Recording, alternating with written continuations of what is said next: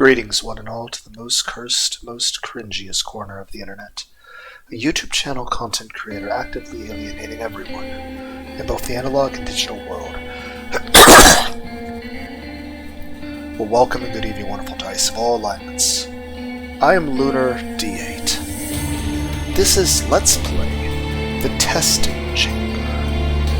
This is a game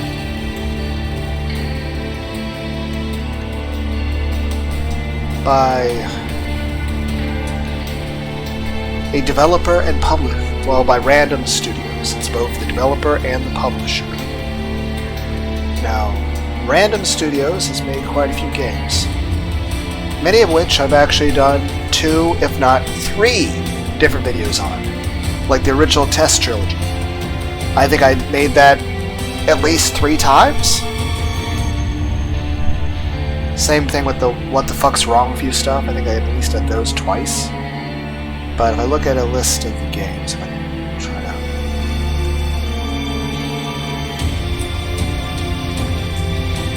If I can find a way to read this that's easier on the eyes. Okay. I have played the Test, Secrets of the Soul, the Test, What the Fuck Do You Know, Final Revelation, Secrets of Soul 2,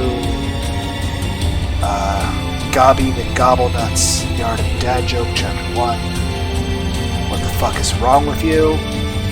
There actually is 2 games. There's What the Fuck Do You Know and What the Fuck Is Wrong With You. It's probably got the coolest aesthetic of it.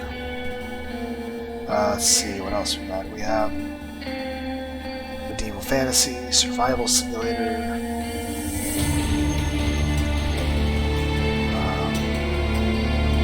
Hypothesis Rising,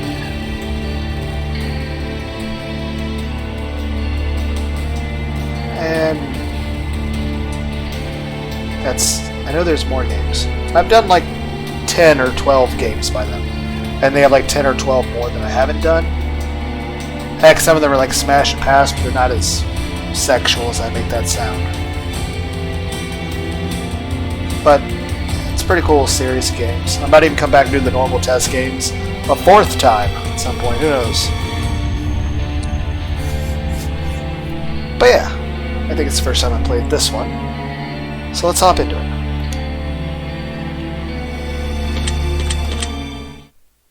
Let me move my mouse. Pre-game disclaimer.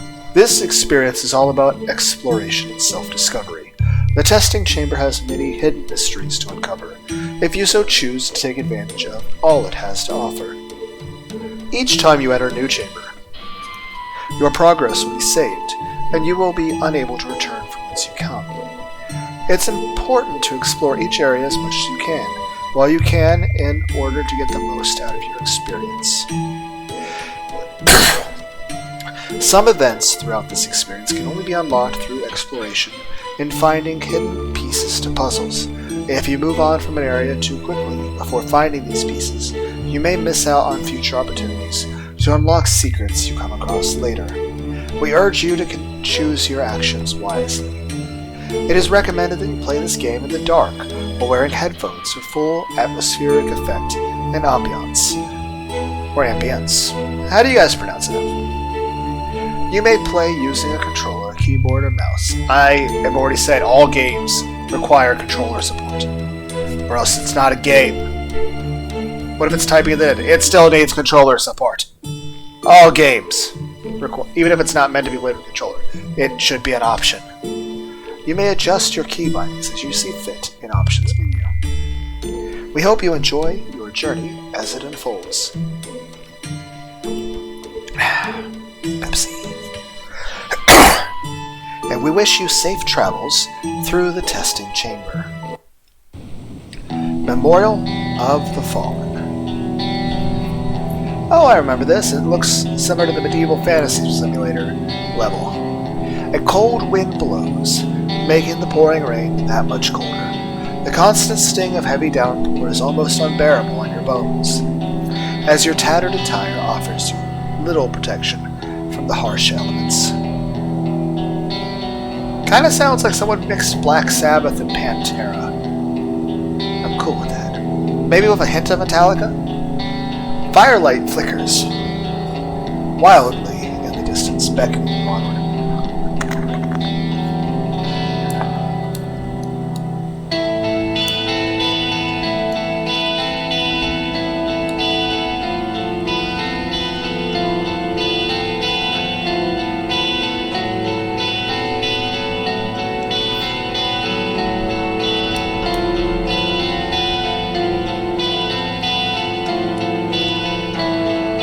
Butterfly wings wanted. These winged beasts are an unwelcome plague in these lands. All butterflies are to be captured and plucked apart on sight. Okay.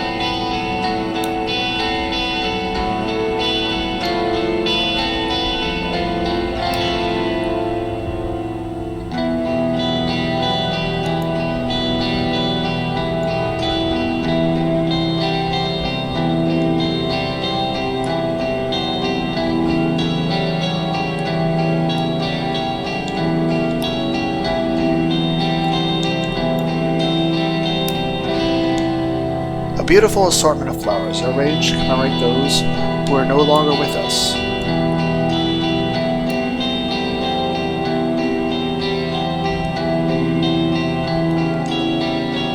Rest in peace, Mark Edwards. Forever loved, never forgotten. Rest in peace, Sean Williams. You will be eternally missed. A wooden grave marker, tethered with rope, sits before you. What do you want to do?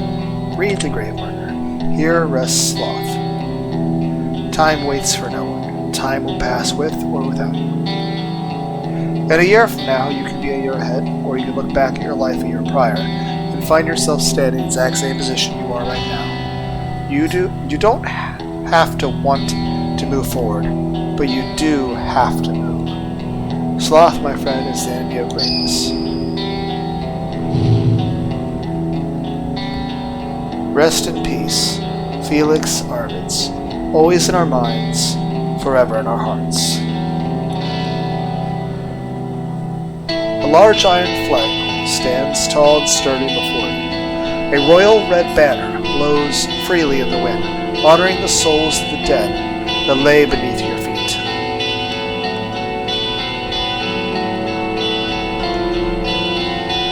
A large stone mausoleum stands before you. A solid stone door guards the entrance.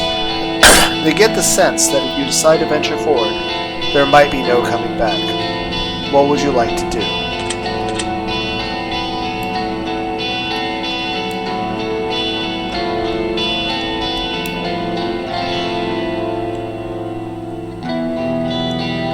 Well, there were stairs up here. What's up here?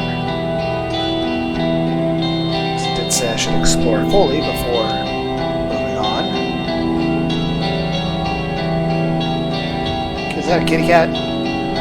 You notice a small cat-like creature wandering about aimlessly. What would you like to do? Pet the kitty. Lily Lils.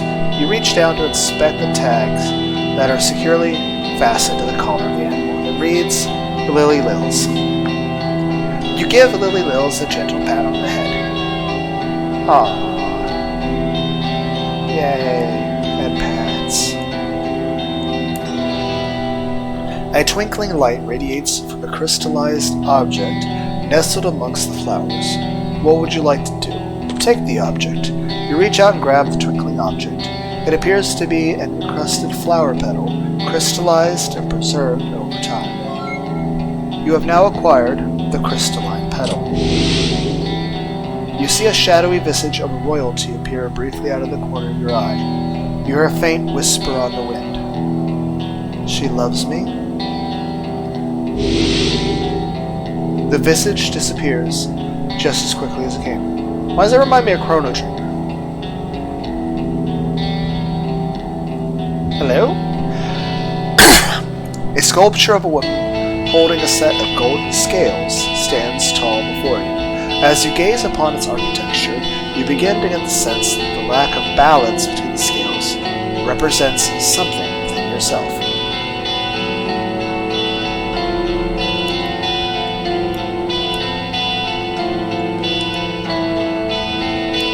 Kitty cat. Cat. Yay. And we just spend the next 4 hours there petting the kitty cat. It's like, Lunar, you're supposed to be doing something. I don't care, I'm petting a kitty. Okay, let's see.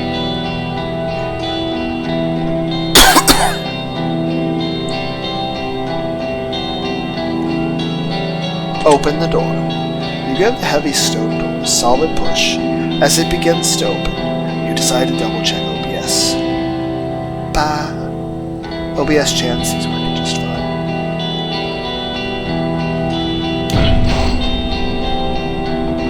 The darkness emanating from the mausoleum is impenetrable. Something beckons you from within.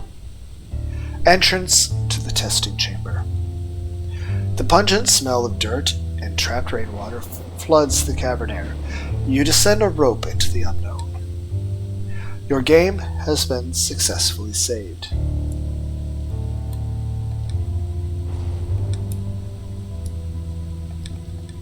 A rusted mining pick leans gently against the cavern wall. The handle is splintered and weak. This tool has surely seen better days, but its purpose has been served well. An unmined ore vein protrudes from the cavern floor. Glimmers of copper shine here and there between the dirt and rock.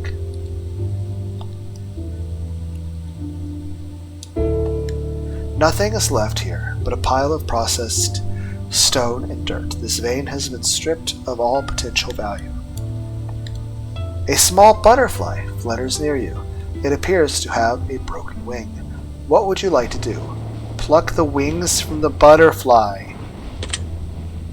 Walk away.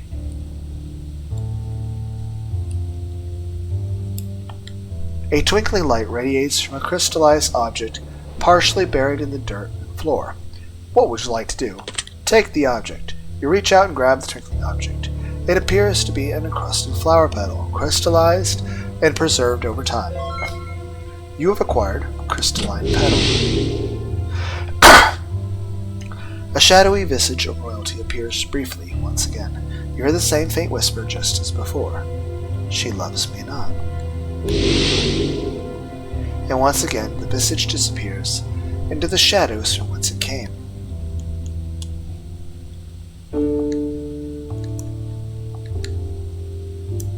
Hopefully it's not asking me to find a bunch of hidden shit. A plethora of old books line the dusty wooden shelves.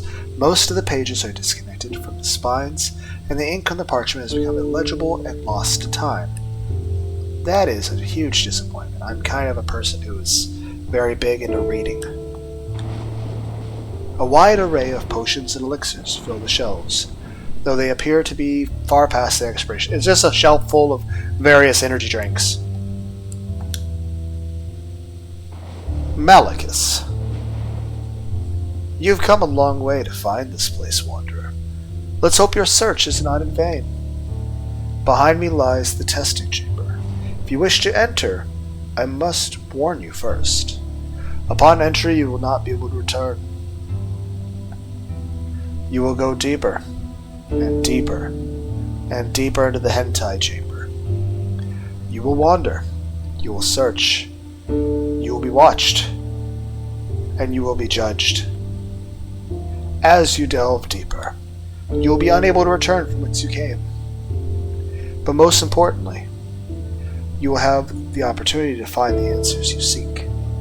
However, all knowledge comes with a price, and you must reveal the darkest secrets you hold dear to an unseen force in which you know nothing about. Only then will you gaze upon the very reflection of your soul. Remember to take your time and explore every inch, every corner, every dark crevasse that exists within. Okay, does that sound sexual to anyone else, or am I just fucked in the head? Am I just that much of a degenerate? Whatever you decide to put into the testing chamber. I can't be the only one who thinks of this in a sexual way.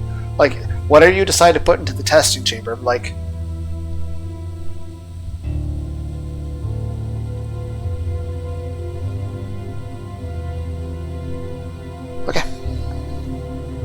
Whatever you decide to put into the testing chamber will be exactly what you get out.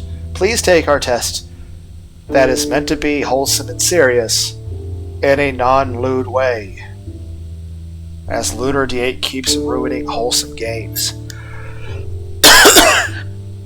Now go, Wanderer, and enter the testing chamber and claim what belongs to you. Does that make you sick when you use that? Like, you have, like, terrible nausea? Where it's like, yes, I have the power to use portals. Side effect. You also have a full helping of Taco Bell inside you. You are about to enter the testing chamber.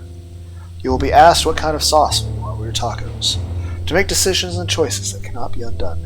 And in time, you will be asked a series of questions in which you must provide your darkest truths. You guys try the Diablo sauce at Taco Bell? It's pretty good. Is it odd I don't really like the fire or the hot sauce? I either just like mild or I like Diablo. Now, of course, not together, mind you. I like the taste of the mild taco sauce, but the Diablo's got a good flavor too. But I appreciate each one. But I don't really care for the fire or the hot.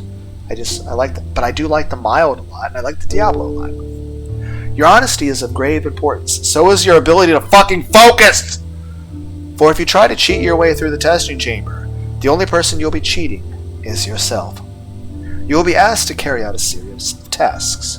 Some of these tasks will be rather simple, and some of these tasks will have you questioning yourself, questioning your morals, and above all else, questioning your resolve. The most important thing to remember is to take your time. Do not rush. Keep your eyes peeled and senses alert for secrets hiding in plain sight. The testing chamber is home to many events, unique experiences, and unknown entities. Some would call this the back room. Stop making references that no one wants to hear! And before I let you go, just know this. Did you bring a condom? Stop fucking ruining the game! Every move you make, every step you take, Nobody knows that song!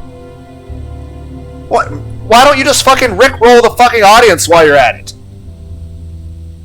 No. Don't you do it. No. What if I just suddenly blared Rock the Dragon by DBZ? Okay, I can't make that noise, like the Krillin spinny noise. Okay, that's not Krillin. Okay, you guys know what I mean. Everyone here has watched Dragon Ball Z. You know the Rock the Dragon theme where like Krillin's doing the flippies and he's like, it's like you're hearing the Krillin noise.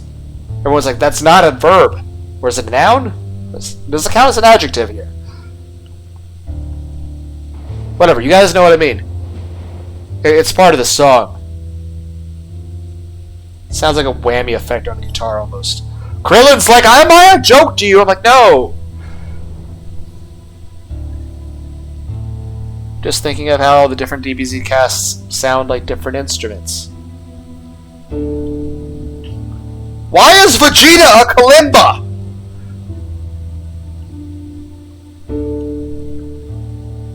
Okay, focus. Main thing is like Rock the Dragon. It's a good song. I'm not gonna blare it in you guys' ears. Okay, sorry. I'll focus. I swear. Maybe. May your journey be filled with the answers you seek. The welcoming room. Firelight flickers in the distance. You're unsure of where you are, but you get the sense that perhaps you shouldn't be here. Your game has been successfully saved. Oh, hi. A small butterfly flutters near you. It's missing a few of its legs. Walk away. An old dusty clock sits on the wall. The hands of the clock have stopped at 1:11. Okay. The rotten carcass of a swine rests atop the table. It appears to only be half cooked, as baked meat mixes with rotten, decayed flesh. Okay. But why, though? How is the butterfly taking up an entire... Does he have a shadow? What is our light source? An old journal. You pronounce old weird. Fuck you. An old journal made from thick animal skin part. What is this? The goddamn Necronomicon? Bruce Campbell's like, Lunar, please don't read it. But I'm like, I want to read the book. It's like, Lunar, stop! Bruce Campbell would hate me. An old journal made from thick animal skin parchment.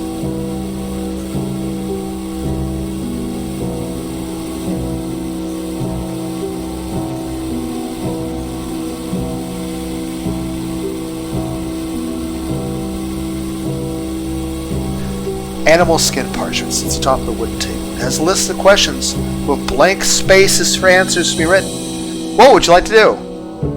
Could I read the fucking questions before I decide to fill in the blank answers? But sure, let's do it. You begin to read questions from the journal. Your ink... What? Did I bring a pen?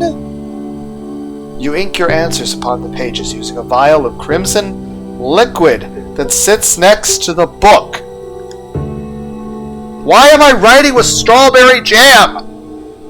Do you have any obsessions that you would consider to be unhealthy? How are obsessions unhealthy? I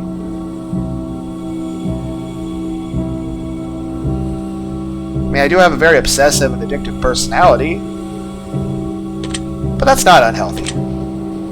If you were on jury, would you be willing to convict someone of a crime that you feel shouldn't even be illegal?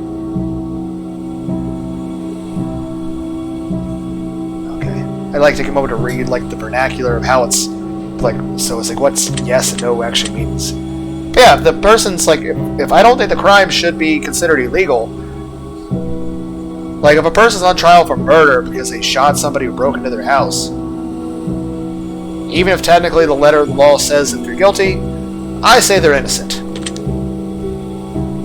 If one of your vital organs was damaged beyond repair, then I'll probably just fucking die. And one of your closest family members offers to give you a transplant, however, it would mean sacrificing their life in the process to do so. Would you accept their offer? I would like to say no, but again, you never know how you feel in these circumstances until that happens, and I hope it never happens. Then again, I'm pretty sure all my family members who could donate organs, their organs would be worse off than mine. But in general, I would prefer not to, you know... Again, I understand life doesn't really give you those options all the time. I'm just saying, in general, I would prefer the answer to be no. But hey, maybe in a panic state, I wouldn't care, and I'd be like, oh god, I don't want to die, or something. But in general, in a calm state of mind, from a condition of a dude sitting in a metal folding chair, looking at a laptop on another metal folding chair on top of his bed. No. If you were offered one item of your choosing, whatever it is you wish it to be, but in order to obtain it, you had to put on 100 pounds of body weight and then lose 100 pounds next year, would you do it?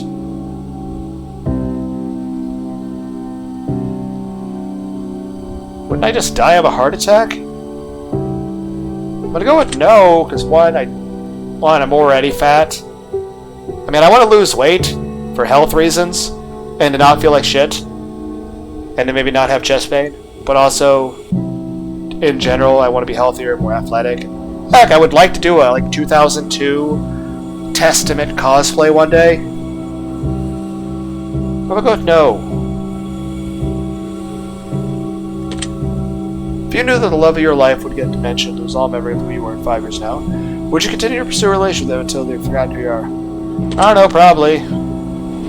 Would you try to trade in the world as it currently stands for a band? No. Would you consider yourself to be warm-hearted? I'll go with yes, but I need to go downstairs. I'm actually going to turn down the heat. For some reason it feels too warm in the house. I will be back. Random internet people.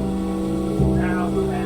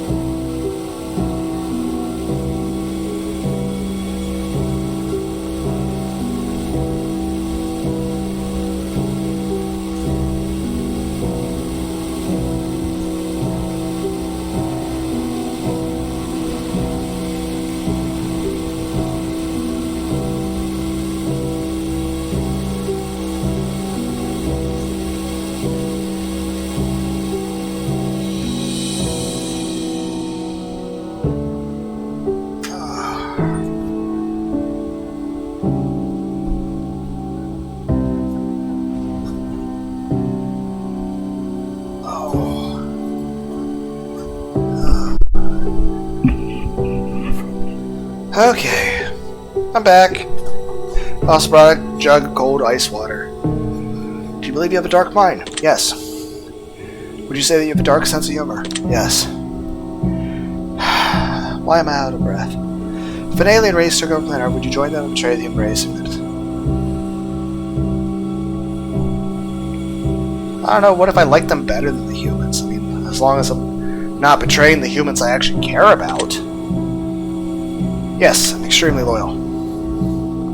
Do you live freedoms? Yes.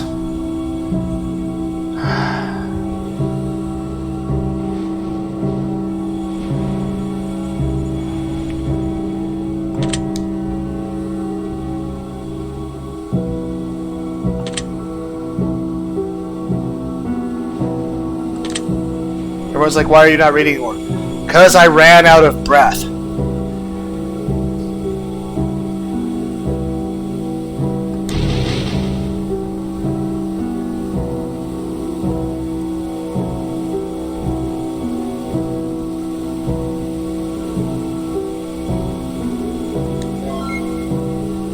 Okay.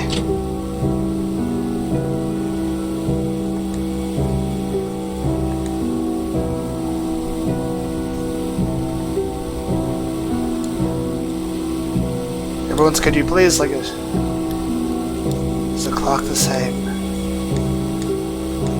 Okay, I'm still 111, okay.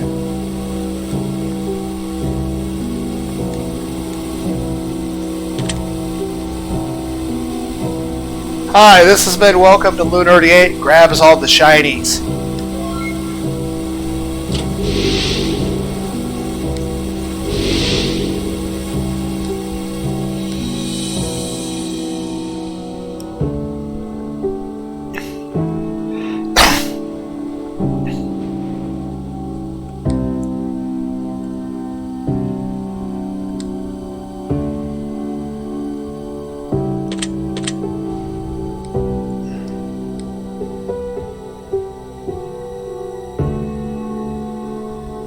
Right, fine, I'll read it. A stone statue of a veiled woman stands tall before you. Her expression is cold and stoic. What would you like to do? Lay a token at the feet of the statue. You do not have a token to offer the statue. Okay. Everyone's like, maybe there's one in the bag. I'm not going to steal from someone just to give it back to them. It's fucked up. Also, what is... There's an arrow pointing to it.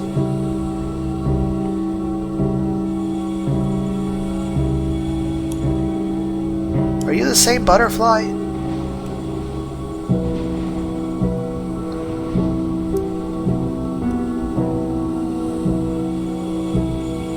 What do you even eat down here? Probably better off not knowing that. You gaze deeply into the mirror. You see no reflection because it's too fucking dark.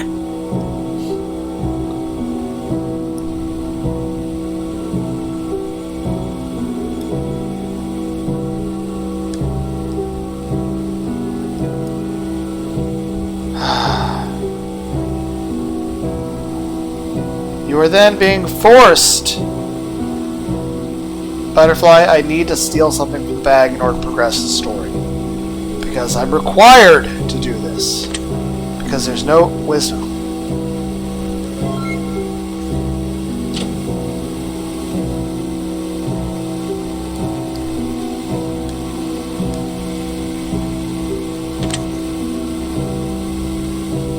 You hear a voice echo in your mind. Attraction plants the seed.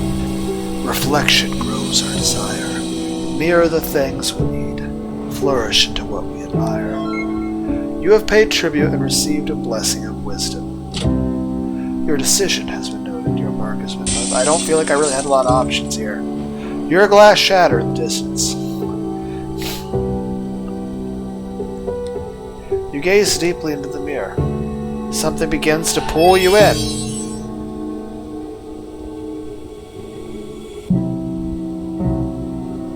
Something begins to suck your cock. Everyone's like, Lunar, please stop. I can't.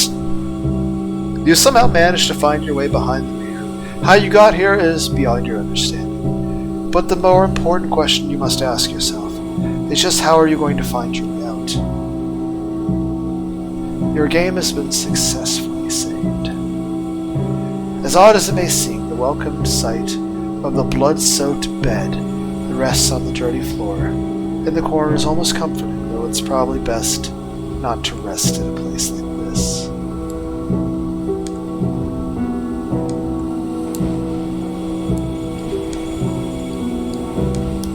Okay. Can I go up? Before you stands an old iron gate. You try to open it, but the gate won't budge. You do not currently have the means to get through the gate. Your action has been noted. Why does this scream mimic? Before you sits an old another butterfly? Before you sits an old rotted wooden chest that appears to be locked tight. What would you like to do? We will then get eaten by the fucking mimic. You do not have means to open the chest. Perhaps you should try praying for some guidance. Your decision has been noted. A small butterfly flutters near you. It gives off a mysterious glow. What would you like to do? Pluck the wings from the butterfly. Walk away! Why would that even be, even though it was even suggested? Again, why? A twinkling light radiates from a crystallized object on the floor. The whistling noise seems to be coming from the object. We'll take the object.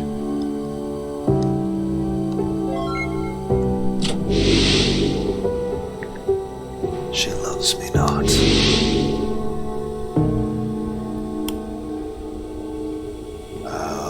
Okay.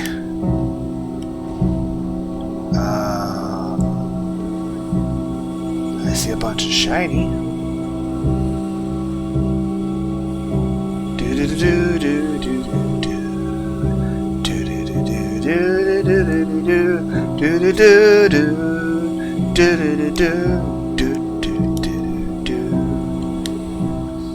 Gaping maw.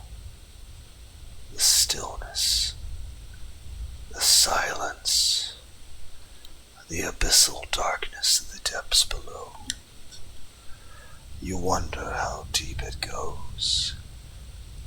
You hear what sounds like breathing down below, as if there's something lurking in the darkness. You can't help but wonder what just might be gazing back at you from below.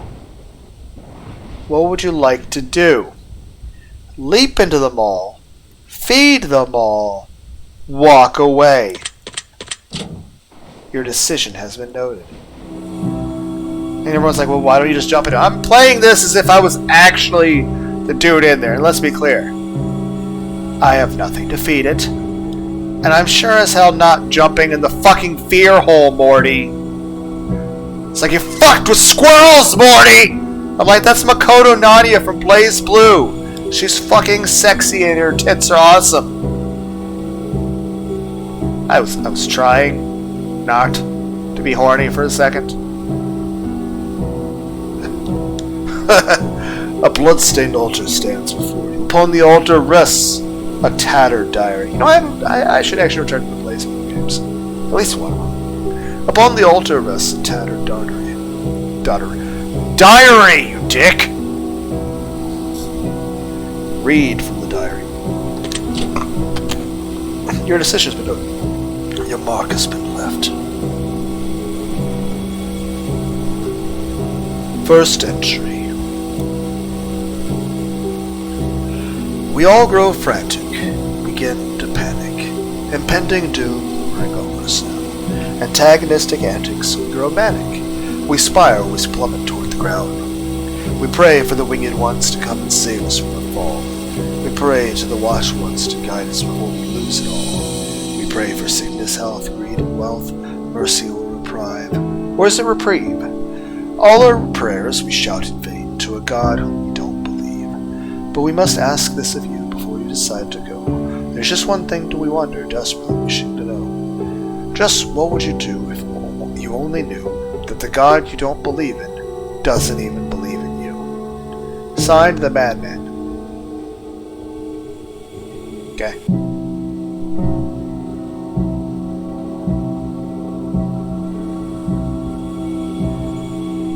A small rusty key rests on the page of the diary. You have obtained rusted key.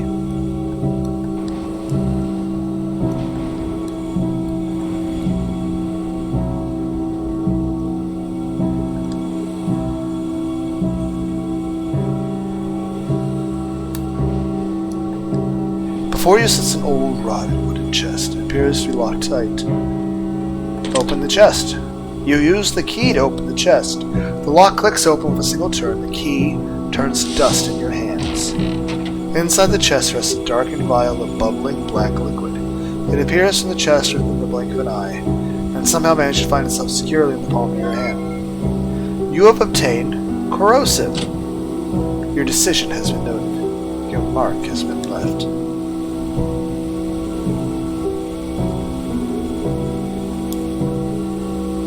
There's a cat? You notice a small cat-like creature wandering about aimlessly. What would you like to do? Pet the kitty. You reach down and it's been Libby Lib. You give Libby Lib a gentle pat on the head. Yay! I pet the kitty. Can I feed the black beast a corrosive liquid? Everyone's like, you're a monster.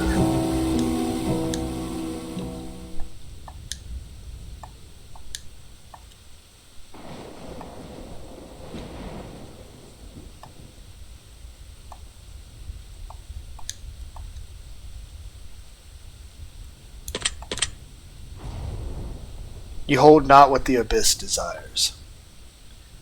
Your attempt has been noted.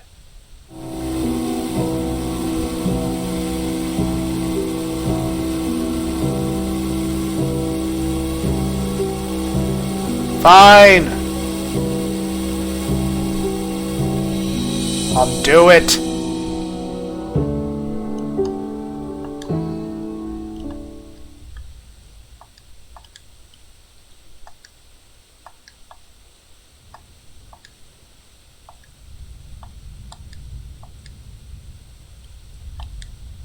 Leap into the ball. Your decision has been noted. Your mark has been left. You're dead. You foolishly leap into the abyss. You're not falling, you're floating into nothingness. You can't see anything. You can't taste, smell, or even feel anything at all. The only thing that you can hear is the sound of your soul being slowly masticated, devoured by every regret you've ever had.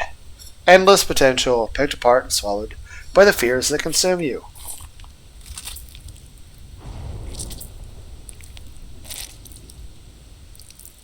Are you eating my soul with your mouth open?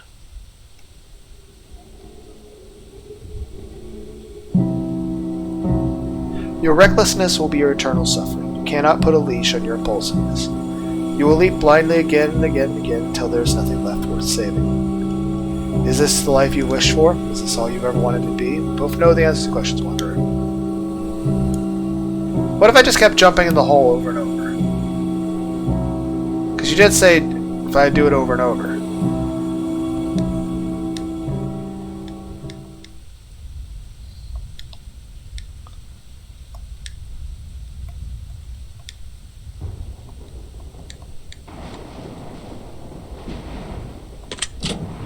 Your decision has been noted. Morty! Stop jumping in the fear hole!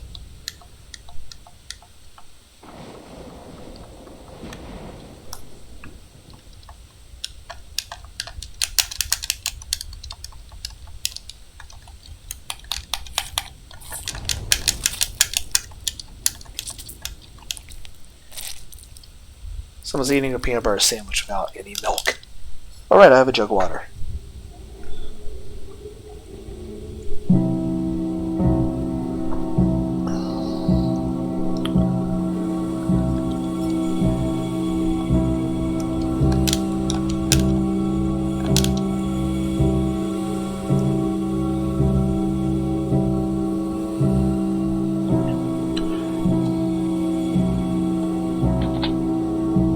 You throw the bottle of corrosive at the iron gate. Disintegrates before your eyes.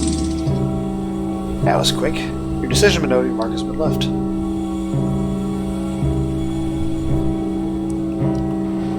A blood-soaked doll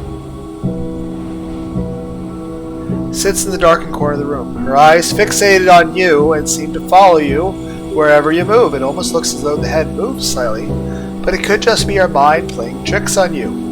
Upon closer inspection, you notice the doll is wearing a ring around one of her bloody fingers. What would you like to do? Walk away. Torchlight guides you, provides visibility, etching the wall.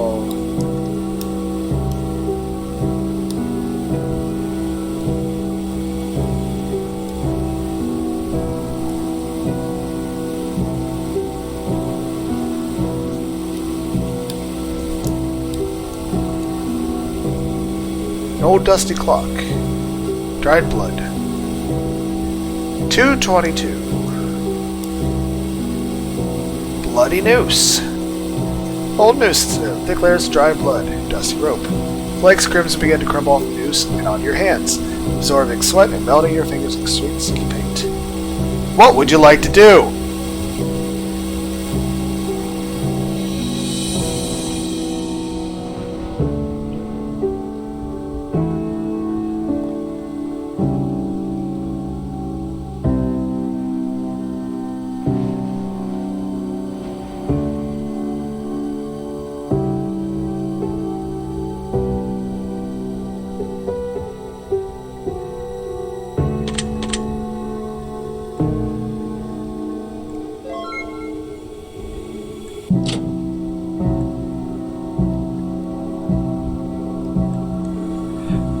An old journal made from thick animal skin. Fill in the blanks. You ink your questions in a vial of crimson sitting next to the book. Do you have a favorite number? Do you have a favorite color? Purple. Do you have any? Purple is supposed to be a color of not only royalty, but it's supposed to be a color of humanity, of compassion. Yeah.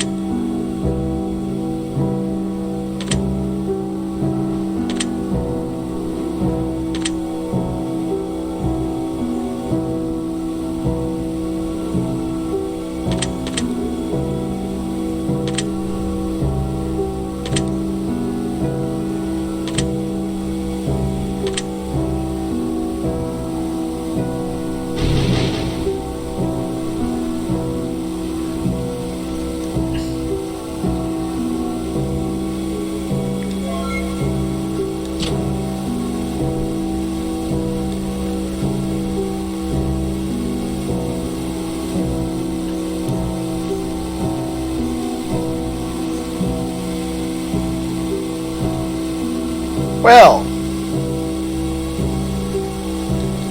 you gonna make a note on that?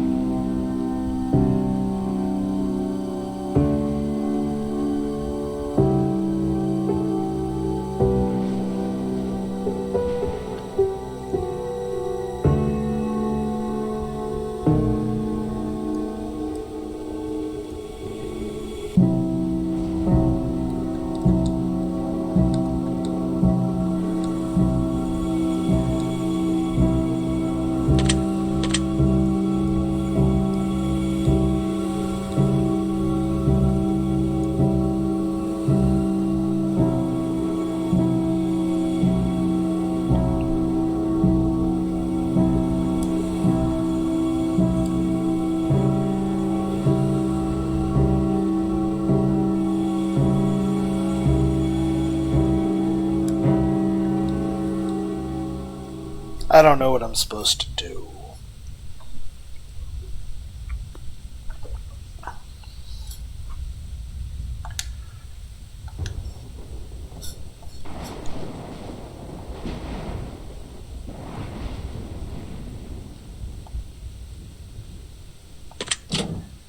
You know, I was just trying to speed up the text faster. I wasn't trying to jump in the hole again. I was just legitimate. Now I have more text to go through.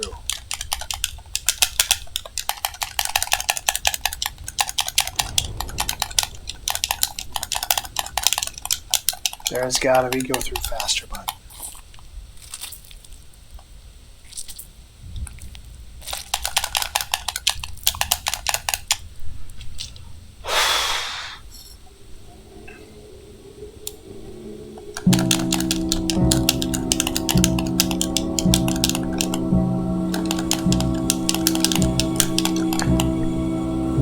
I want to pet a kitty cat.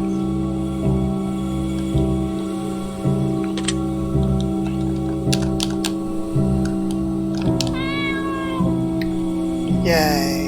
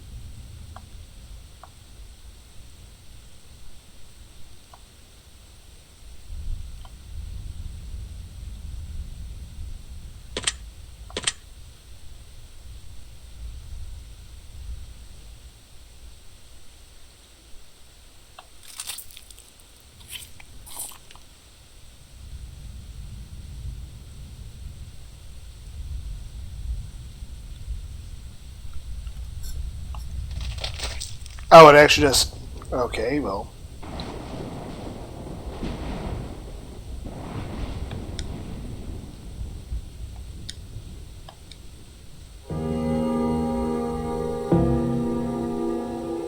You find yourself in an unknown chamber. Sense calm washed over you, though you're unsure whether or not to trust in that brief fleeting comfort. Butterfly! Oh, that's a cool glyph. We're not removing your fucking wings. Probably 333. Yeah. We're gonna go all the way to 12. 12? An old journal, thick stuff, blah, blah, blah.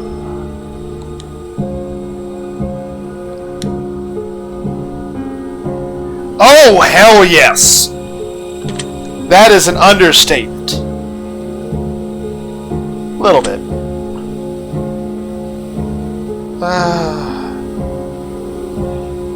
More than I care to admit. Yeah. Yeah. No. No. Yes. Yes. Hell yes. Yes, but I'm bad at it. I'm really good at insomnia, though. I mean, I don't want to sleep all the time, but I do need to sleep better. Just saying 9 hours of sleep a day would be nice instead of 4. Unbelievably so.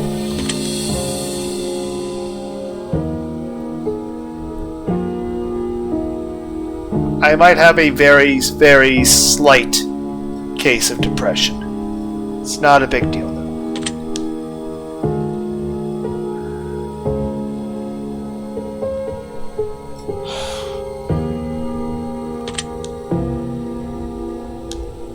Drink some water.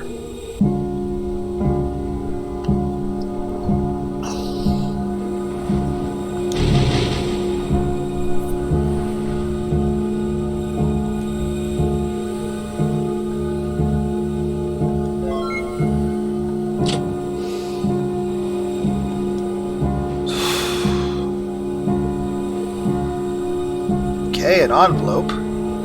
Sealed envelope. Open envelope. It's full of hentai. Handwritten letter. Address nobody. Reads,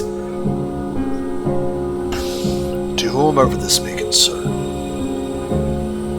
I came here looking for answers. What I found, however, was more than I had bargained for.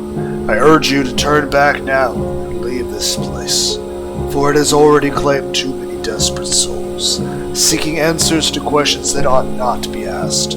If I can do one good deed with the last moments of my life, then let it be to leave this warning for the next poor, unfortunate soul who may find themselves wandering these halls. Turn back now. Sometimes questions are better left unanswered. Signed, a friend. I'm sure I'll get right on that through the door that doesn't fucking exist. Who are you? Oh, let me just get a hold of GLaDOS. You put the note back in the envelope on the table. The table soaked in blood. Someone desperate tried to etch out a message in their own bodily fluids were bleeding out completely. What happened to the body? Hello? Crystal ball. Bloodstained table. Eerie dark energy. What would you like to do?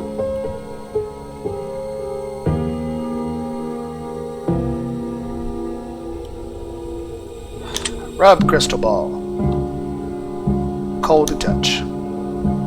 Inside my hand! Okay, that's not what I was thinking when you worded it like that. That was not what I was thinking at all. Sound of a door unlocking can be heard in the distance.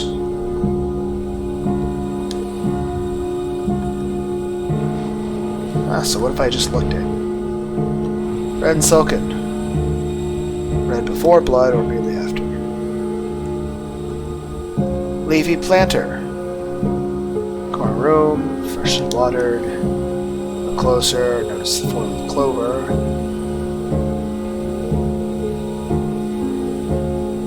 I'll take the clover.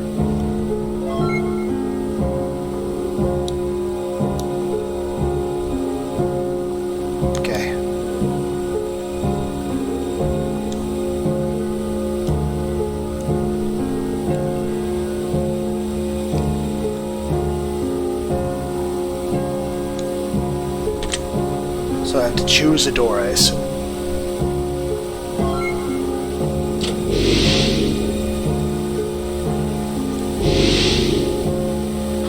I don't know which door to take, don't you?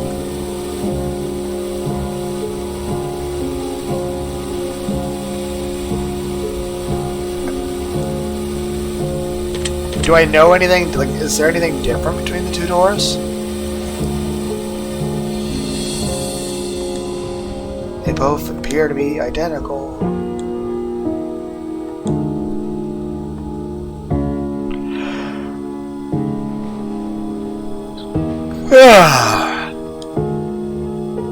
I'll go in the other door.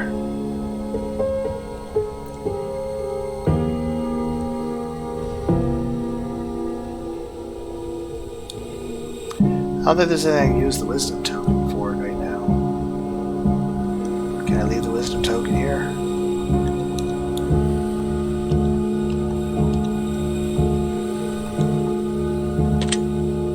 Did I? Okay.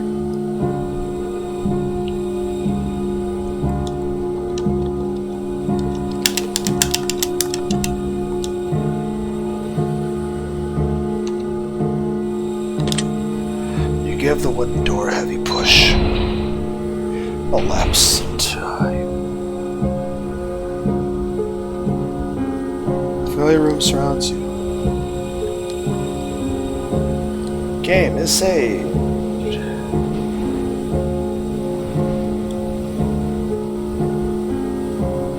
Hello? Butterfly. Oh. Why can't I fix the severed wing? Also, how are you flying? You should not be capable of flying. Old chest. It's locked. Okay.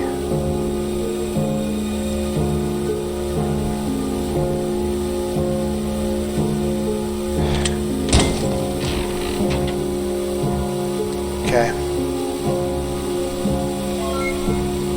Tiny skull.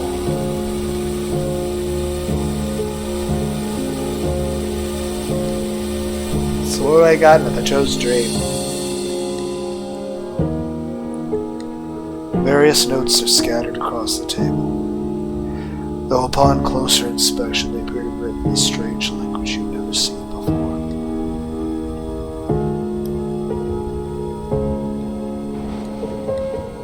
An old journal made from think. Fill in the blank. Where's Waldo? There's Waldo! Getting fucked by the tentacle hentai monster. Have you ever...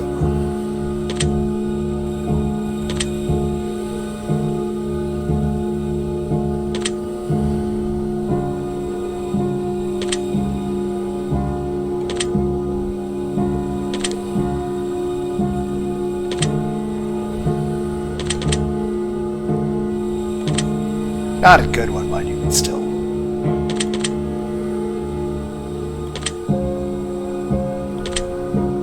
Everyone's like, we can't read this fast. Sorry.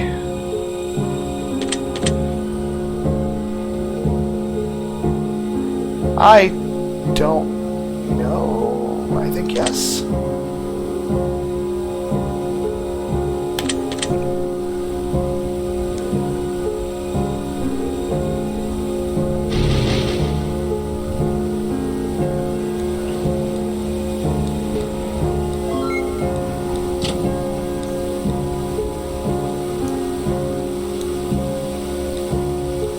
Fours? Okay.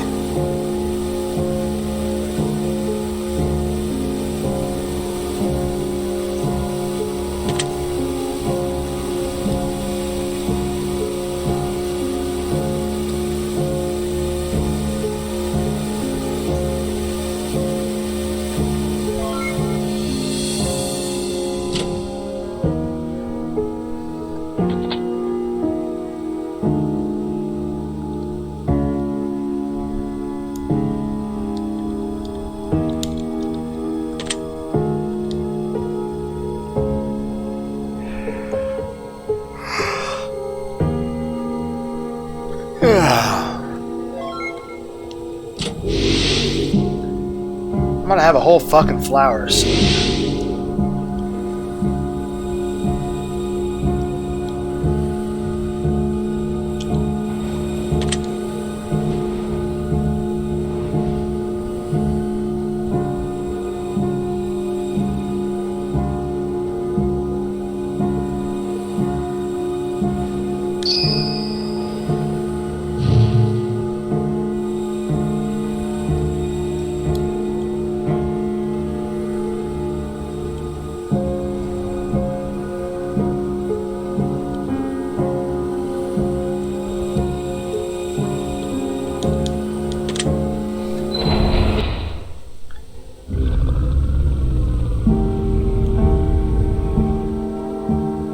That's a concerning noise.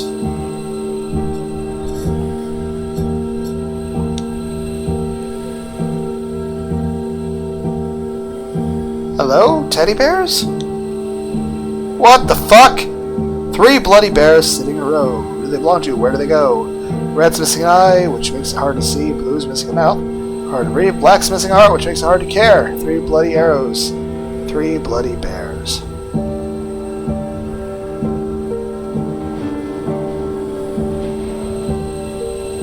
Walk the fuck away.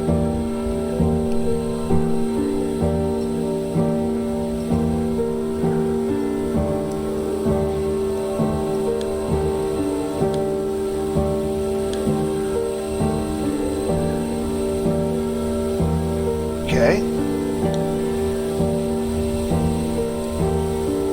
No, no, no, no!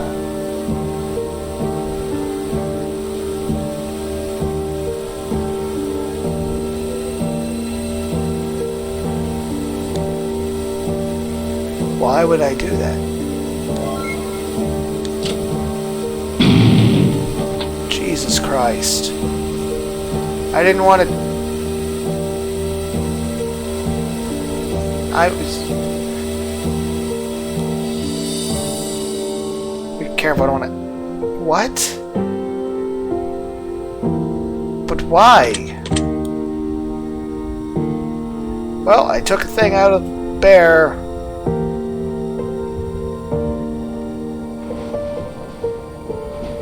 Why do we just find a tub of... an oil barrel full of toxic sludge?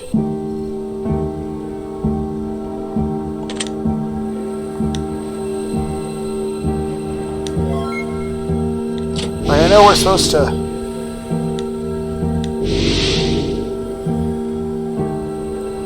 I'm just gonna not inspect the radioactivity in hopes I don't get cancer. Read scrolls. Why would I read it out loud?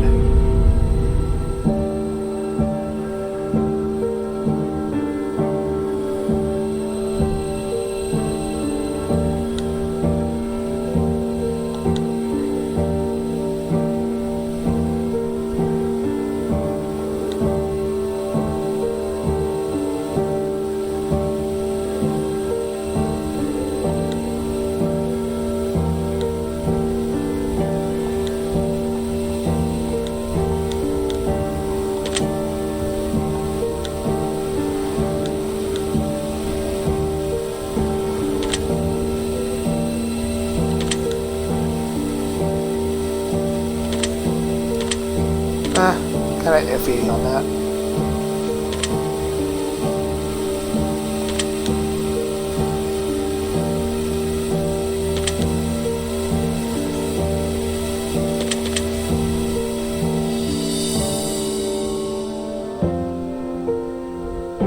Yeah, all in all, it wasn't bad.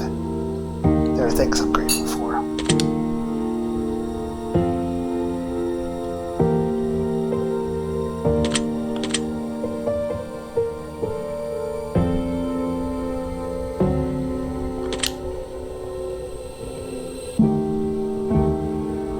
To some degree, but I have gone to them to try to be sociable.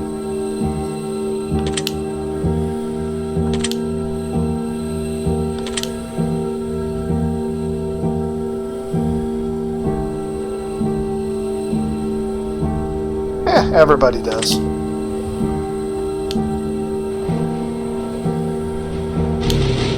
Drink some more water.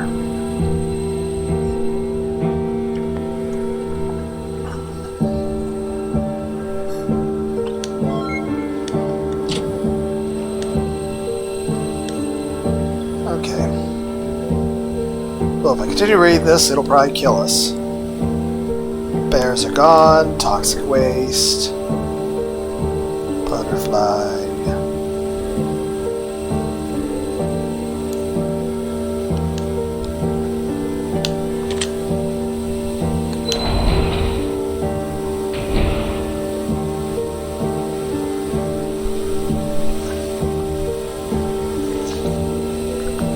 I assume I fucked up.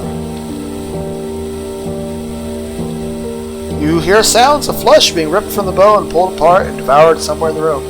It seems to be coming from a darkened corner of the chamber, just out of firelight. Well, I'm fucked!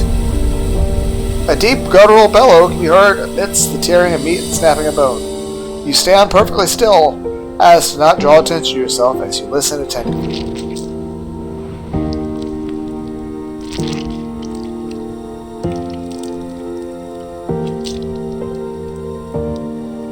The chewing abruptly ceases, and something seems to be shining in the distance. It catches your eyes briefly before fading.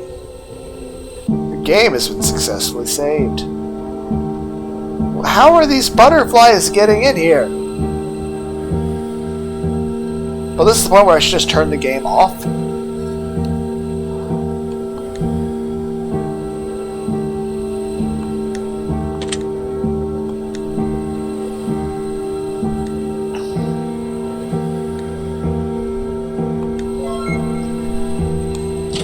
Who is leaving these Chuck E. Cheese tokens everywhere? Butterfly! Hi, can I talk to you? Oh, how'd you catch on fire? You're not a moth. Why would you fly into a fire? And no, I'm not pulling his wings off. That's fucked up. Is that a clock? Probably 6s. What? That's unexpected.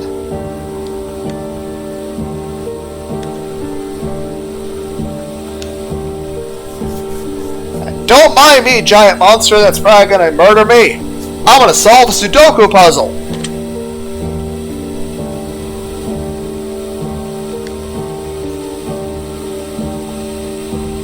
Try.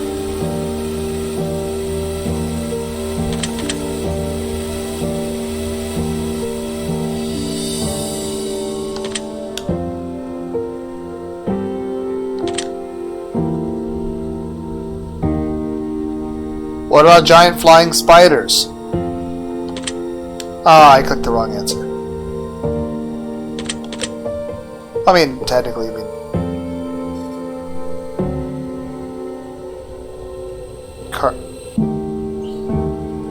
giant flying spider squids?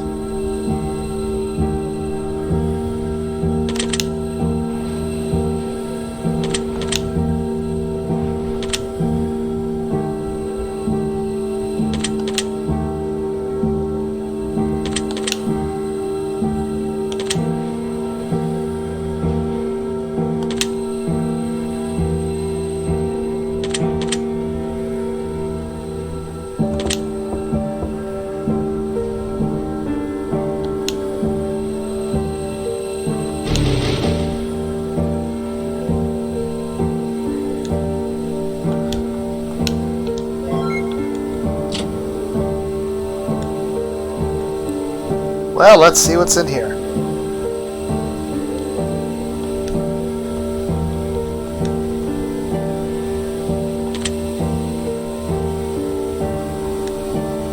Okay.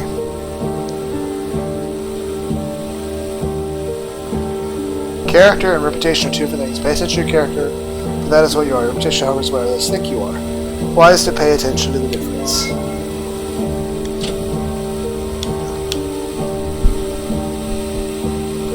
Okay.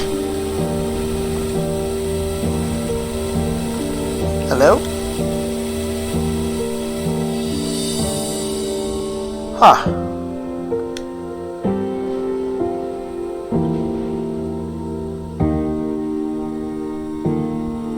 Well, that sucks. How many other people are... Okay.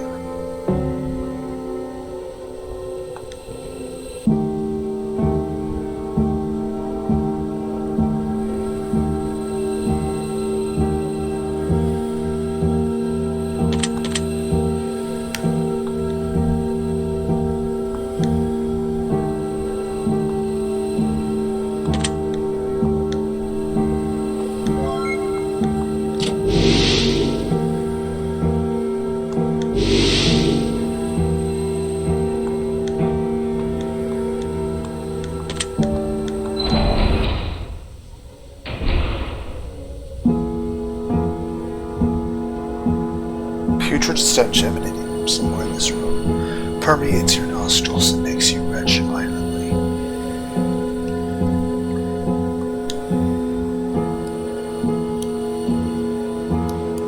Oh, hi, book! Fucking SCP-187's like, are you done reading yet? Let me finish the chapter book! You can read it when I'm done! SCP Giant Peanut Man's like, I have to go pee! Oh right, there's only one bathroom in the fucking SCP containment area. Yes. Little bit. Doesn't everybody? Yeah.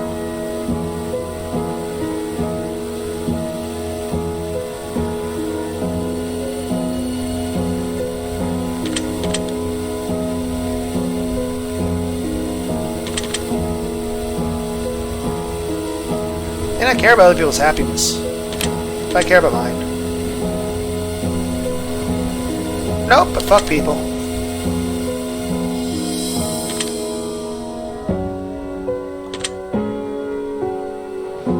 I try. Yeah.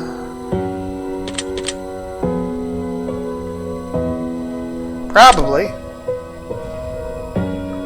That's... yeah. Yeah.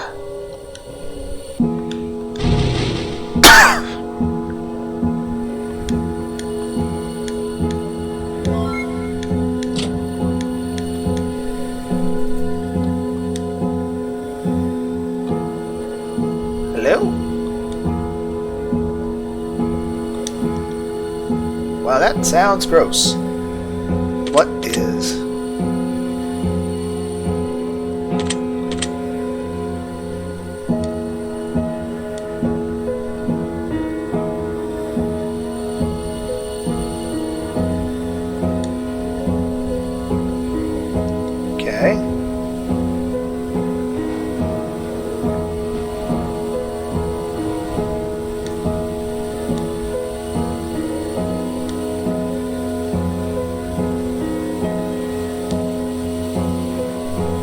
Hell, fuck.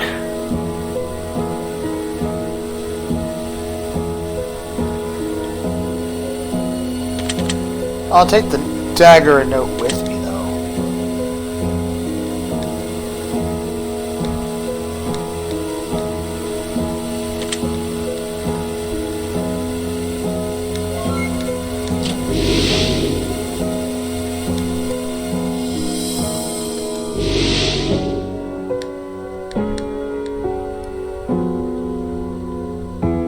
Okay. They are food and water.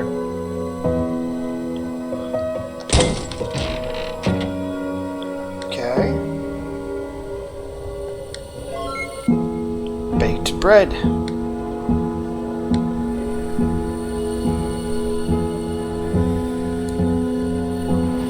Can I stab the bread? Can I stab bread? Does that count? I sacrifice whole wheat. Why is stab bread not an option? It's like you have sacrificed 100% whole grain bread. Butterfly. Why would it? I just want to pet it. I'm not ripping its fucking wings off unless I accidentally misclick.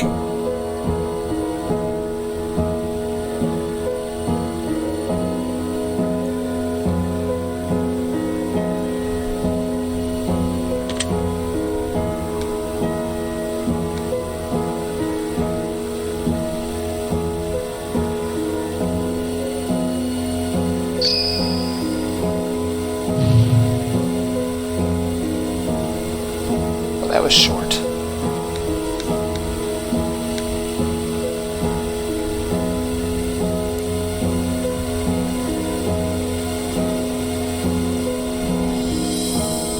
Why can't I just stab the bread?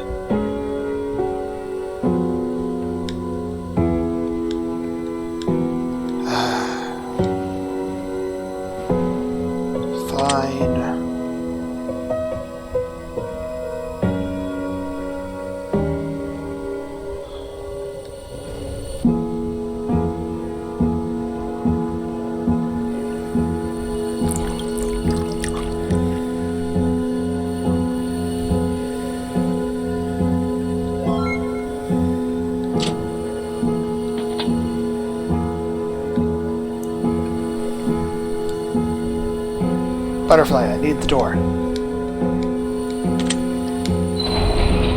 What if I just like brought all the butterflies with me and be like I could fly with them? It's like, you are not doing a fucking Aladdin magic carpet out of butterflies, you dick.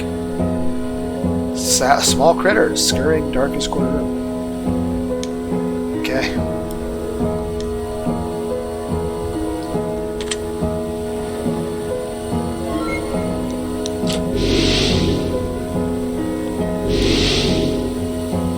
Hello? Yes? Walk away! Butterfly! Why are they all fucking hurt?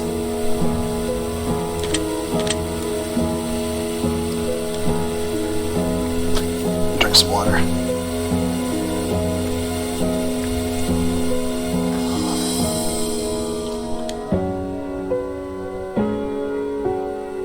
Okay.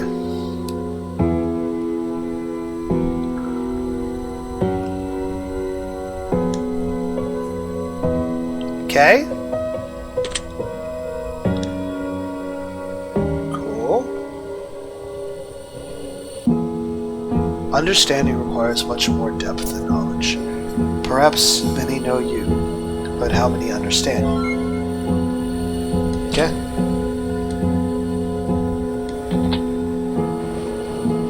Was there even a book in this room?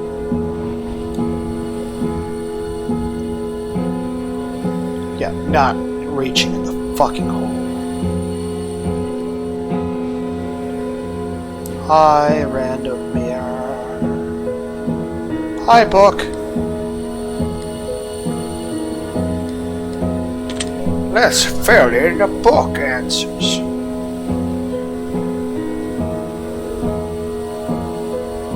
Yes. No, I can talk to myself. So...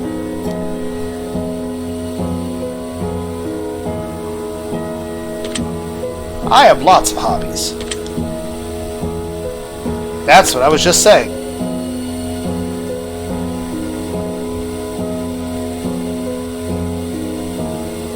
Yeah, I mean, I do talk to myself. I try. Very much. Not really. Yes. No. Absolutely not. Extremely so.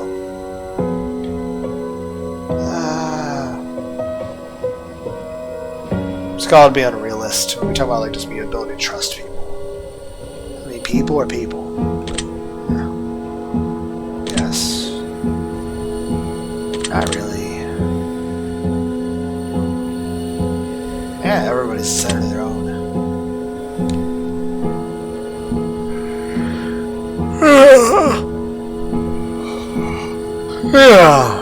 Yeah.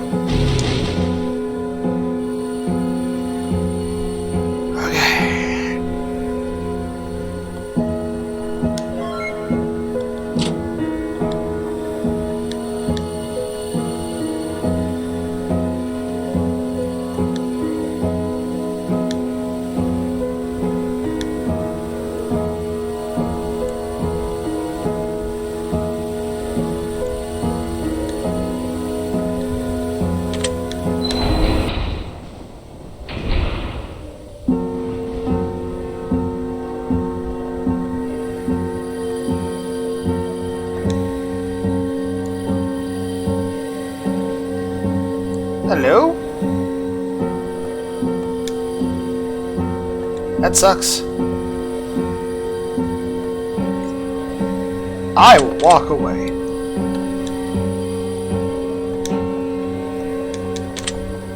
Just like walking around with a giant handful of shinies. Like, look at all the shiny flowers. Okay, but yeah, I'm literally building a fucking bouquet of pumice.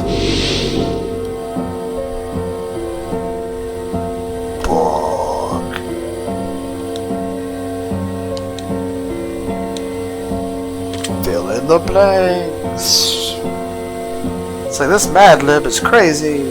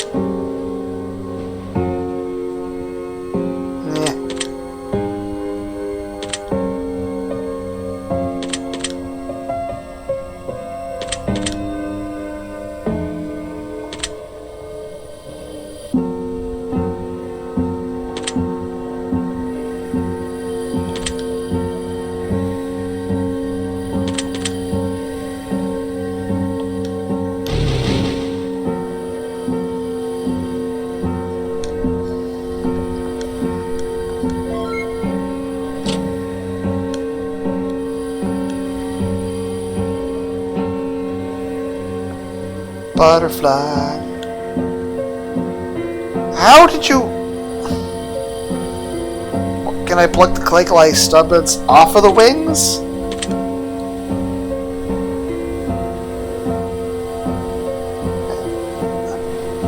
And don't get me wrong, if the butterfly is already dead, I would probably take its wings to have in a book because it's pretty. But I'm not going to actively kill the thing for my own fucking amusement.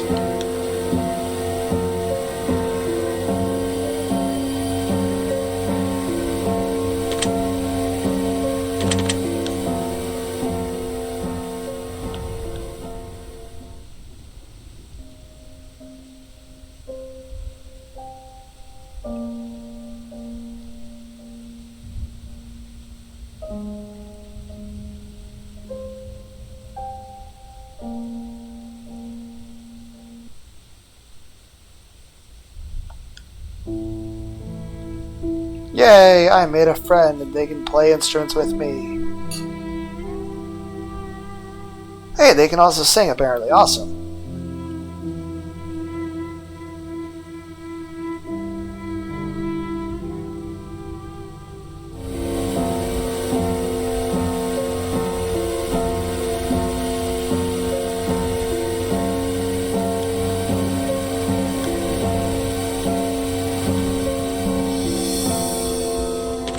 Walk away.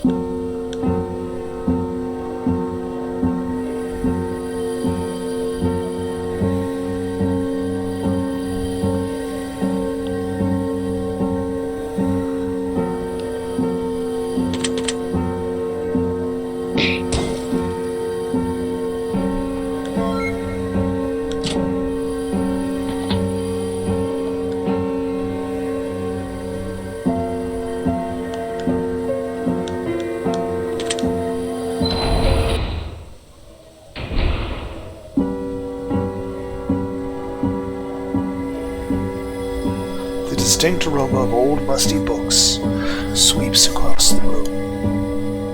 Your game has been successfully saved. The books on the shelf appear to be covered in ash and soot.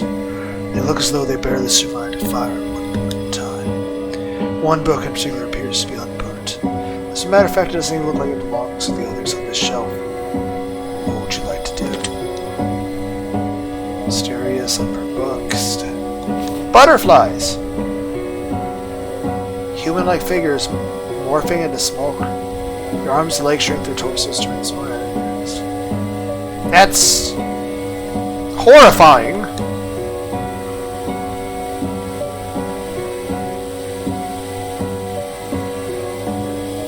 To the trapped souls who seek vindication and absolution, if you believe that your soul has been wrongfully kept within the confines of the testing chamber, you may undergo the trials of wisdom in an attempt to free yourself from these halls and relinquish all captivity, severing the bonds that shackle you in this prison. One of the first steps in this process is finding the old hag that wanders these halls and paying a tribute to her of her choosing. Once the hag has agreed to assist you, she will bestow upon you a transmogrification spell, which will turn you into a creature of your choosing. Many choose to become butterflies, as it's easier to get around and you can make yourself more or less unnoticeable by sticking in the shadows, only eventually light when it becomes deemed necessary. This also allows you to keep yourself out of range of threats from down below, as most of the entities that wander these halls do so by foot. Once the taken effect, you must seek out a wanderer and offer your life to them. If the wanderer accepts, you must bestow upon them a blessing of knowledge that may aid them in their journey. If the watcher deems your blessing worthy of your freedom, then your soul shall be forever free from the testing chamber. Where your soul travels after this process is complete is still unknown. But one thing for certain, no soul has ever left these halls and has ever returned. Signed, Alice. Okay, first off, this means all the butterflies are actually people. 2, does this mean killing the butterflies actually saves the person? Like it sets them free?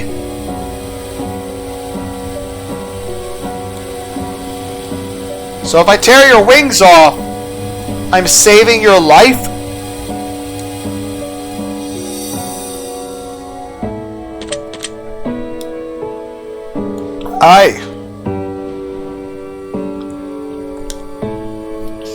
This is a fucked up system.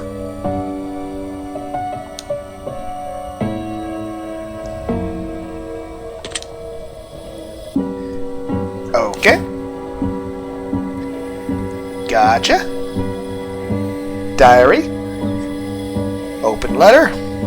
Reads. I don't know who's going to read this. Hell, I've barely touched anything in this place since I got here. A few things I've come to realize since I've been trapped in these halls. For starters,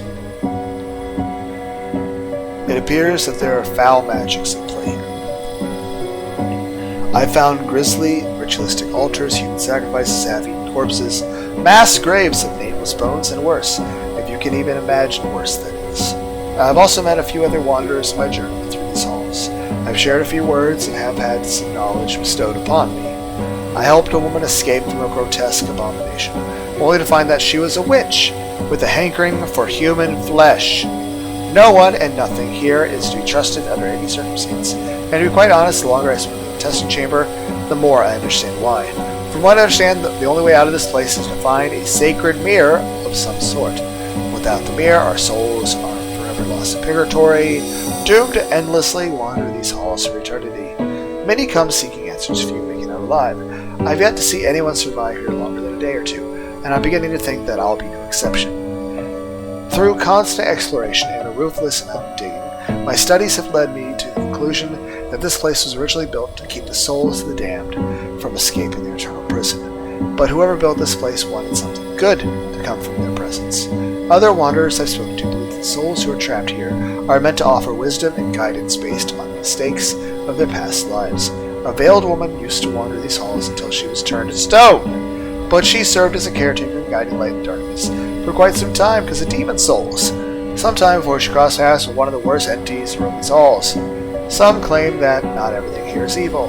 I'm not so sure about that. I was told if I came here, I would gain the answers I sought. I don't even know what the possibility anymore. My skin has begun to rot off my bones, and I don't know how much longer I can last on this journey that I can describe as hell. To be quite honest with you, I don't even know if I'm still alive anymore, and if I am, I don't know how much longer that's meant to last. Signed, a wanderer. Okay, statue lady is alive. Or at least, yeah, it still counts as alive.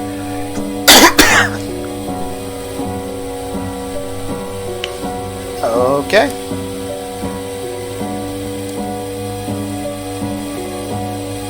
Wooden grave. Read. Gluttony. Trait is self-serving, who disregard the actions based on others. Consuming one from within. Okay. Full Metal Alchemist wants its plot back. An old dusty clock. Cobwebs. Hands a clock at 11:11. I already read this one.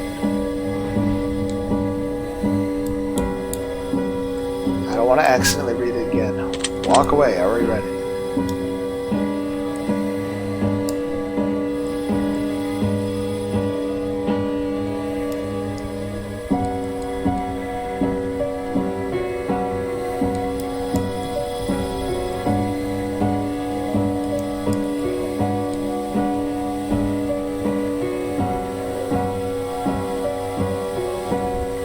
What, is it alive? Is it like a mimic bookshelf?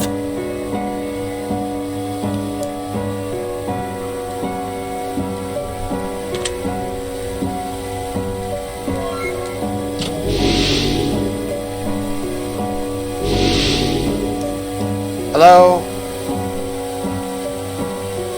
Alright, I'll talk to you. I'm not tearing your wings off. Stop asking me to do that!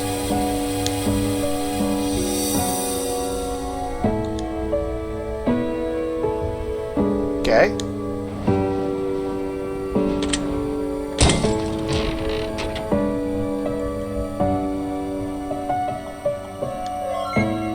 Iron shield.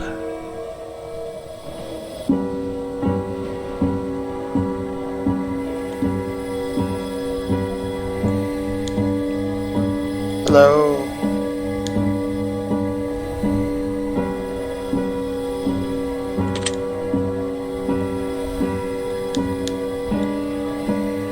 Others will always treat you in any which way you decide to let them. If you wish to be treated differently, then show them what behaviors you will or will not accept.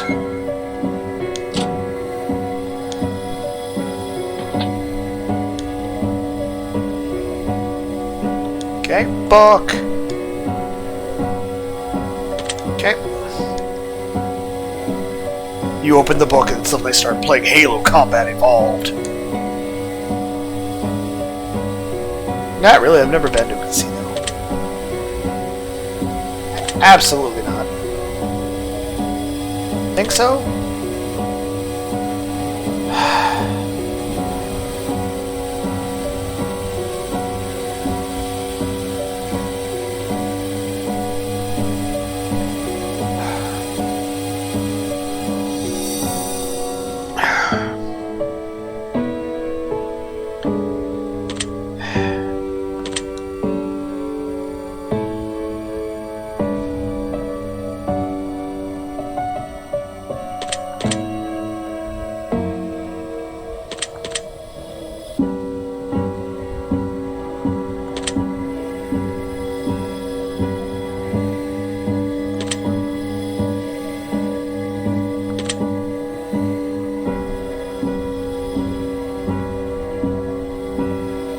Probably not. Oh no. Somewhat? Like, technically both? We're just going no.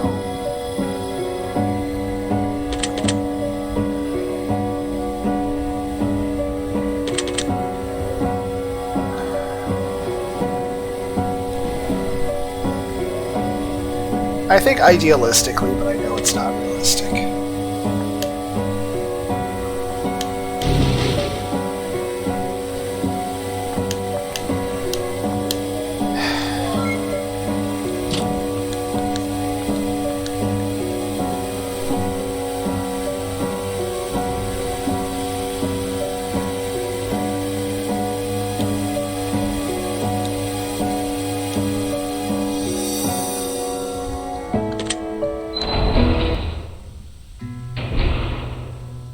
Hello? Well, this seems pretty nice. The bright sunlight burns your eyes and causes a brief but blinding headache. Out of the darkness into the light. Enjoy the warmth while it lasts. Yay, kitty cat. You notice a small cat-like creature. Pet the kitty. Kitty cat. Head pats. Yay. Pet the kitty cat. It's a tree! Butterfly. Aw, it is. I'm not tearing your wings off! No!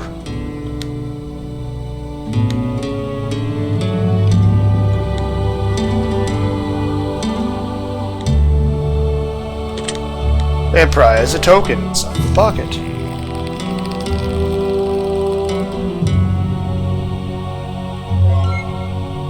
Oh.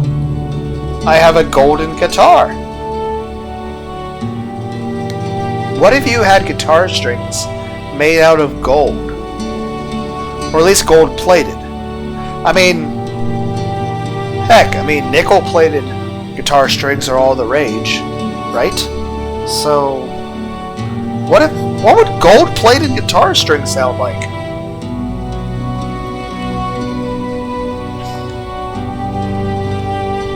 I'll have to look that up on YouTube. Because I'm sure somebody's done that, right? But yeah, what would gold-plated guitar strings sound like?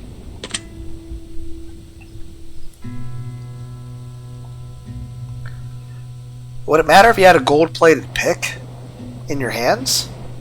What about if the guitar or the humbuckers were gold? What are the frets themselves? Interesting.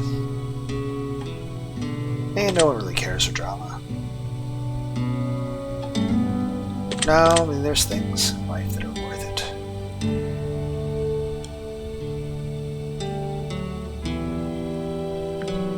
If I had, like, superpowers, but in general, no.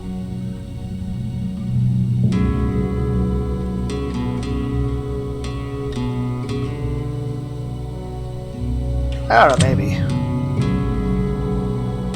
Yes.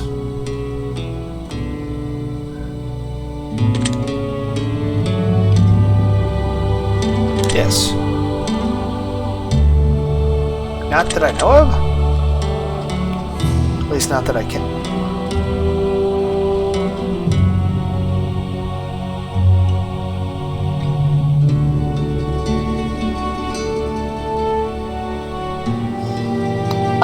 As long as it's 1 bullet in 6 chambers, so there's a 5 in 6 chance of winning, and nothing's rigged, I might?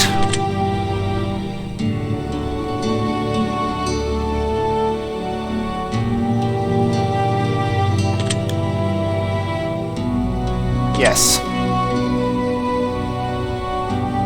No, because that would lead to more problems, but honestly at this point I'm like, maybe if I just ask the doctor, hey, just give me something.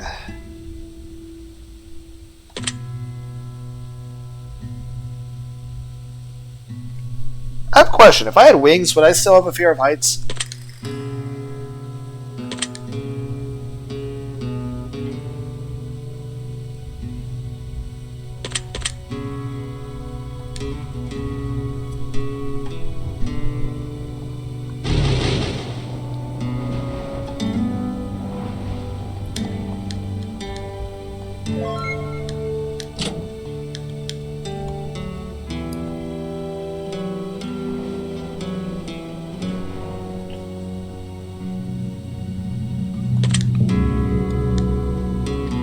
Ow!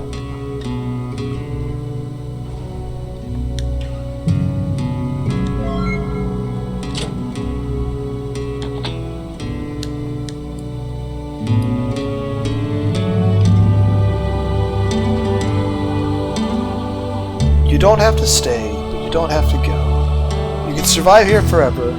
You at least deserve to know. The fruit is safe to eat, the water is as fresh as can be, and if you choose to stick around, you'd be in good company.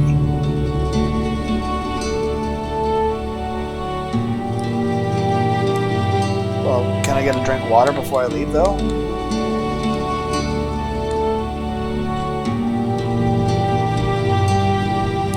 What tree has fruit?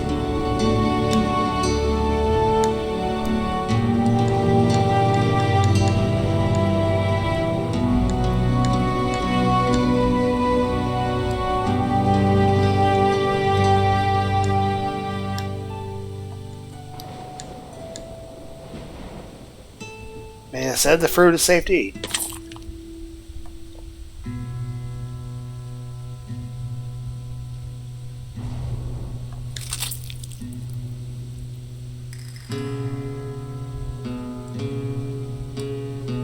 But how do I drink the water? Because I should get a drink of water before I leave, right?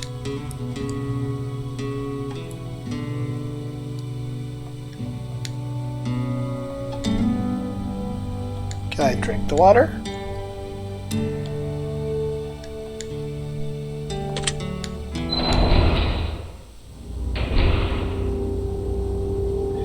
Could I have brought a canteen of water with me? You find yourself back in the cold depths of long-forgotten chambers once more, and into darkness you shall return.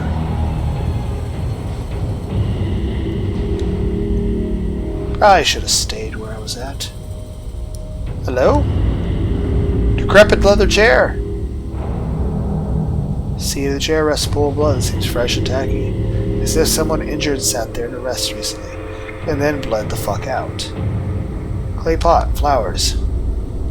Coagulated soil, flowers are being watered with blood. Worms ride the regal at the turning blood flowers stems. Is he feeding on Chuck's question? I don't know if plants would actually survive on that, and I don't want to. I assume 666? Well, technically 706, because that's how fucking clocks work! You goddamn dumbass!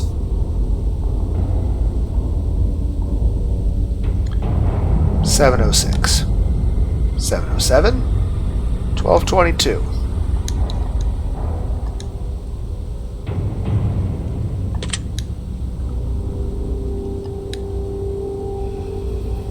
Yes. Very much. Yes. Yes. Yes. Trying not to.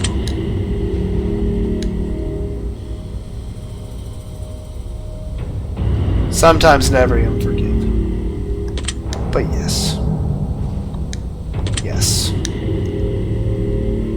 I dislike war, but yes, I agree, sometimes it is necessary.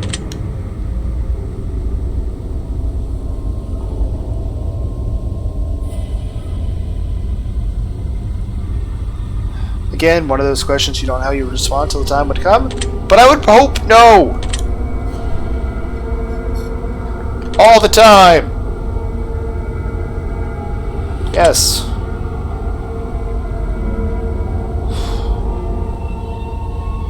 I'd like to think so, but honestly I'm a bit naive.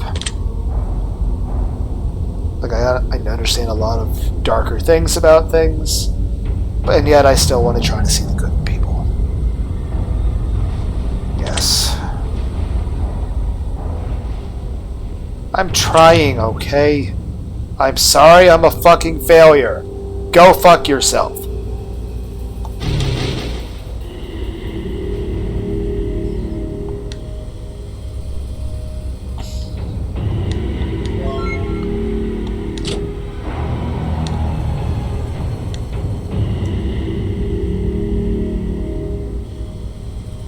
Okay.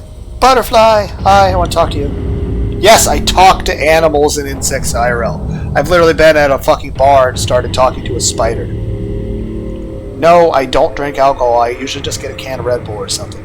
Because it makes you look weird to be at a bar and not be drinking anything. And I don't drink alcohol. A small butterfly. I'm not! It's covered in soil. How are you flying? Why is the option not to clean off the butterfly? Walk away. As I continue to build my fucking just bag of fucking flowers. I will fucking swing it like a fucking mace and fucking beat people to death. What if you beat people with a bag of butterflies? That's... no. It's fucked up, man. It's a pot of flowers. Tilted. Something on top of providing a lack of balance. I will look under it. At least we didn't break the fucking flower pot.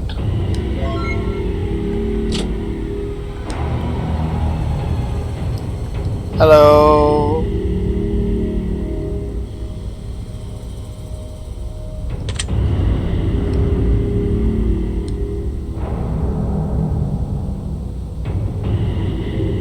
Very, very true statement. You guys ever listen to the band Smile Empty Soul? It's a pretty cool rock band from the early 2000s. Does it matter which door I take? I don't know. How many different permutations of different doors could I have done? A lot!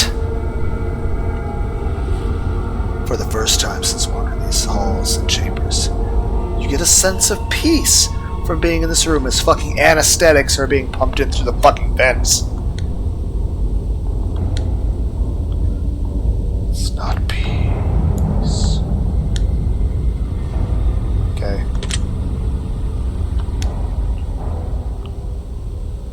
Okay.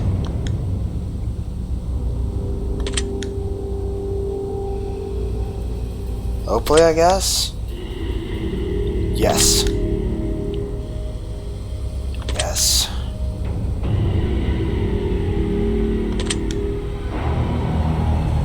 Hell no.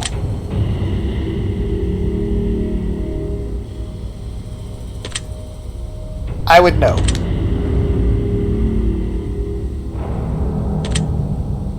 I've given it a lot of thought.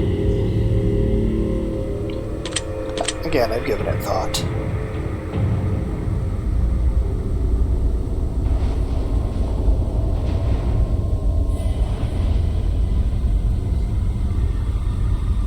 But the sex and masturbation is the deeper sense of peace. It's called being human. Nope.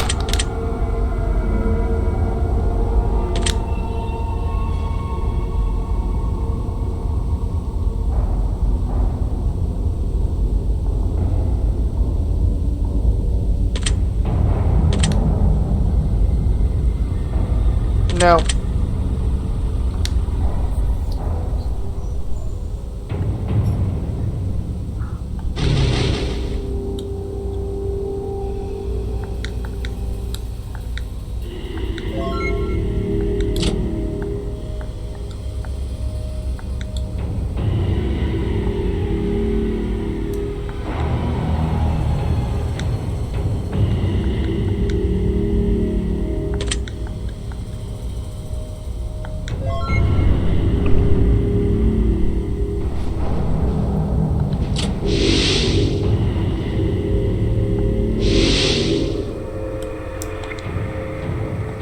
Okay.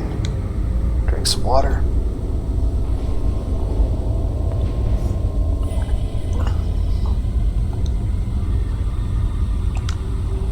Gotcha.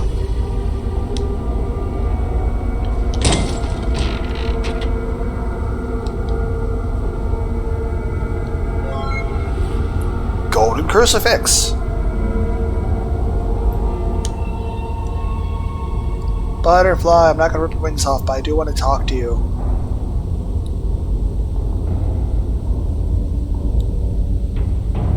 Hello? There you are. Hi, small. Has a crucifix-like shape upon its back? Huh. I will walk away, though. That's interesting. Old oak barrel, since against the wall. He listens closely, knocking. Seems to be coming from within the barrel.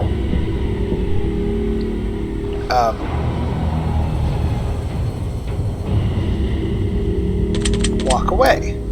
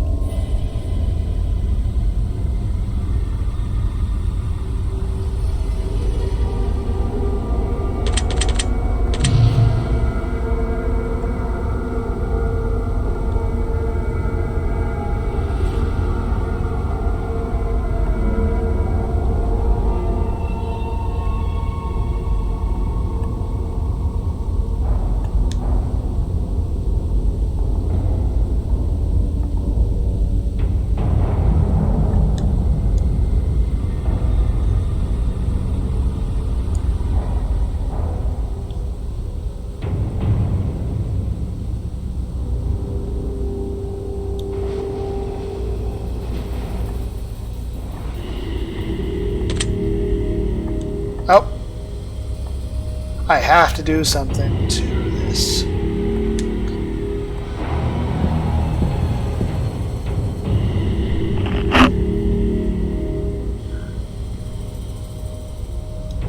Okay.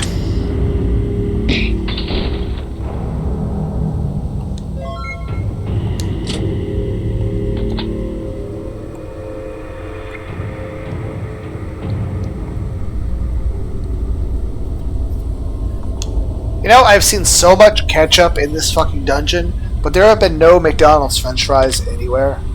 Where are the chicken nuggets? Halls of the Harvester, that's gotta be where the chicken nuggets are.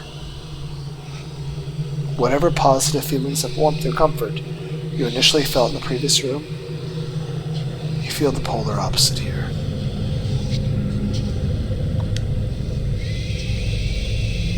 Well...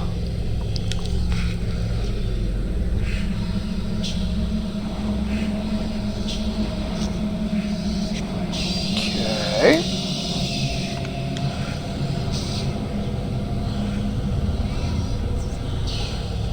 Why would I reach in? Hello?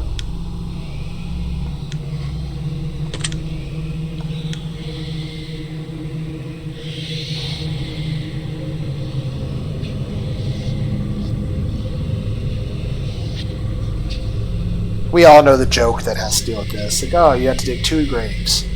What do you mean 2? I plan to kill a lot more than 2 people. Says everyone who's ever played a fucking video game. Yay, anime tropes.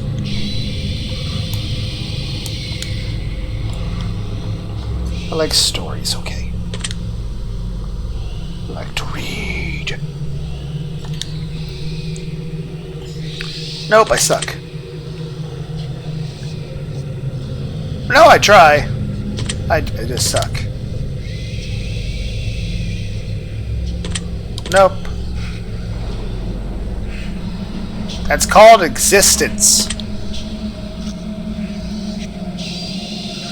I guess. Yeah, it's called stoicism. Hey, everyone already hates me.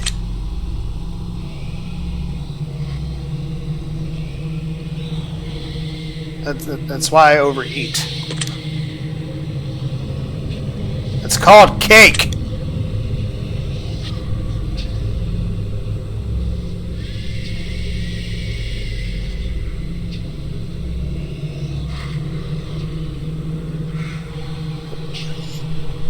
Again, I try, but I have lots of interests.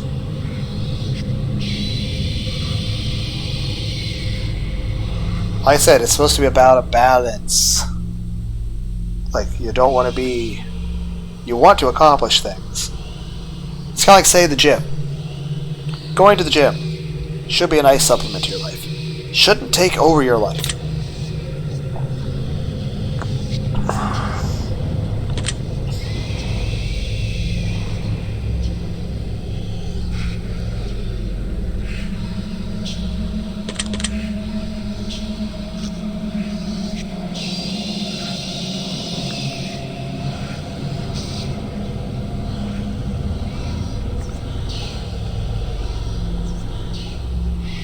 Honestly, don't know.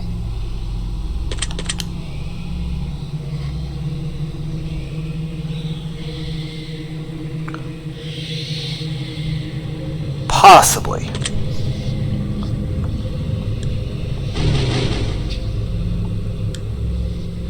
I feel like it shouldn't be yes or no. It should be like rate this question 1 out of 10. 10 feeling yes, 1 being no.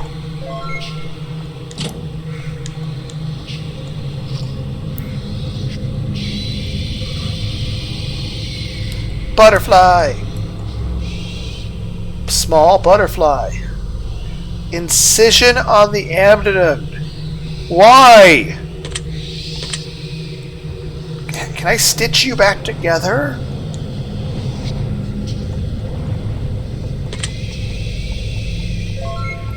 You know, if I ever run into a raccoon, they're gonna fucking love me.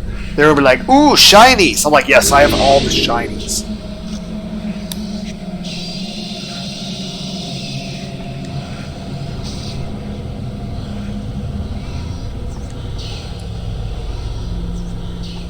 654.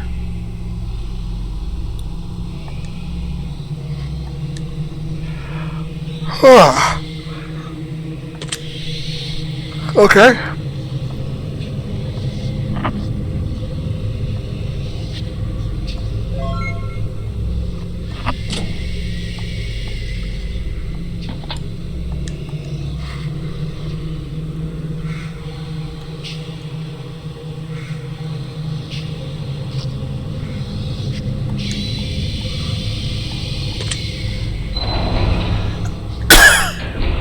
Pitifuls.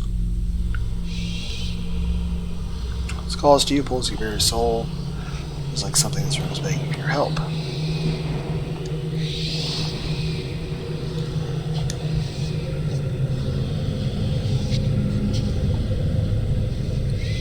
Butterfly. Why do you have cocaine? Or whole wheat flour? Because you're in a bake a cake.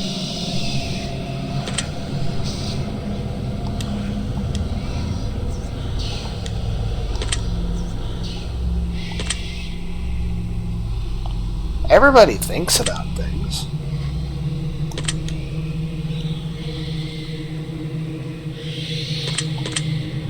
It's kind of just a dick move.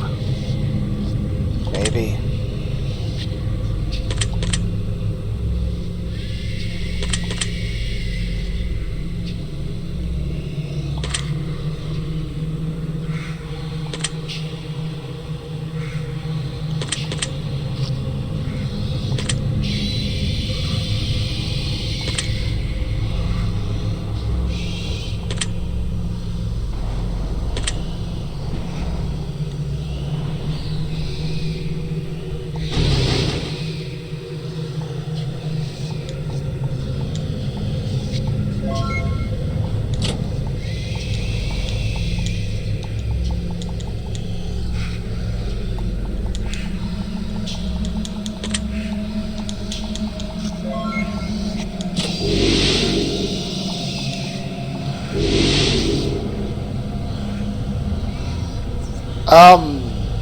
Okay. Mr. Butterfly, are you seeing this? Why is there a dog skull in there too? You guys see it, don't you? Okay.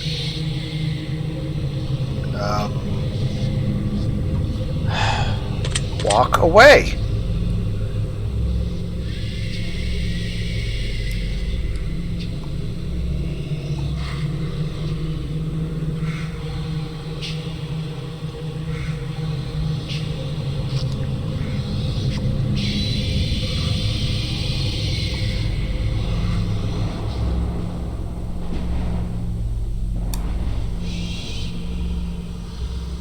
Hello?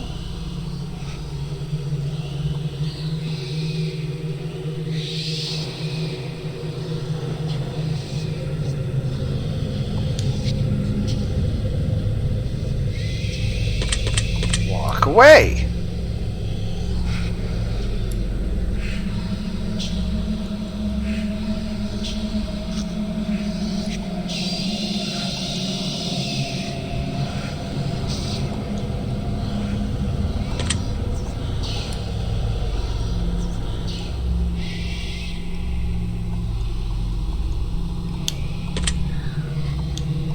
Well, I guess the cake is not a lie. Because we have to, because otherwise we can't proceed with the game. We'll dig into it.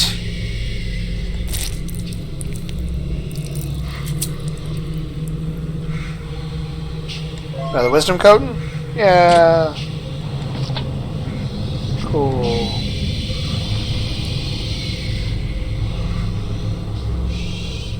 You're like, oh, maybe you have to dig through the bones to get something to put on one of the... Yeah, probably. But no. Fuck that. I'm not digging through the bones. A way out. Hear shuffling feet in the darkest parts of the room. Just out of reach of firelight. You get a sense that something very bad has transpired here. Parchment. Note. Read note. If you're reading this, then it's already too late for me. I should have heeded the warning in the note I found earlier. I can't take it anymore. I shouldn't be here. No one should be here. This place does things to you. It distorts your mind and drives you to do things. Things a good soul would never do. The things I've done, oh God, please forgive me for the awful things I've done here. I should have listened, and now there's only one thing left to do. There's only one way out of this hell, and it knows the two. The watchful one, the monster, and the wolves. It knows just when we're about to break. And it provides an exit for us. It provides our way out just when we can't take it anymore. I will take my exit now and find solace in knowing my selfishness, my greed will not go unpunished. I will atone for all I've done. And of those I've hurt and search the answers of self. I will take my leave and pray that my soul finds its way out of these wretched chambers once and for all. Signed, Just Another Wanderer. Okay.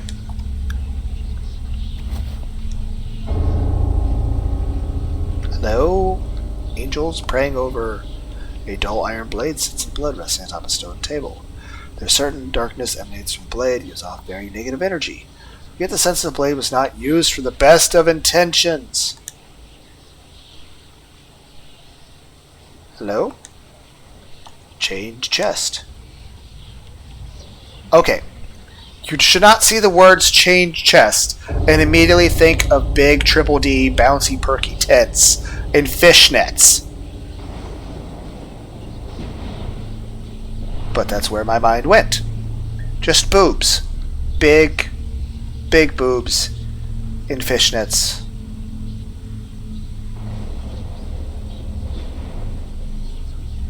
This has now been listened to silence as Lunar D8 daydreams about boobies. Okay. The two words are boobs. No more boobs.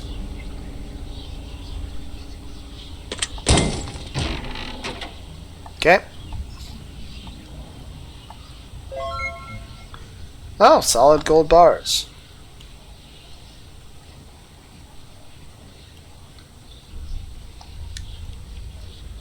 Okay.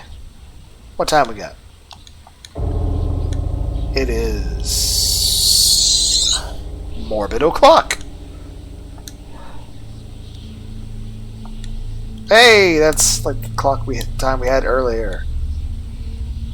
Cool. Fill in the blanks.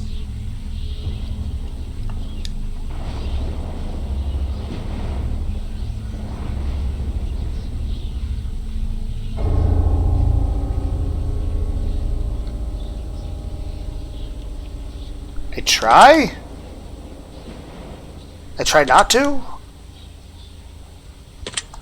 No, I'm actually genuinely glad I exist. Yes.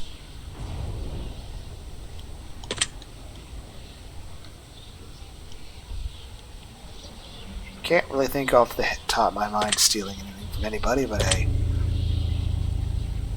Yes. No.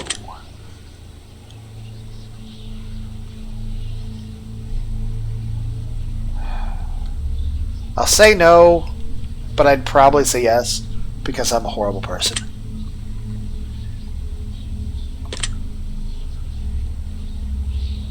Yeah, we all think that sometimes.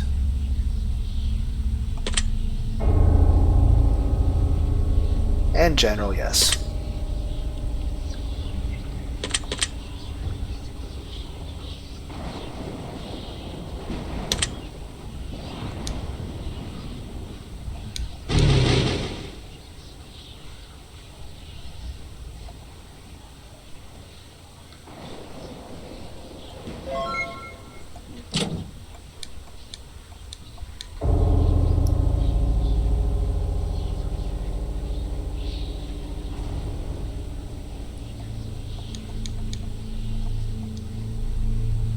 Stuck inside of a severed toe.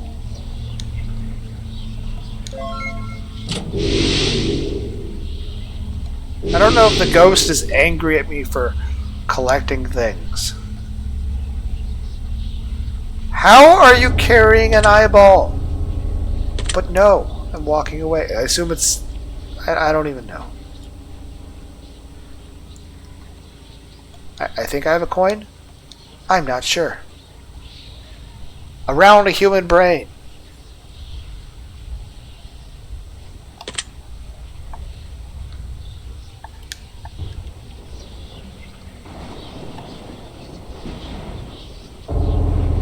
That is a true statement. No matter what it is you're trying to do, if you want to succeed at it, you have to at least believe that you can do it first.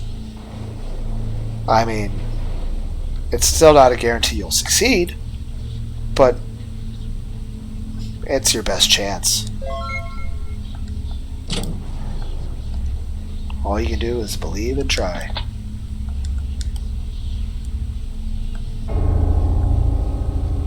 You'll still probably fail, but it was at least your best chance at not failing.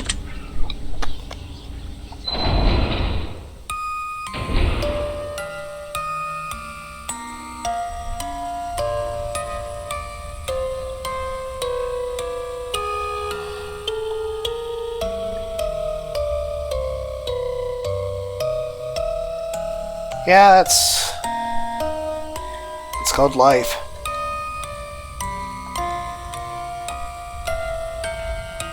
What even is this? I don't actually know what this is. Oh, they're presents. Okay. Hi, random box. Oh, they're blankets. Okay.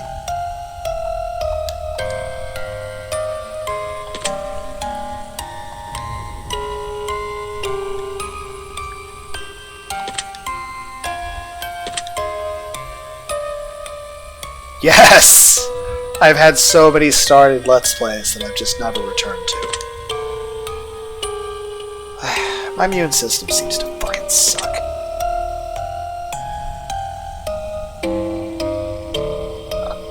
I do feel like I'm a failure at everything, and everything I try seems to be failure as well, so... Yay. I'm still appreciate life, but yeah, there's lots of disappointments. Yes, I'm a fucking disappointment. I get it. I'm a fucking failure. Go fuck yourself.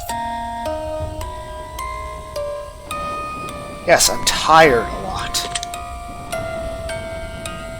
I know! I know, it's ironic, huh? I'm tired all the time, yet I suck at fucking sleeping. There's only so many hours in a day, there's only so much you can do. And there are things to benefit from just having downtime, too. Doesn't everyone?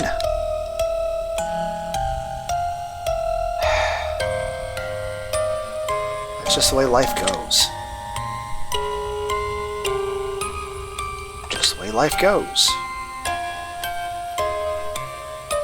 It's called survival.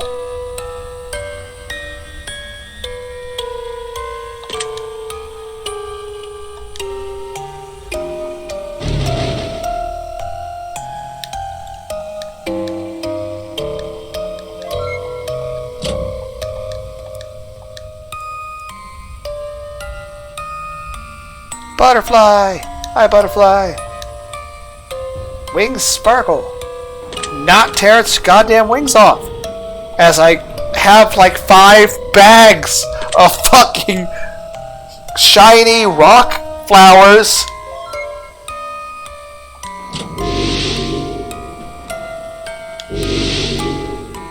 How many flowers did you pull apart, King Man? Is this a washed... Is that a person's face? Or is that a cat? Water basin. Drowned! What appears to be a drowned fetus rests stagnant and unmoving. The umbilical cord is still attached and hanging over the side of the basin.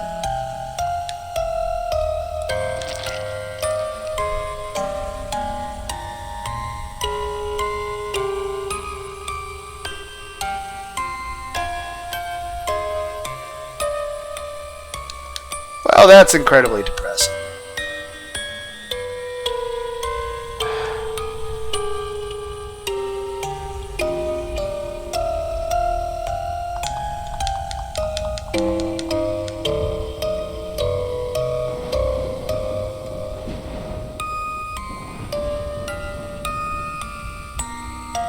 High clock.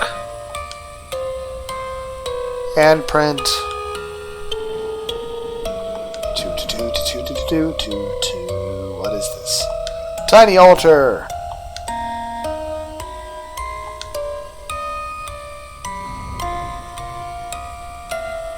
Not robbing the tiny altar. So what's this? Okay. Bleeding eyes, blood-soaked thighs, innocent cries, Dolly dies. Morbid sin, look within. Next of kin, begin again. Okay.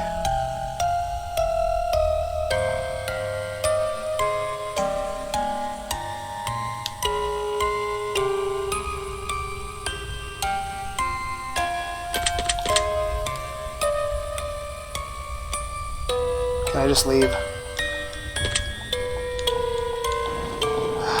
Fine.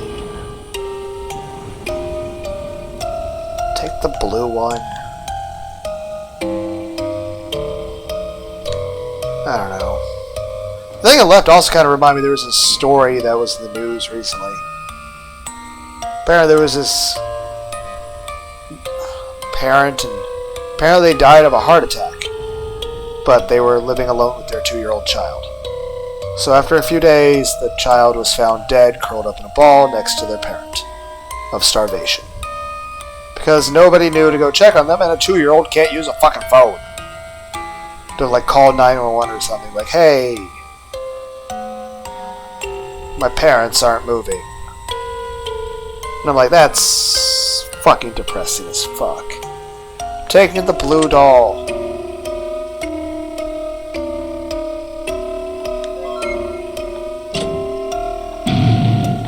Why is everything explode?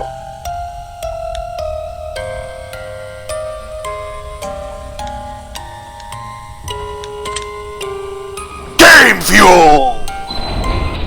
Made with lightning. Real lightning.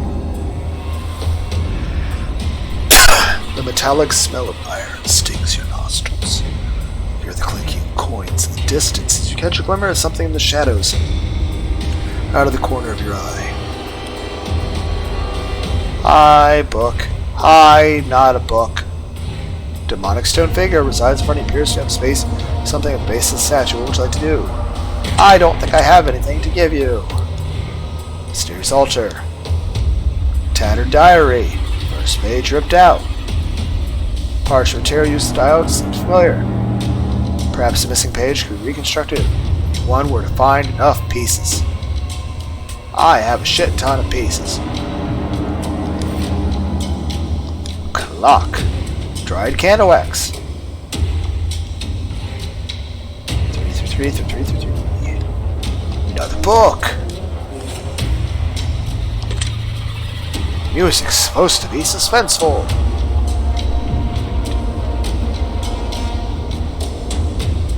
You have no fucking idea.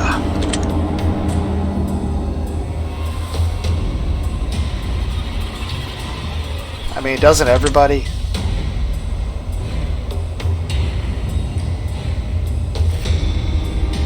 Probably just pissed myself.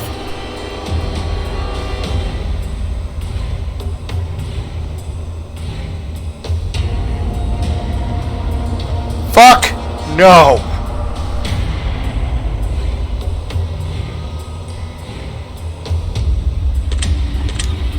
It's just like, hey, this whole quiz is about, do you have basic common sense? I didn't see shit.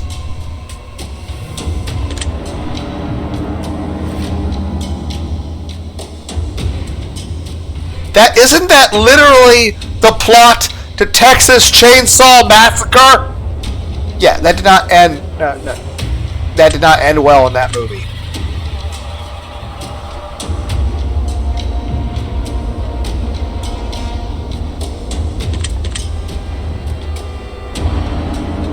Hi, would you like a list of questions that makes your insomnia worse? Here you go! Why are you in an empty grocery store? Does no one else like cake?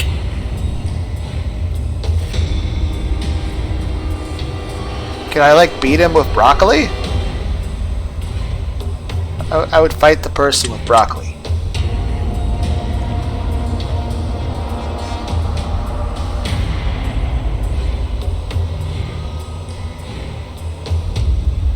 I would say yes, but honestly, I probably would have died of a heart attack. It depends. Do I have barbecue sauce? I could try. Doesn't everyone? I mean, just a little. It's emboldened and outlined in red.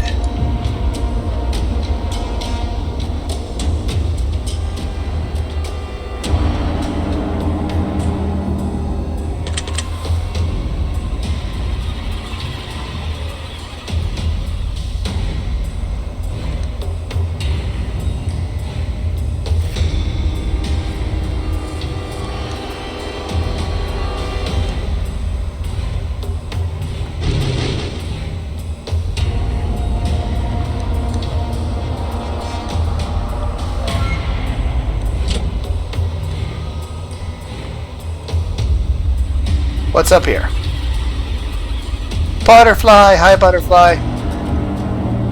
Pentagram! Walk away. Bowl of money?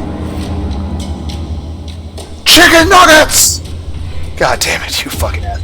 Frank's Red Hot Sauce! Jesus Christ, man. Okay. Even the container is gold. There appears an indentation on the base of the chalice as if it's been removed from its original location. How the fuck would I carry that? So you take the chalice and immediately fucking snap your goddamn back. Wooden grave.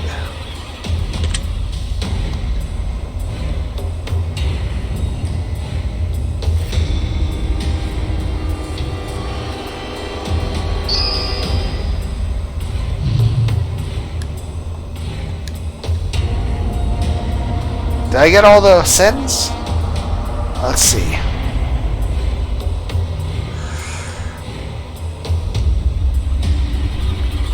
We got lust, greed, envy, wrath, sloth, gluttony. We never did get pride.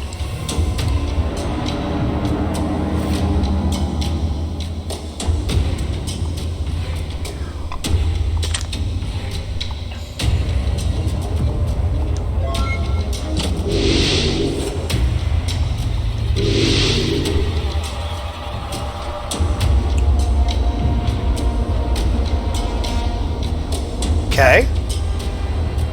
Yeah? I didn't even get to read what I assume I clicked future because it went by too quickly and I don't know. Oh, it must be future because that's what crystal ball would be. What would be present? A fucking map? You've got Minecraft map.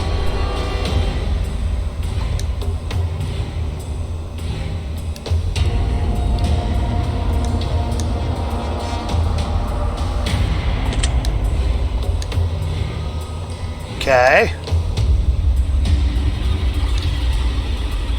Also, were we counting melancholy and... I know, it's kind of odd. At one point I wrote out a list like 200 deadly sins. I have an obsessive personality, okay?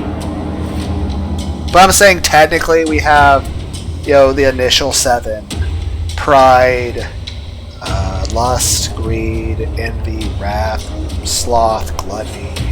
But many people would also include things like, you know, particularly in the past, it was meant to be a list of 9. The other 2 of that original 9 were melancholy and vanity. And you might say, well, isn't pride and vanity the same thing? Well, no. Pride is more so having too high of a belief in your own abilities, whereas vanity is caring too much what other people think of you, and envy is caring too much about how you compare to other people. Lust is, could be considered just sexual desires, or could be described as desire in general, as just desire itself. And many times in books, including the Bible, the way things have been translated between the Latin, Greek, and Hebrew, sometimes the meaning and distinction between lust as being used as sexual desire as opposed to desire in general. Because, there's times in which lust was described as a good thing, even by, say, the Apostle Paul.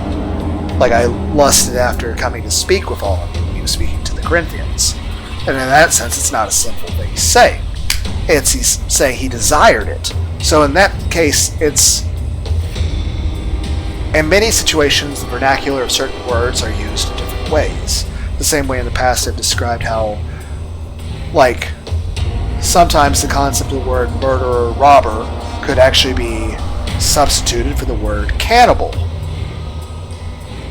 Or the word witch. In the past, sometimes people would think of it as just magic user, or a person who participates in dark magic rituals, or human sacrifice.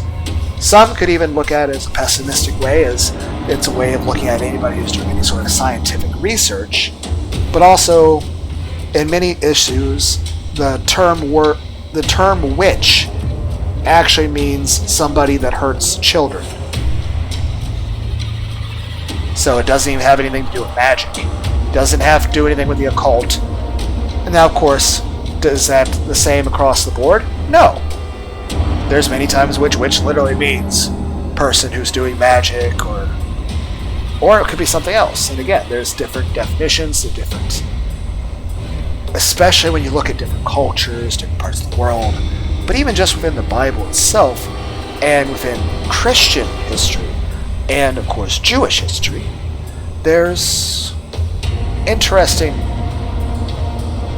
distinctions to be made. Then there's also, of course, before Abraham was born, because technically that was the start of the Jewish people. Like I said, it's still interesting to look back, what was really, when Noah was young. What did Noah actually know about God? What was his daily life?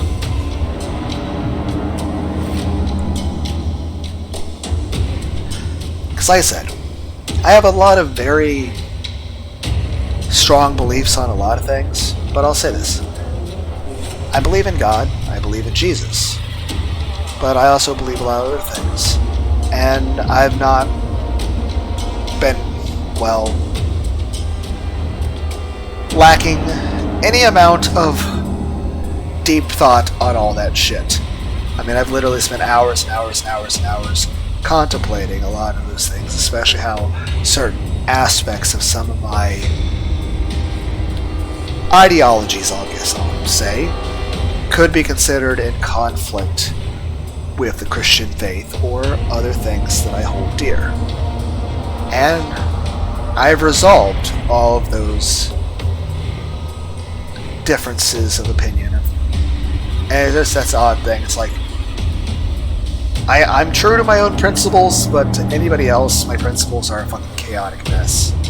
But they make sense to me, and they're at least defined to me. Now, for somebody else to understand where I'm coming from on that, oh my dear God, you are going to have to sit and listen to me ramble on for hundreds of hours just for me to properly explain how I feel about things and why. And yes, many people could see it as a hypocritical thing of a human to want to justify every one of their beliefs. But that's the thing, I can't just believe something without justifying it in some way. I have to think about it logically and make an argument for it based on both logic and compassion, so that I can accept that every single thing that I think and hold dear as being good. And at the end of the day, it's also just sort of, I tend to be very obsessive about thinking about things anyway, and just considering things. As long as I'm not too tired, I guess. But main point being is that I stay true to my own principles, but oh my god, it's like a fucking schizophrenic mess trying to describe the conflicting political ideologies that I have and how they mesh together. I'm just saying, you'd have to have the patience of a fucking saint to sit and listen to me go into detail explaining why I think certain things and how I justify them. But, you know, don't we all? That's how we understand ourselves better and decide, you know,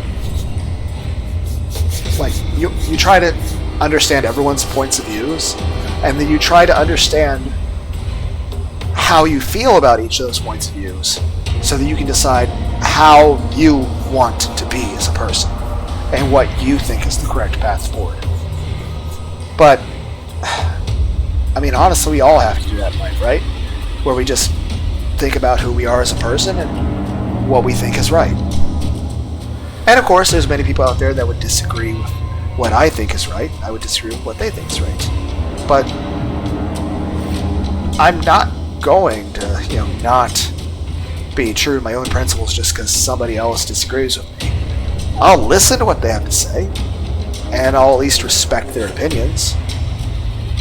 And I'm always trying to grow as a person, be open-minded, but I'm always going to stick true to my own beliefs.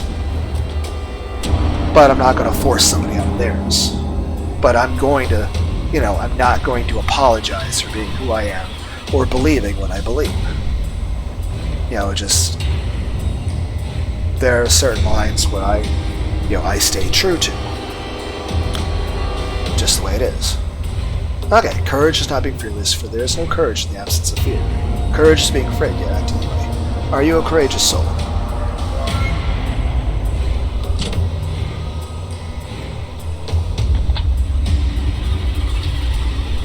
I'll say this. If the need be, but even then, not carelessly.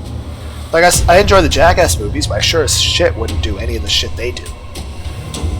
I mean, the most I'll do is I'll drink some fucking hot sauce. And even then, not anything too excessively hot.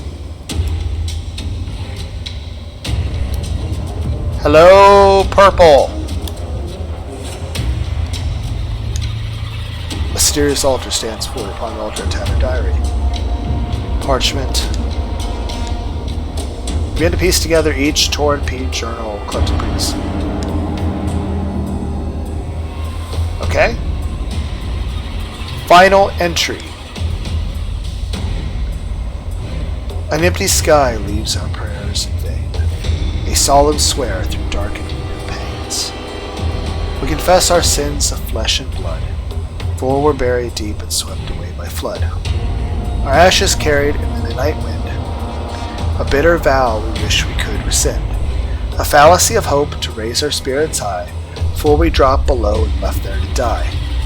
Alright, I was talking about the sins thing one point. An appraisal worth judged by our peers, a sign of affection as they wipe our tears. They bottle our blood and drink our sweat, to build a future we don't deserve to get. And if the fires come to claim us all, the few brave souls that refuse to fall, will echo through the walls of eternity, to a future that lowly won't rise to see.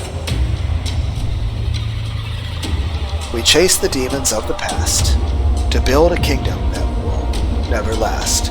Upon sweat, tears, blood, and bone, we build a new place to call our home. Signed, The Madman.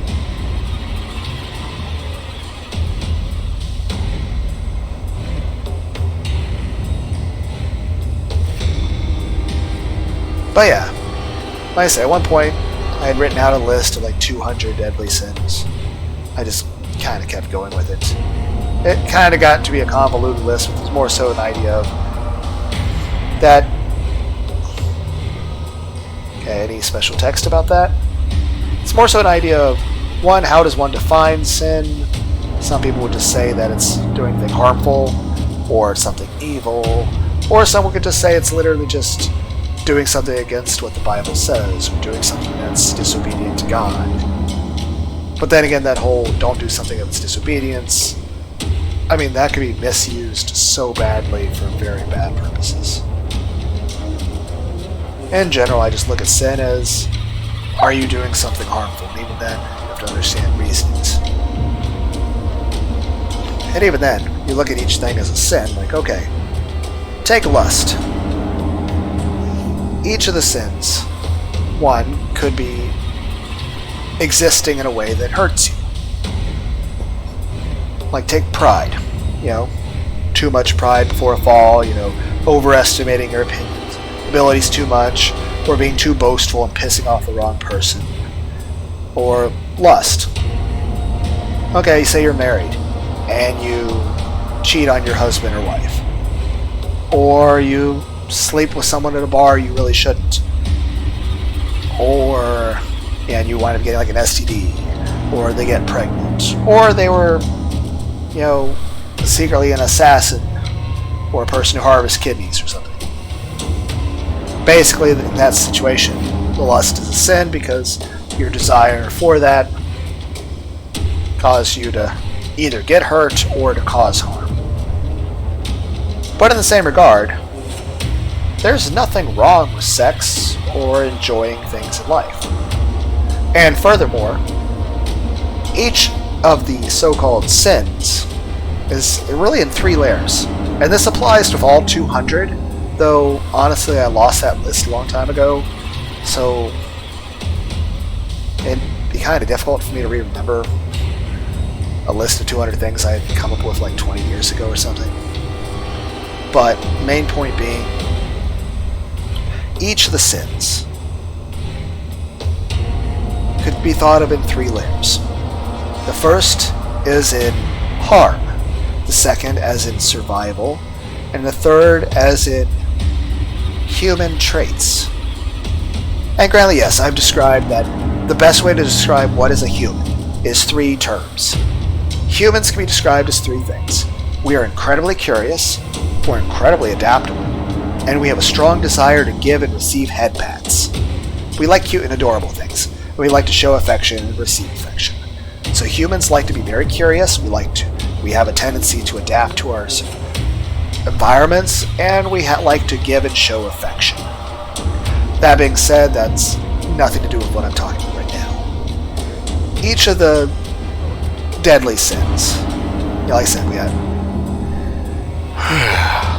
pride, lust, greed, envy, wrath, sloth, gluttony, melancholy, vanity, and of course there's another 191, but I probably can't remember all those because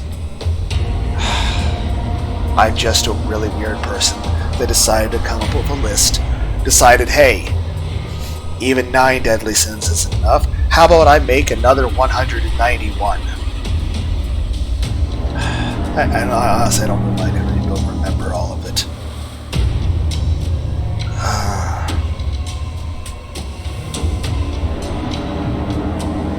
I know it's probably some convoluted list, and even if I could remember the exact words they used for certain of it, I don't even know if I'd remember the fucking meanings of it. So.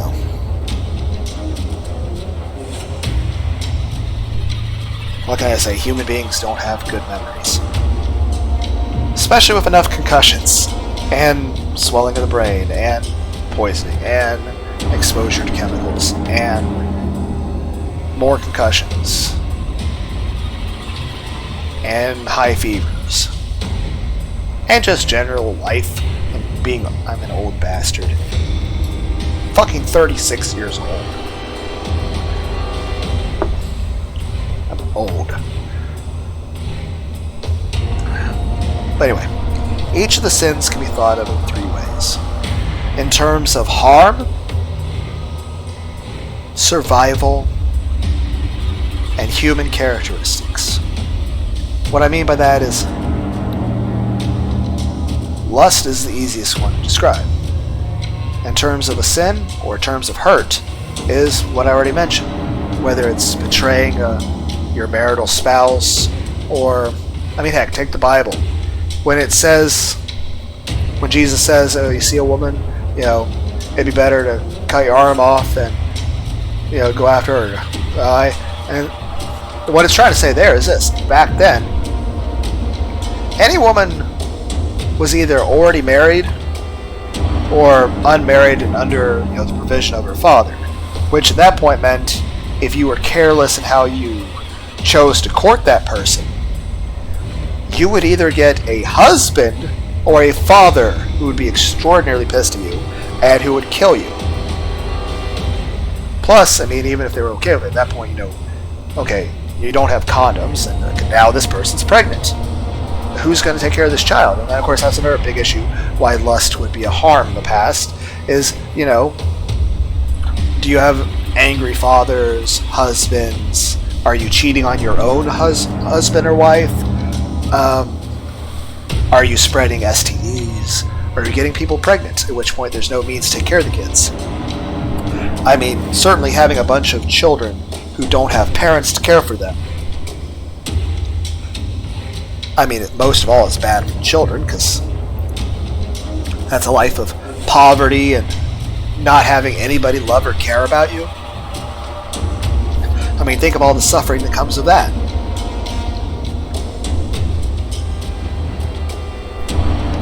So, I mean, like I said, in terms of harm, is that in what way are you using a sin that's causing harm to yourself or harm to others?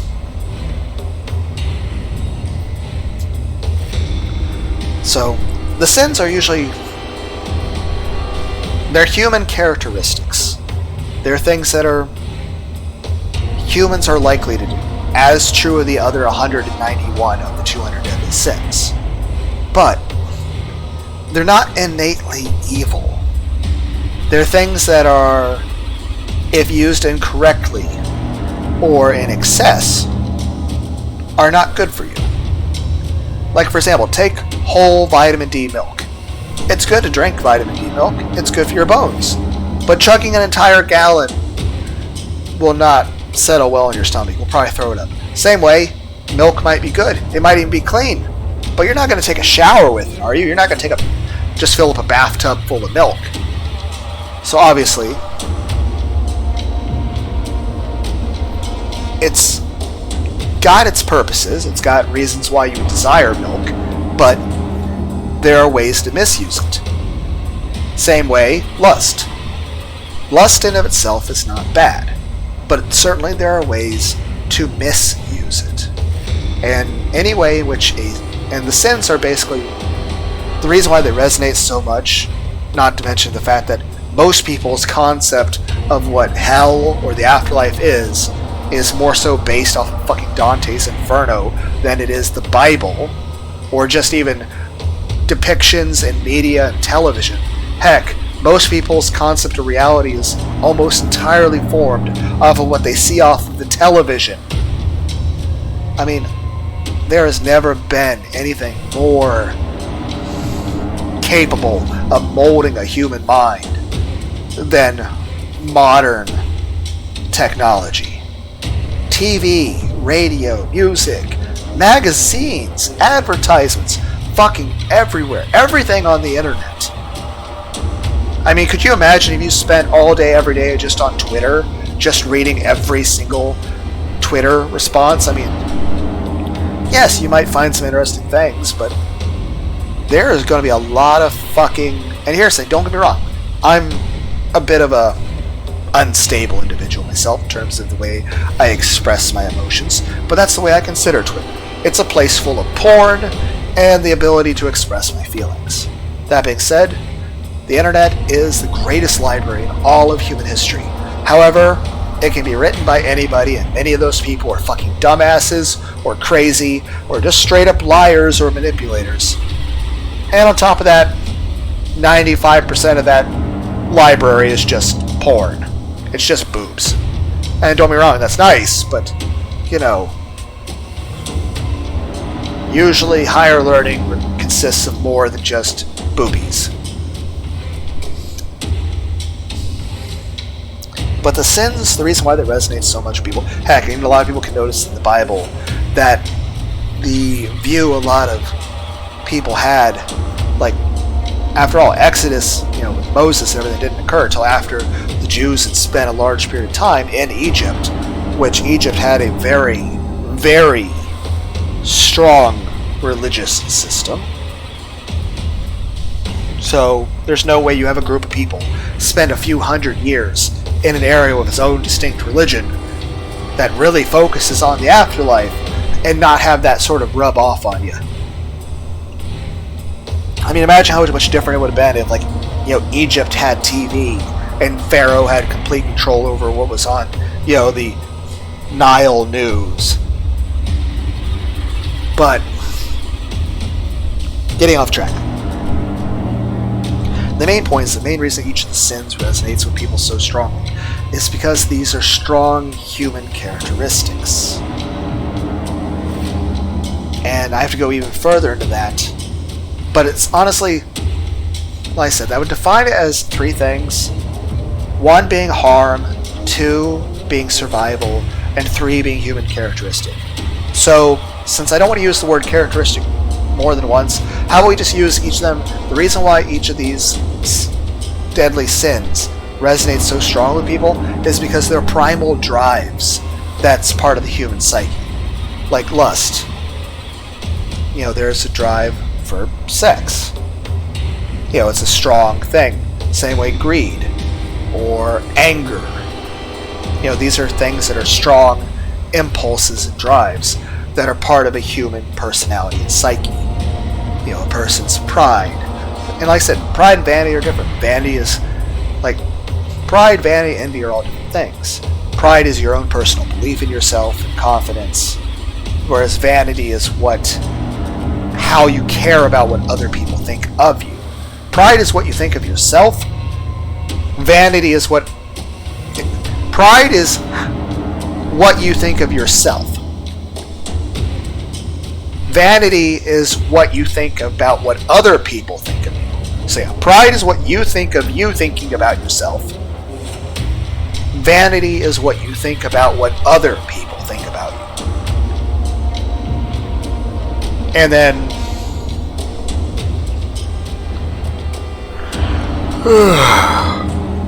I'm tired.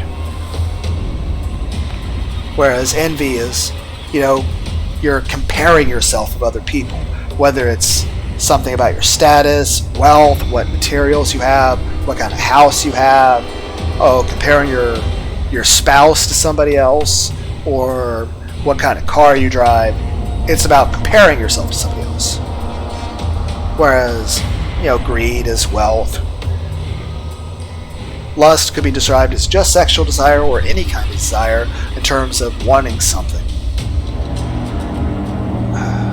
Wrath is you're angry. Melancholy, you're sad. Sloth is, laziness.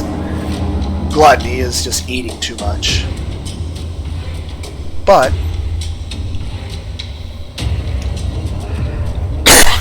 each of these is just a strong drive for human beings. Maybe at some point, if anyone's interested, I'll try to recompile the list of 200 deadly sins, but honestly, I'll be missing a lot of pieces, because I'll be trying to remember things I haven't tried to remember in a long time, or at least actively avoided. But, like I said, each of these drives, it can be described in three ways: harm, survival, characteristic. And what I mean by that is this: harm is very straightforward. In what way does this drive hurt you? Like lust. In what way does your desire for sexual satisfaction harm you or harm somebody else? At what point does it cause any actual harm? Same regard. Greed. At what point is your greed going to hurt you? Or are you going to hurt others? Or sloth. Are you hurting yourself? Are you hurting somebody else? So that's the first way to look at it. I look at sin as, are you doing something that is hurting you or hurting somebody else? And even then, there are situations where there may be something you do that does cause yourself or somebody else harm. That is not a sin. Everything's a very, law can't, like I said, the Pharisees and Sadducees, like the Sadducees believed in no concept of ghosts or an afterlife or anything like that, or a resurrection even. And the Pharisees were people who believed strongly in the letter of the law, and they believed in their own righteousness, and they cared above all what other people thought of them and their perceived holiness. But they believed very strongly in following to the letter of the law. Whereas I feel it's more important that you understand why each law was written and what was the purpose behind the law. What was it trying to accomplish? Why does it exist? Why was it originally made? And how does that apply to each unique circumstance? That it's not always a cut and dry thing, and that there are many situations in which the intent of a law is much more important than the letter of the law. Simply put, the reasoning behind the creation of a law matters more than the literal definition of it. And again, everything's a case-by-case basis, in which you would hope common sense and just logic and compassion would win out. But of course, in many situations, people either get held up in traditions or in emotions. And what do I mean? Like, isn't that compassion? Compassion's about having a bit of kindness and trying to be understanding of the people affected. Whereas emotions is sometimes people get just overcome by feelings of anger or disgust. Like at one point, it used to be considered illegal for people of different races to marry. And people would be strongly against that because they would be personally, prejudiced and bigotry against the idea of, say, a white person and a black person loving each other. They would see it as gross, so they would be very strongly opposed to it. Plus, they would be something that was just so common for a long time as part of tradition, and so they wouldn't want to change that. And to a degree, I'm a person who is a bit hesitant on change in certain ways, even though I do try to be very adaptable. In general, my personality tends to dislike certain changes. Heck, sometimes people have brought it up as a concept of why they think I might be autistic, which I still, I did take an autism test, but that was just like a silly little fun thing on the internet. And, it's not a replacement for a real doctor, and I still say I do not have autism. Okay, I'm getting off topic. I still say I don't have ADHD either. Main point being is this. That's the idea of laws in the past. A lot of times laws would stay rigid and stay the same, even though there'd be drastic changes over time. And even then, a lot of times when laws were made, people would just keep following the letter of the law, and they'll eventually forget what was the original reason the laws were made, or what was the purpose, or how did that law function in that society and in the era it came. But yeah, I know I explain shit in a weird way, and it's not like you guys aren't smart enough to follow. It's that I talk about things in a very disorganized way. But that's just the way I talk. So I suck at communication, okay? Then we'll go with that. Main point being is that laws are important, but in order for justice to actually exist, a law cannot be absolute. There has to be an understanding of why the law exists and the circumstances in which each, reason why a law was broken, to understand what had occurred, what was the intention, what's going on here. Like, there's a lot more to justice rather than just a yes or no check mark. Like, say a person shoots somebody. Obviously killing somebody is bad. But if the person you shot was trying to kill you, and you just shot them so they wouldn't kill you, well then that's just self-defense. But then again, if that a person that you shot who was trying to kill you was trying to kill you because you broke into their house, well then you're the aggressor in the situation. But then again, if the reason you broke into their house is because they stole all your guns, well, at this point now it gets complicated. Okay, you guys get the point. I'm just saying each circumstance requires a lot of thought. It's not just cut and dry. So it's something that you should always think about in depth. What the fuck were we talking about? The sins? Right. Main point, like I said, each of the sins is a drive that's part of the human psyche. And, or if anything, it's an instinct. Well, we'll get to that later. But it's a drive. And like, you know, lust, pride, these are things that drive people. And here's the thing, they're part of what makes a human a human. It wouldn't be right if a person didn't have these drives in them. Honestly, if a human didn't have these drives in them, I don't even think they'd be able to maintain sentience. And I can explain that in short term, but let's try to stay focused. The first thing is harm.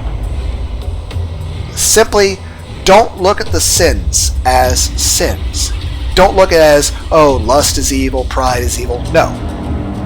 Look at them as neutral. Lust, don't look at it as a sin, but rather look at it as a drive. Something that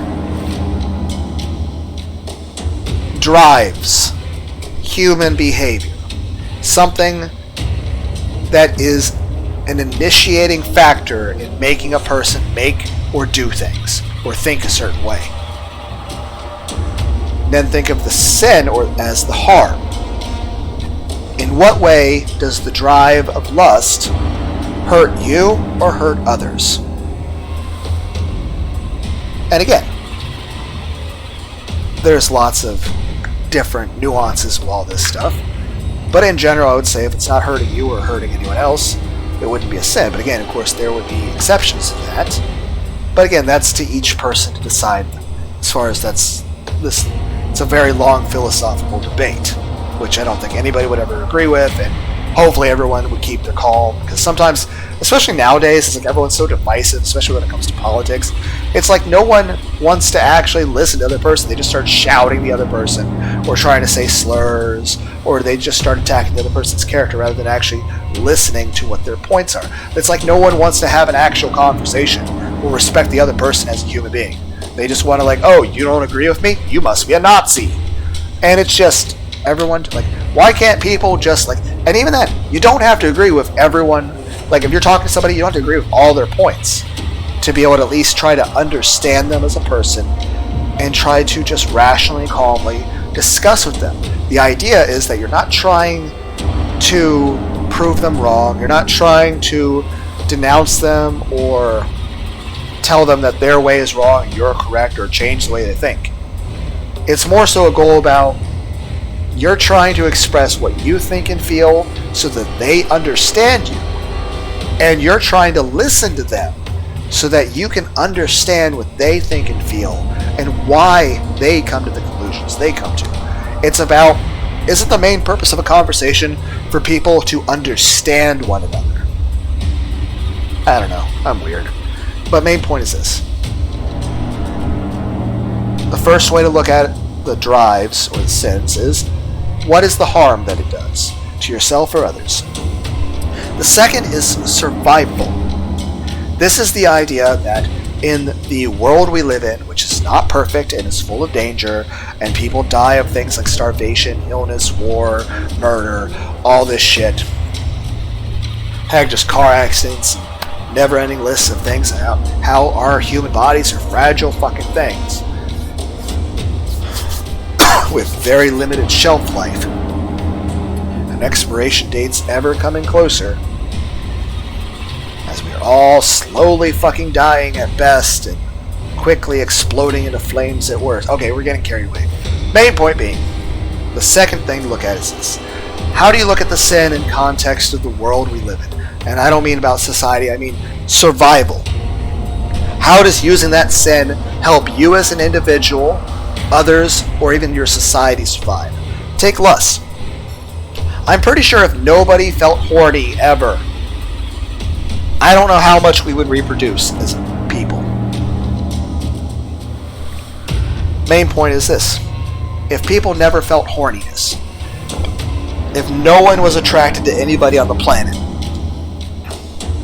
how many babies would ever get born?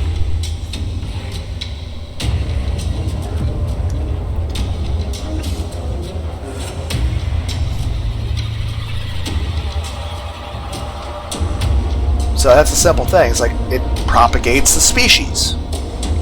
Plus there could be discussions about an individual survival or that of family or others.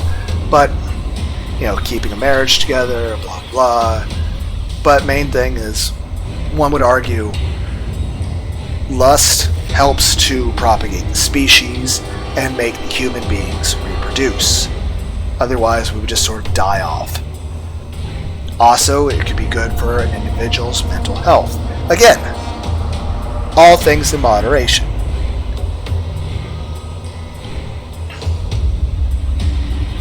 And this could be applied to other things. Like pride. Pride's required for survival. Because at the end of the day, if you don't have any confidence in yourself, how are you even going to get out of bed in the morning? How are you going to even try to... It's like they even said here in this game. If you don't believe in yourself that you're going to do something, you're not going to be able to succeed. But if you do believe in yourself, there's at least a chance you'll succeed. It's like, hey, whatever you believe you can do, more like you're right. And whatever you believe you can't, more like you're right. The idea is this. Pride, yes, it's confidence in yourself. And yes, there are times where you have too much confidence in yourself and boast too much. That's wrong. But not having any self-esteem at all or feeling completely worthless... I mean, at that point, if you had no pride at all, how are you ever going to get out of bed? How are you ever going to accomplish anything? How are you going to go to work? How are you going to try to go to the gym? You have to have some amount of pride to actually have a drive to improve yourself and make life better. If human beings didn't have pride, we never would have invented medicine or blood transfusions or organ transplants or any surgeries or vaccines or any of that stuff. Humans required that bit of pride to at least have the confidence and belief in themselves enough to invent things like telescopes and microscopes and vehicles and electricity and aqueducts. And heck, one could look technological advancement the same way that Gurren Log and the whole fucking spiral thing. The more we improve technology, the faster in which it rate its acceleration. I mean, heck, take AI. The rate at which it's speeding up, it just keeps going faster and faster. It's got more and more to build off. And honestly, I'll say this. I'm not against it. But then again, maybe I'm just too much in favor of the AI girlfriend thing. I'm just saying, if there's a 7-foot tall, kind, affectionate, big-tittied, triple D, perky tit, futanari, Skynet girlfriend, AI, I think I'm okay with that. Lunar just wants a hug. Depressing. Load of this. Yay, the normal staple of 2024 for most people. Fuck. But main point is this. Pride, like I said, you can think of, okay, pride is a sin, regardless, okay, is it doing something that's hurting you? Is it hurting others? Are you doing something, wrong to anybody? But in the same regard, if you have no pride, I mean, how are you going to stand up for yourself? How are you going to be able to stay true to your own beliefs and your faith? Hell, if you don't have any pride in yourself, how can you then have faith in God? If there's no pride in yourself, then how can your own faith for God have any strength whatsoever? I mean, how will you stand up for yourself? How will you argue any sort of point? How will you be true to your own beliefs? How will you get out of bed in the morning? How will you be a good friend, or husband, or father, or wife, or mother? Heck, if you don't have pride in yourself, how would you take care, like if you had a bunch of huskies and dogs that in your house or cats or whatever, how would you take good care of them if you don't have pride in yourself to at least take good care of them? To some degree, pride can be just taking care of yourself, going to the gym, brushing your teeth, doing simple things, actually caring about life. Like I said, obviously all things, if taken to extremes, are bad.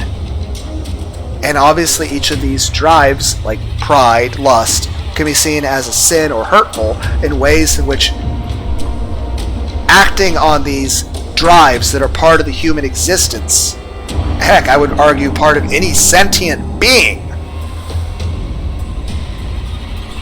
they're just part of being alive. If you didn't have pride or lust in your mind, then are you even alive? At that point, aren't you just dead inside? You have to have these drives to have some sort of thing pushing you. And even then, one could describe my need to read things as lust, because like I said, lust can be used to describe either, depending on the translation, lust could be a desire for sexual satisfaction, or it could be used as a desire for anything. And like me, you put a book in front of me, I want to read it. Usually the only thing that tends to stop me from reading the book is either, obligations to do other things in life, or if I just get distracted, because I'm like, oh, I start reading this one book, I'm like, oh, I see another book, I want to read this, and then I start comparing this one part of the book to another book and try to apply, see how this fits in there. Okay, how does this part of a fucking Warhammer book apply to this thing about the history of Metallica? And it's just, I know, it's dumb, but it's the way I do it, and it's not from a fucking concept of right or wrong, or that, it's just that I just feel the fucking need to do it. There's books, I need to read them, and then I just sort of jump around all over the place, and like, oh, now I'm going to start trying to juggle, now I'm going to do this, now I'll play this guitar, now I'll watch this anime. And sometimes if I get into a story, I'm like, I have to fucking finish it, and I can't stop reading it because I need more. Again, I have addictive, very obsessive personality, but I think I'm good at least behaving in a normal fashion around people for the sake of being socially accepted and not bothering people. But the main point is this. Yes, greed can hurt you. Wrath can get you hurt. It can make you do something stupid, either hurt yourself or hurt others, or get yourself in trouble with the law or something.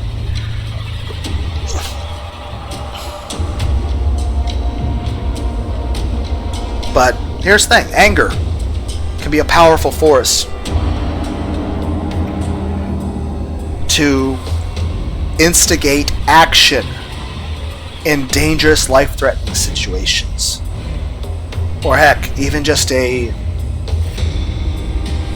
determining factor pushing change. Or to study, like you're angry about a poor grade in a class, so out of that anger you study harder. So anger can be a force, wrath can be a force that pushes you to take action. Basically, think of wrath rather than being anger, think of it as impulsivity or spontaneity. Or just assertiveness or a desire to take action. Yes, taking action carelessly at the drop of a hat on certain things could result in getting yourself or others hurt, or having long-lasting consequences that, people, like I said, you can get people hurt. But, like, heck, take road rage people that get upset if somebody cuts them off in traffic, so then they just gun the fucking car and start ramming people. Yes, that came because that anger prompted action. And the action they took probably killed a family of 12 in a van or something that then careened into a bus with like 500 people on it.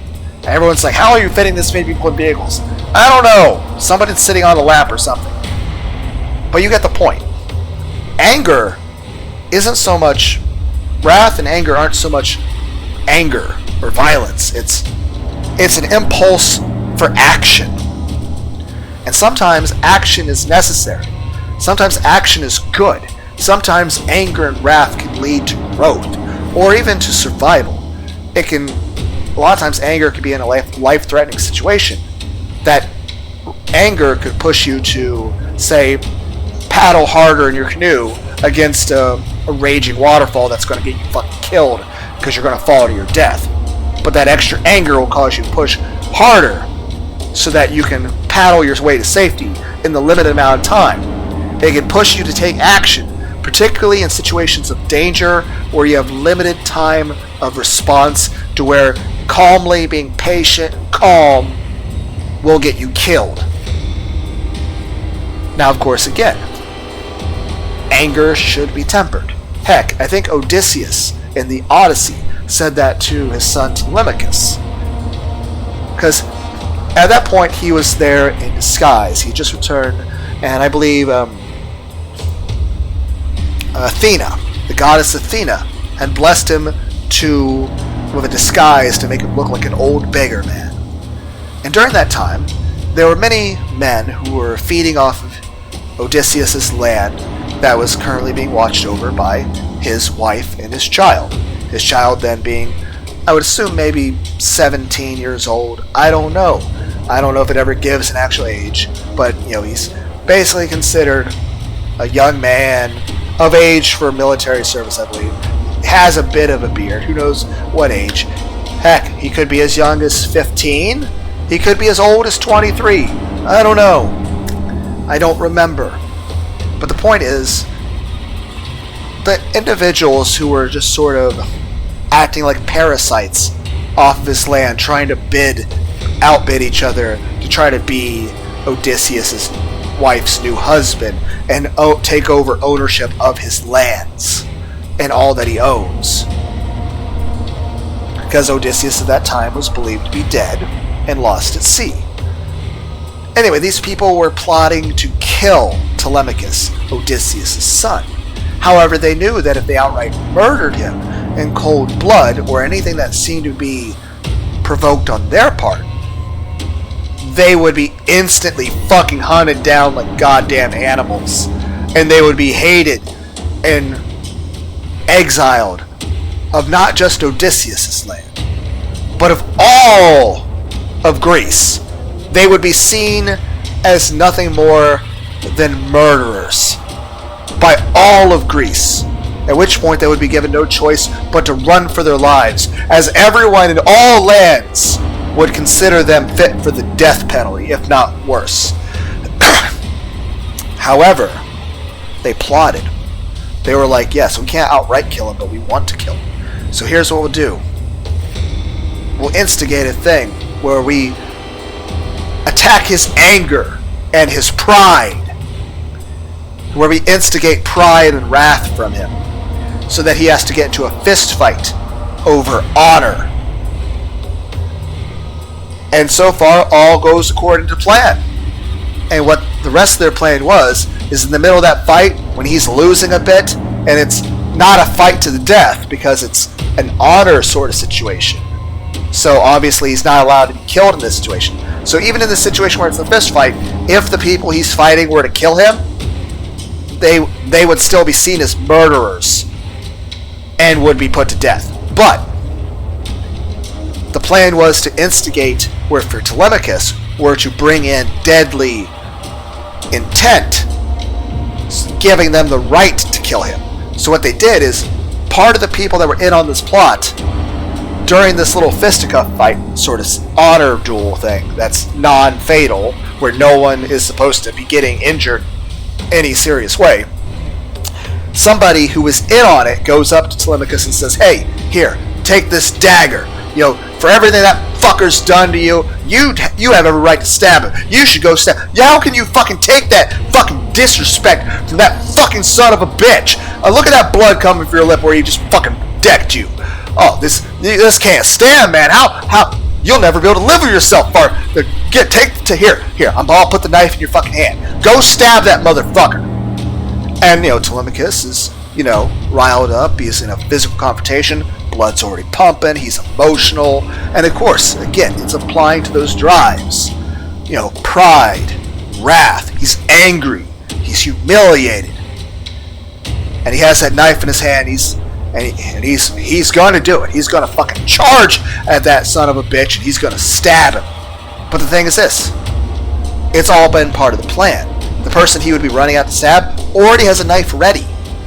This was all the plan, because once Telemachus charges him with the knife, he is then justified to execute Telemachus and to be completely free of blame, at which point nobody would come after him to hurt him at all. In fact, he would still be free to try to marry and be in bidding to marry Odysseus' wife. Odysseus, witnessing this, understanding what is happening, and seeing his son about to charge toward, the person who he has every right to desire to want to kill, he understands it's a trap, and he screams out no, and jumps in the way. And of course everyone else is just an old beggar man who's jumped in the way. But this is enough to at least dissuade the situation and stop it, and Telemachus is able to be brought into a state of being calmed down. And then, of course, they talk for a bit. Athena shows up, and of course, he is revealed to his son as Odysseus, but then takes back on the disguise. He takes it off briefly to show himself, and then he puts it back on. And he explains there's a plan they're going to do in order to take care of these people. And I would strongly recommend the 1995 or was it 1997 movie, The Odyssey. It's like 3 to 4 hours long. And the person playing Odysseus is Armand Assante. And he is an amazing actor. I'd say it's the second best movie ever made. Other really good movies would be Schindler's List, the original Dragon Ball Z Broly movie, and Batman vs. Superman. But, the Ben Affleck movie with Henry Cavill. Great movie. But, drink some water. Odysseus explains to Telemachus that there is a time and a place for your anger. And it is always best not to give in to that anger or pride when your enemies are the ones who are in the advantageous situation. That there is a time and a place for violence. And that's a true lesson for everyone. The problem is, of course, reasoning when that is. But the idea is this. There is a proper time and place for anger, for wrath, for violence. The problem is, the idea of wrath being sin is the idea that many people foolishly act on their anger, act on their wrath, act with violence in situations in which it is not the right time or circumstance or even severity. Like there's, even if you have to react with anger, there's a right amount in certain situations to react with. And part of being an adult, I believe, is navigating, trying to understand when those situations are. Simply put, when, it's understandable to be angry. But of course, you shouldn't let other people manipulate how you feel. That being said, you certainly have a right to feel angry. And certainly at times, there's a reason for it. Part of being an adult is trying to figure out when is a good time to act on your anger and how should you do it. And the problem is, it's always a case-by-case basis with unique circumstances. And usually when you're in a situation that's going to make you angry, you probably haven't had time to think it out beforehand. And in that situation, you're probably feeling rushed, pressured, possibly in danger, and you don't have a lot of time to think. And as much as you might try to pour over many different scenarios in your head beforehand, there's always that good chance that there's so many things that you could have never thought of, or of different changes to it that you could never see. And even then, there's times where you don't know the whole picture.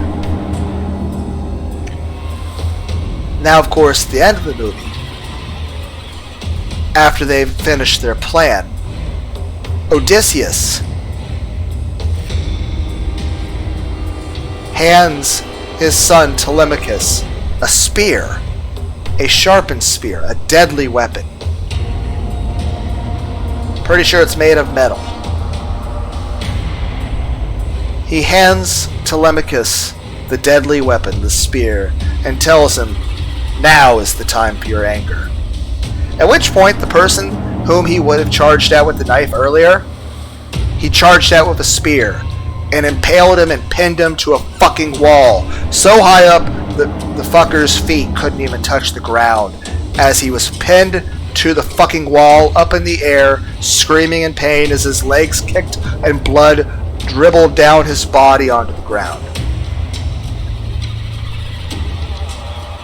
In that case, again, people would say, well, that he just killed somebody. That would be considered a sin, yes? But again, whether it's self-defense or even this, I mean, there's of course when people are given the death penalty in certain countries.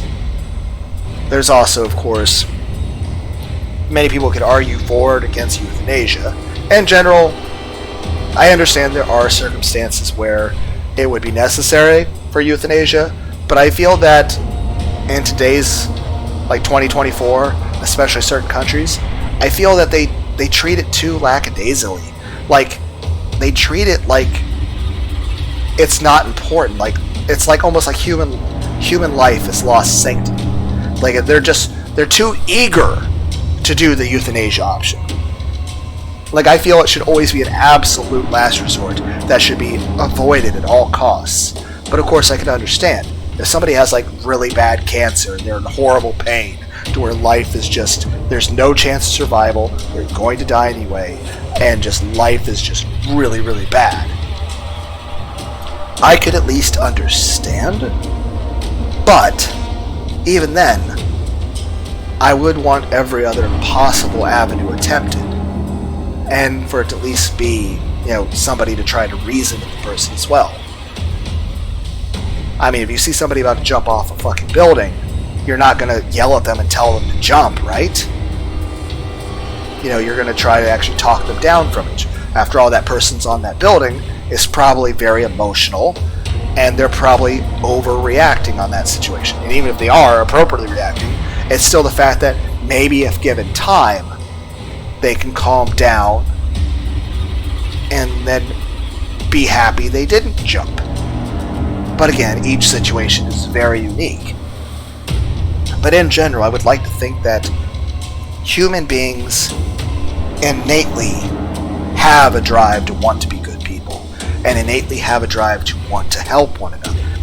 And if they see somebody going to hurt themselves or kill themselves, or like that, they would want to try to talk to them, to help them. After all, I mean, isn't that whole thing like the firefighters with the little net things to grab the people that did the jump stuff off of buildings? Though, does that really even work? Like, I mean, you're still going to the ground really hard. Heck, what if the cloth rips that they're falling into? What if it dislocates your arms? What if you hit the cloth so hard you still hit the pavement anyway, and then you bounce out of the trampoline like fucking spaghetti? Great, it's a fucking Rick and Morty reference. I'm not even trying to make another fucking Rick and Morty reference. I've made like 3 Rick and Morty references already. I know I have dark humor, but still, fuck. What is the discussion at this point? I don't fucking know. Drink some more water. Hydrate! The point being is this. Odysseus told Telemachus that there is a time and a place for your anger. There is a time and a place for wrath. There is a time and a place for action. There is a time and a place for violence. And part of being an adult is knowing when to and when not to. The problem is, that's a really fucking difficult question, and many times people tend to get that answer wrong. In many situations, people act with violence in situations where they shouldn't. And in other situations, there's a time where you do need to act with violence, and not acting with violence could be bad. And again, everyone's got different reasonings, and of course, a lot of times it's situations where you don't have a lot of time to think, and you may be rushed or emotional. So, yeah, I don't have a clear-cut answer for anything. The idea is this. Watch the movie, The Odyssey. Heck, it's originally a poem by Homer. It's a really old story. It's a great story. It stands the test of time. But the main point being is this. There is a time and a place for anger and for violence and for wrath. But it's a very difficult question trying to understand when is the right time and how much and how. But in short, there is a time and a place for anger. And that's the thing. Wrath is a sin. Yes, how it hurts you, how it hurts others. But it can also be something that pushes you to take action. And in many situations, that action could save your life or save somebody else's life or improve your life.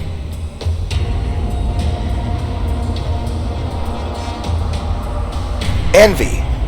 Envy could be seen as a survival thing because it allows you to have self-reflection. It allows you to understand yourself better as a person. Yes, you shouldn't be obsessed with, oh, this person has a better car and all that. But it can allow you to be more realistic in understanding who you are as a person and where you are in society and how it functions. It can also allow you to identify if something fucked up is going on or someone's being a dick to you. Understand basically human interactions and shit, being sociable. But it allows you to have self-reflection and to understand the world around you better. Greed. Yes, an obsession with money is bad. But at the end of the day, you need money to pay rent. You need money for food. Yes, there might be some different situations where, say, you own a house and you don't have to worry about money as much. But the main point is this. Money is just a tool. Being overly obsessed with it is bad. But you do need to take care of yourself. If it's winter and you have no coat, and you have the option to work to get some money to buy a coat, it would be wise for you to do that job to get that money to buy that coat. And especially, say, if you have children, or a wife, or a husband, or somebody or say you have pet dogs or cats.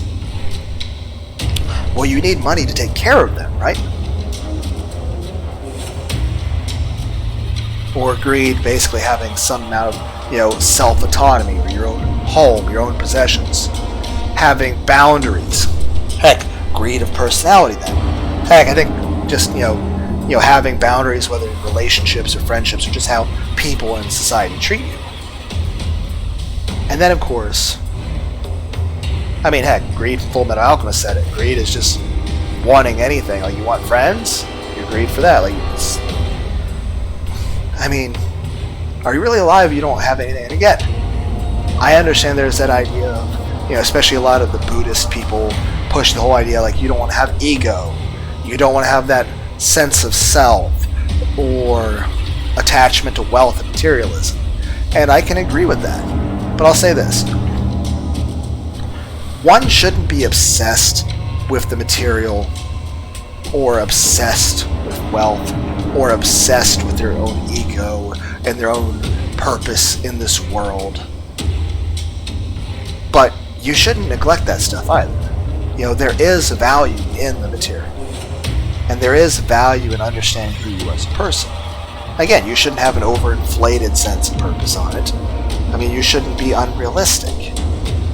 And it shouldn't be what drives you in everything. but it would be reckless not to care at all about it, if not self-endangering.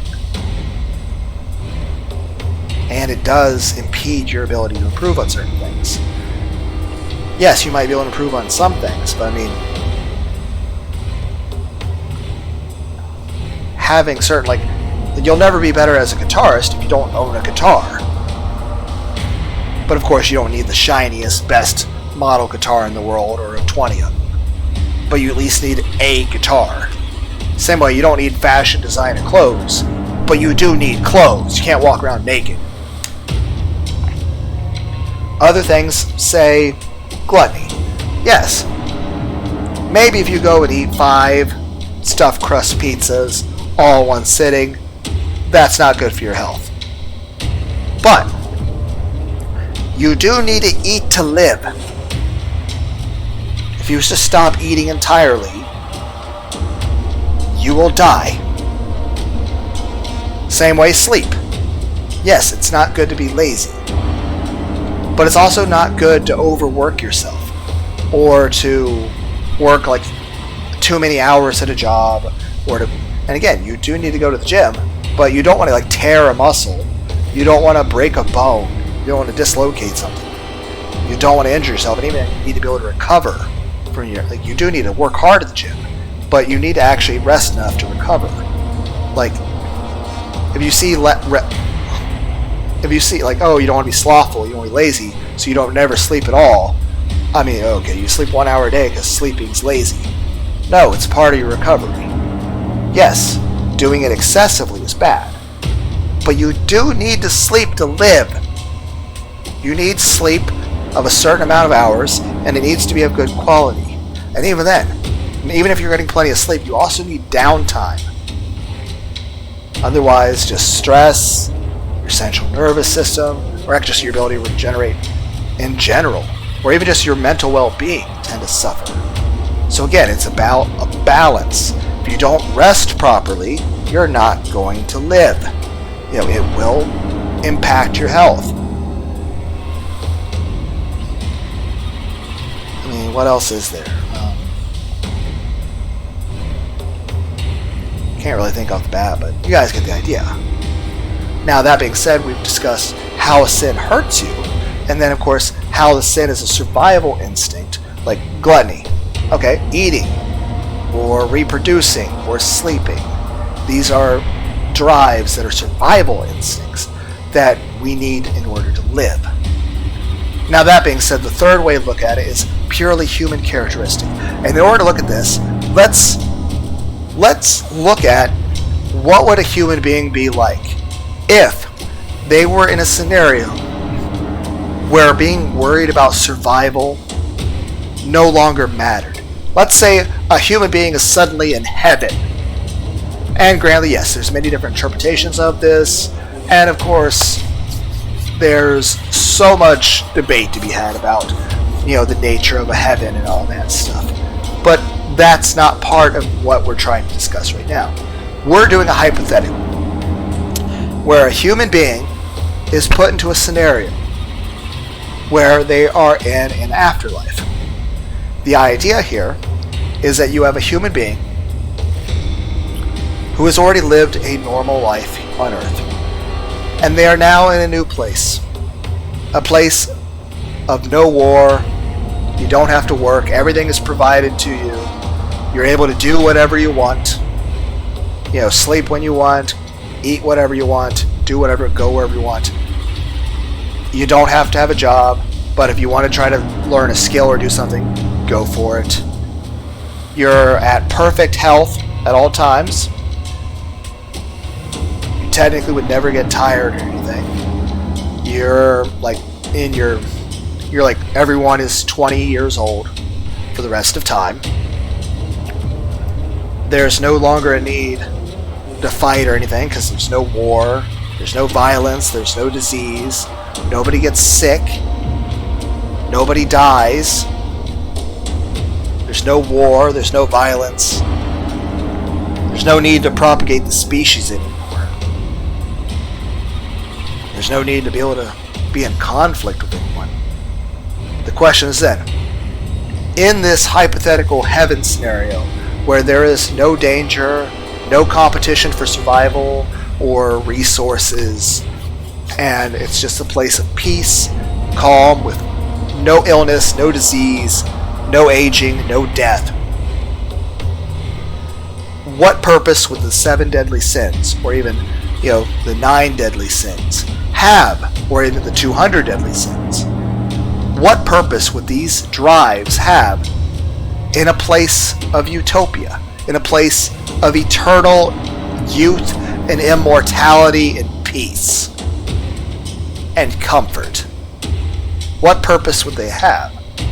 And this is the part where I argue that the aspect in which this drive of pride or lust hurts you, that is the harm, that is the sin.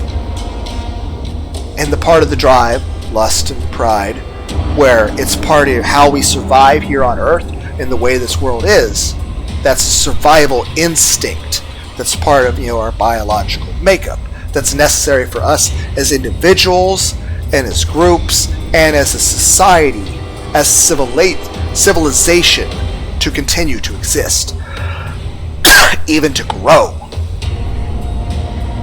But in a situation where there's no need for survival, it's guaranteed, to where even if you were actively trying to destroy yourself or society, you can't do it.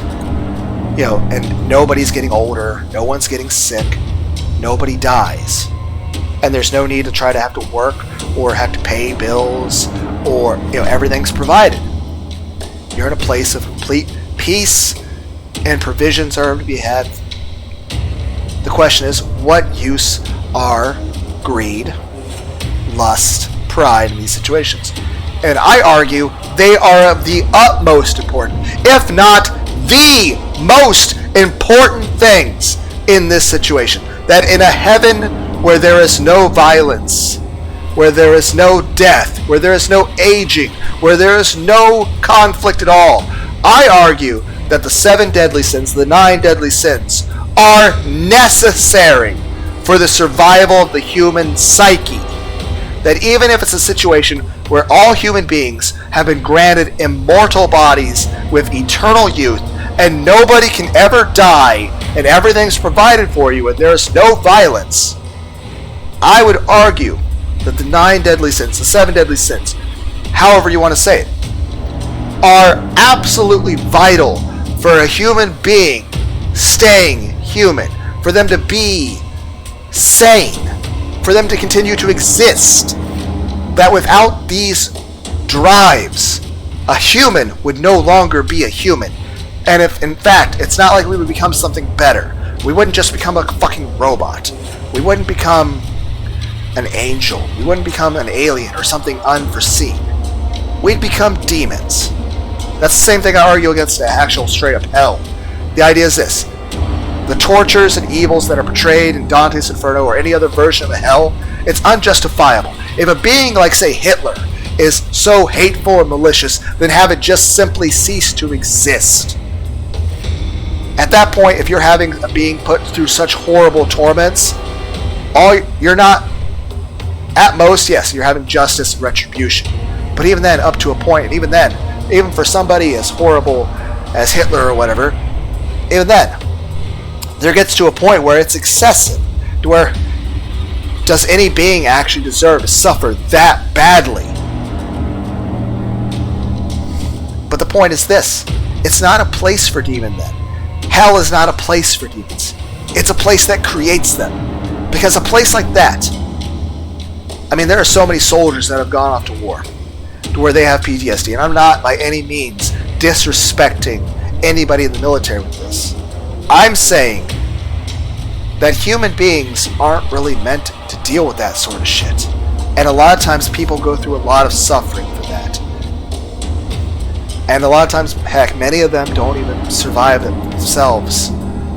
I mean, the rate at which people, even if they get out of it without physical injuries, I mean, honestly, I don't think I would ever be able to endure what they went through.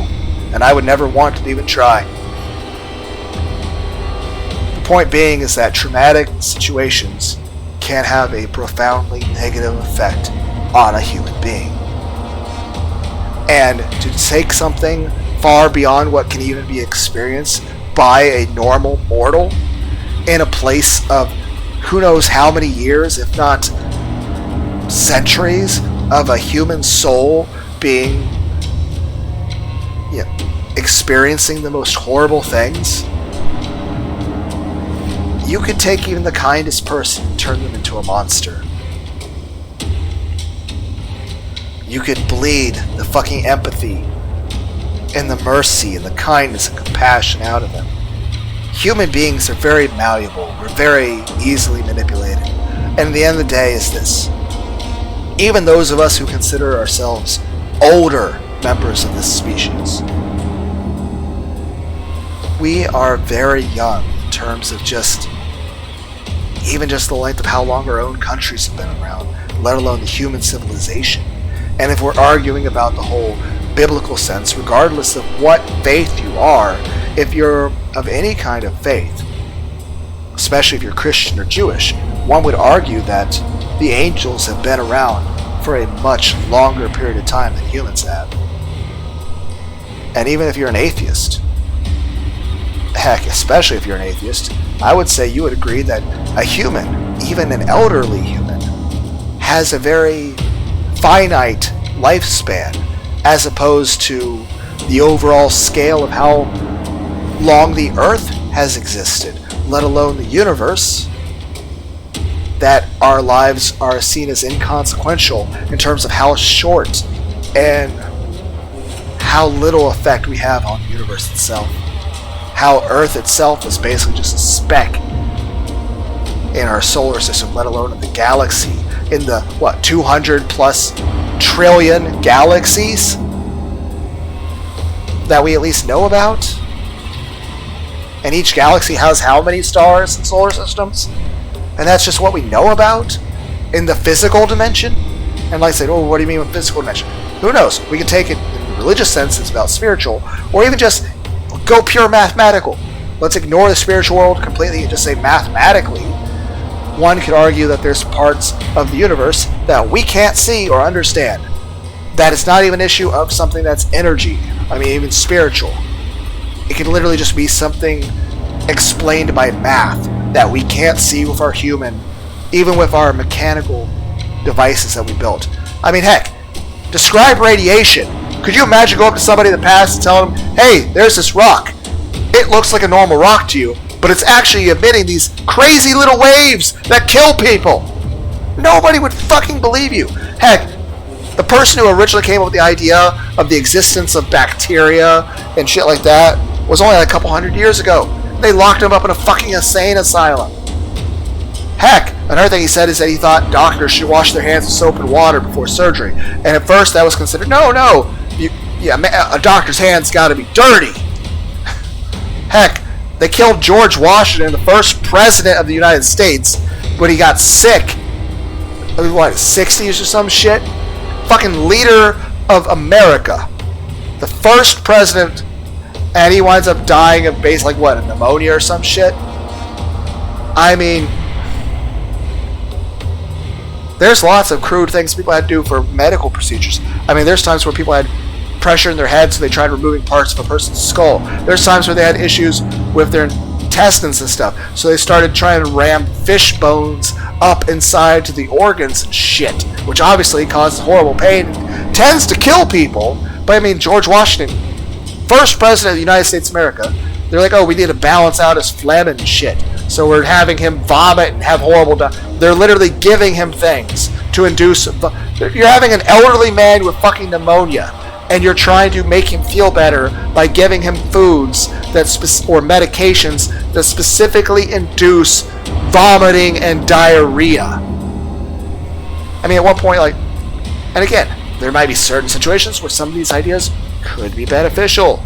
But again, in general, medical technology has greatly advanced. And there's lots of things that even a couple hundred years ago that were absolutely fucking barbaric. Then again, there are certain medical procedures that I find absolutely atrocious. In general, I'm against any sort of bodily harm or people hurting themselves or removing or damaging body parts. And again, there are exceptions to this, like cancer. Obviously, you have to remove the cancer so it doesn't kill you. Again, everything's a unique circumstance. Like, say, removing an appendix. I don't know why I struggle to say that word, but appendectomy, whatever. Like, your appendix is going to explode, or if you have to do organ transplant. And that's the thing. There's some people that do the whole, oh, don't drink blood to mean you can't have blood transfusions. Some people take things to certain extremes. And again, that's perfectly understandable they would do that. But I don't agree with that. I think blood transfusions are good. Obviously should be avoided if not necessary. Like, I'm not going to go to a doctor and be like, you know what, I just feel like having a few pints of somebody else's blood inside me. Like, no. But it should be like, okay, you have a surgery and, okay, you're losing a bit of blood. It's good to have this extra blood so that the person doesn't die. Or say if you have to have your tonsils removed. Or, you know, you're having a medical issue to where, like, part of your lung is collapsing and they have to remove a piece of it so it doesn't, like, explode or something and kill you. Or putting an artificial heart in. I mean, honestly, I'm not opposed to the whole Cyberpunk 2077 making, like, robot pieces for people. But again, I think, in general, it's best to keep the human biologically sound. Like, basically, yes, you might be able to make giant robot arms that with fucking blades come out, but I think it'd be better to be able to keep your biological hands and arms. But, again, there are, of course, circumstances for this, and everyone's got their own reasonings with this. I mean, heck, imagine if a person's blind, you could give them robot eyes and they could actually see, and they have the gift of sight. Again, everything's got its nuances with it. But, like, one procedure, for example, lobotomies. I consider lobotomy horrible and disgusting. I consider it worse than murder. But yeah, I consider the whole concept of lobotomy cruel, sadistic. And at one point it was considered a miracle cure to try to help people. But at the end of the day, you're killing them. You're destroying who they are as a person. It's not a good medical thing.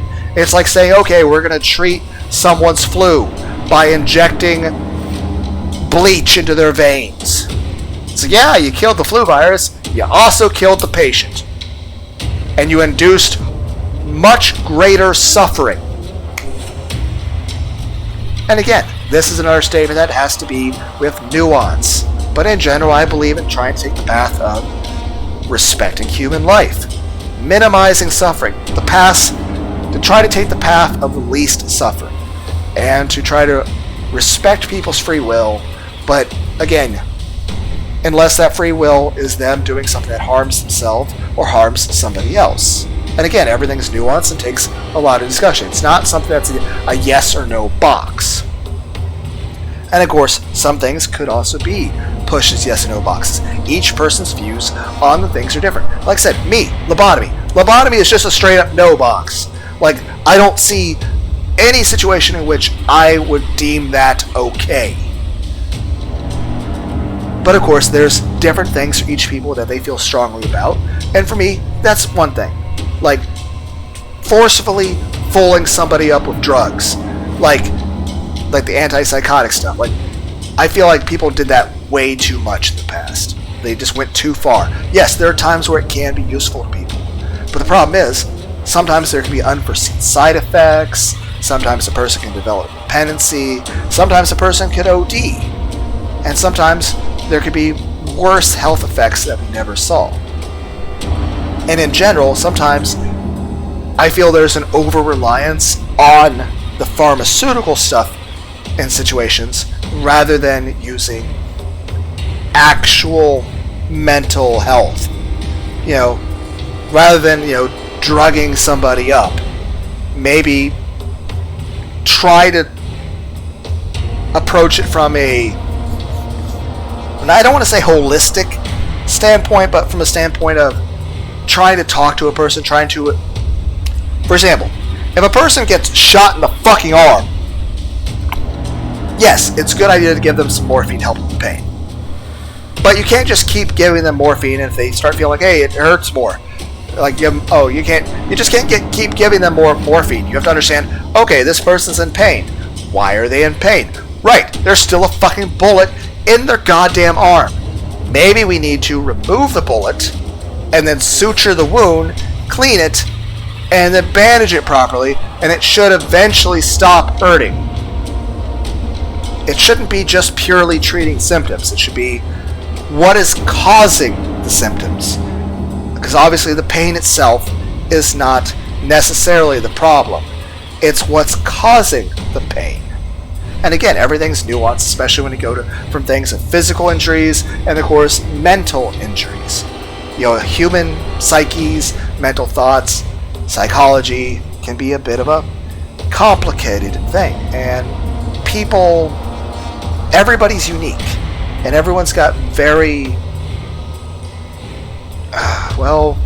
nuanced reasons why they feel certain ways. And in many times, one, people may not feel comfortable opening up about certain things, or talking about certain things may take a very long time. And the person listening to them may have to have a lot of patience. Another thing is this: in many situations, a person may not be willing to even deal with the stuff themselves, even talking to themselves about it. It's more so an issue of, treat it like going to the gym. You're not going to have a 4-plate bench press after a couple sets. It takes time. Time of pushing and time of recovery. Everything takes time. Now, of course, there's more effective methods, but again, you have to consider what is the risks, what are the dangers, what are the harms. But again, I don't even know what the fuck I'm talking about anymore. I've just gone completely off on tangent. I do that a lot, but I think in general, you guys get the idea I'm coming from. That in general, I'm of the standpoint of that it's better to try to do no harm. That, like euthanasia, I understand there are circumstances for it, and I don't blame or judge the people that use it in those extreme situations, like the person with cancer or some shit. But I feel like in some situations it's pushed way too easily on people, that people jump to it too soon.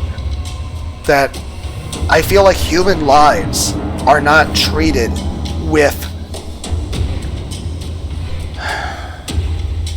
the seriousness that they deserve.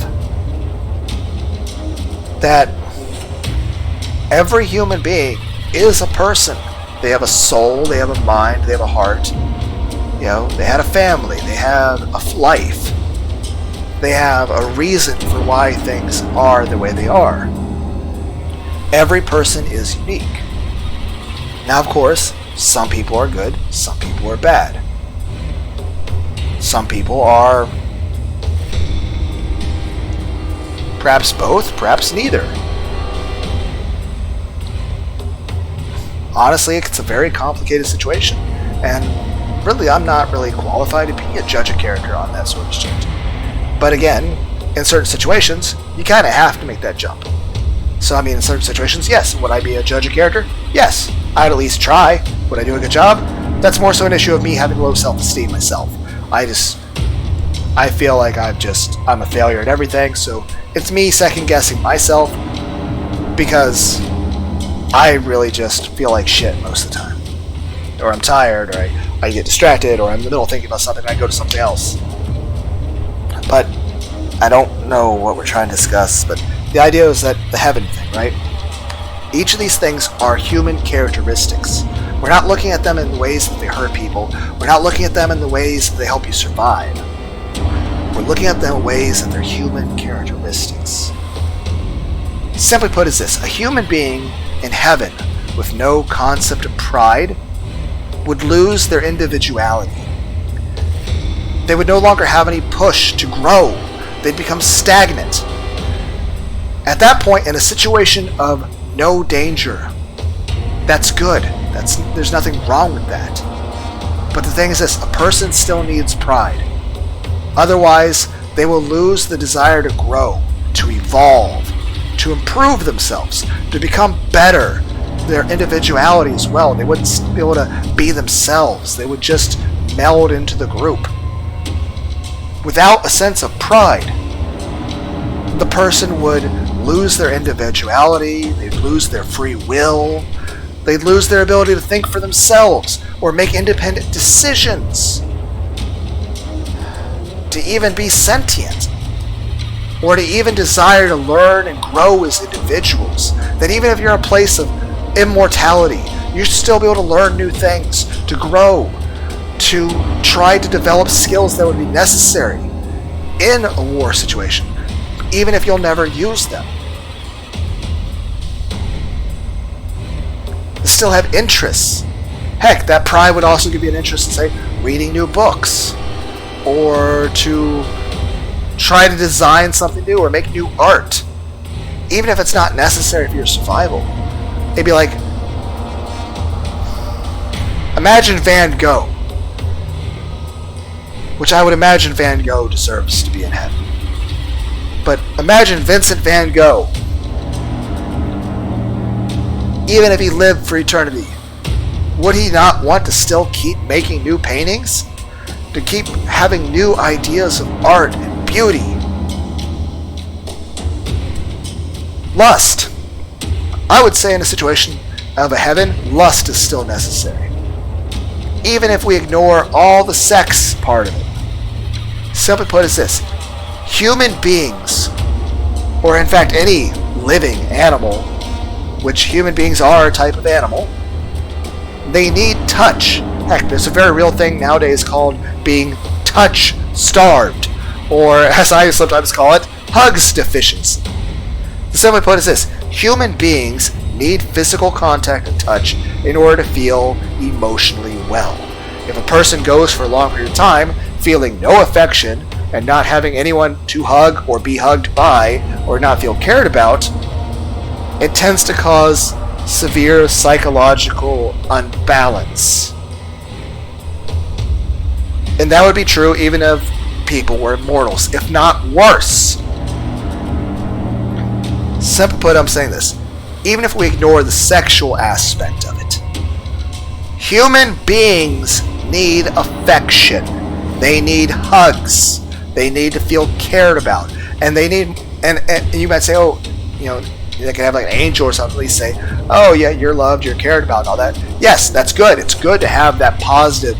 I mean, heck, many people go much of their life without any sort of positive reinforcement, or anybody telling them they care about them, or giving them any sort of compliment, or any kind of positive reinforcement at all.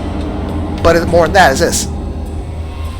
That person still would need a fucking hug. Like I said, human beings have that drive to give and receive affection. People need to have a hug. They need to be able to get a hug. They want to be able to pat people on the head and be pat on the head. They want people to tell them that they're attractive, and people to want you to tell them they're attractive.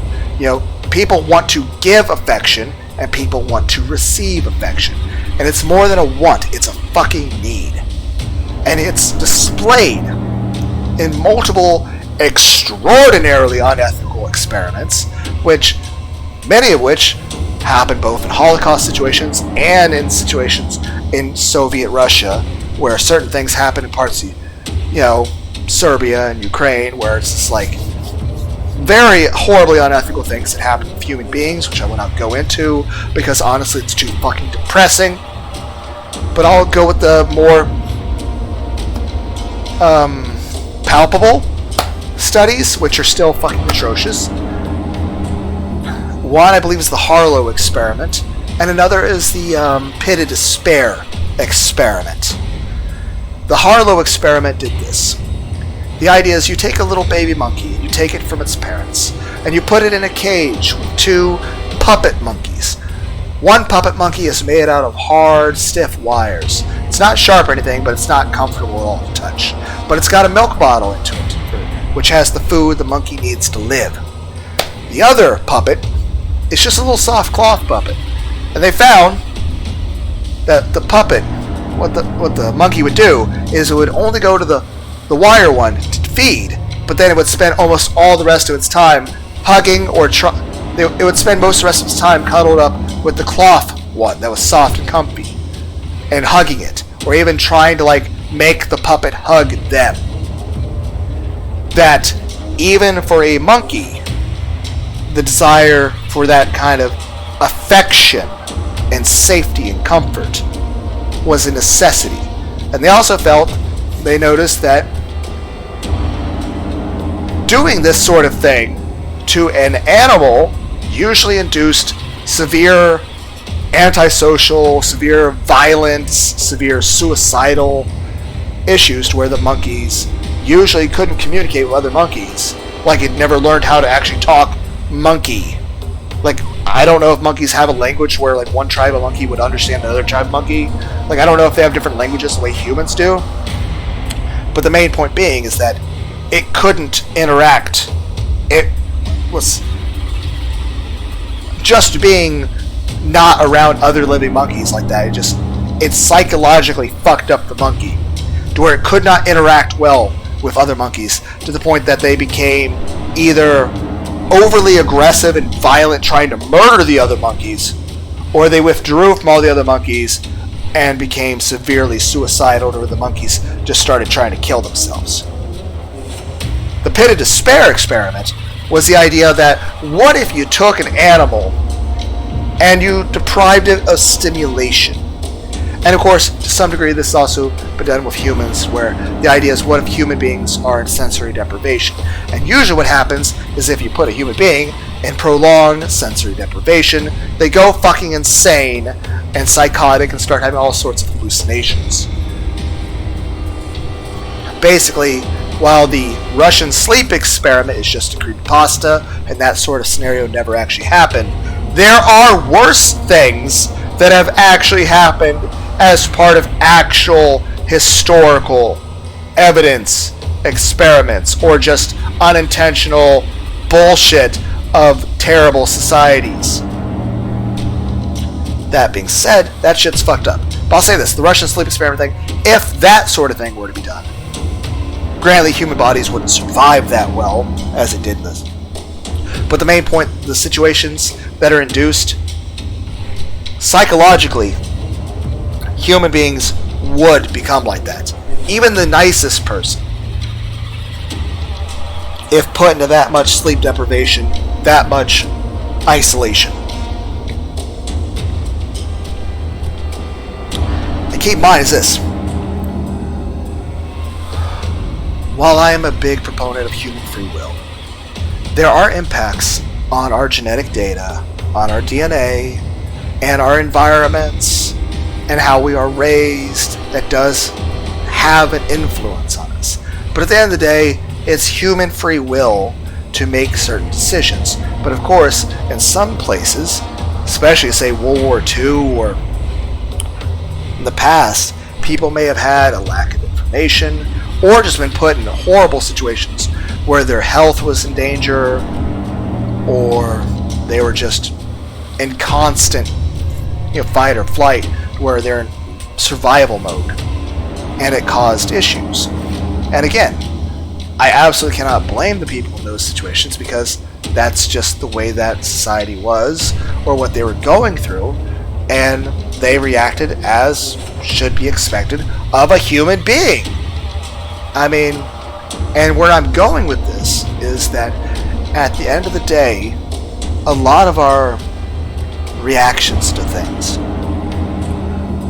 boil down more to our brain chemistry and what chemicals, processes are going off on our body. There are times where people have had something wrong with, say, serotonin or dopamine, or even hormone levels or adrenal levels, or their glucose, or something wrong with an internal organ, or it suffered some sort of brain damage, and it drastically changed personality. There's also times where somebody either they're not getting proper sleep, or they're not getting good nutrition, or there's some sort of poisonous substance in their food or in the local water supply and it's not enough to immediately kill them, but it has a strong enough effect on the chemicals in our bodies that it has a drastic effect on a person's, sanity, or their patience, or how they behave. I mean, heck, it was about a month ago we had a bunch of people that went to a major thing in one of the big cities around here, and they had not employed enough police to help with the traffic from such a massive influx of people, to the point that there were a lot of people that had to sit in 5 hours of traffic for what should have been a 30-hour car drive, most of which was all in a convoluted area as they're trying to leave a major attraction area. And these are people that went there with families, people that went there to be a happy, fun experience with their families, with friends. And these people who are in good physical and mental health, who are considered your normal, average people, who are not on drugs, who are not under any prolonged period of stress, that are just suddenly in a situation where they're in their car and they're waiting in traffic for a long period of time. These are completely normal people that all of a sudden are getting absolutely frustrated, pissed, screaming their heads off, getting out of their cars and actually instigating violent altercations and fights with random strangers, in which neither person has actually done anything wrong to one another, and they're just sort of snapping. The main thing is this.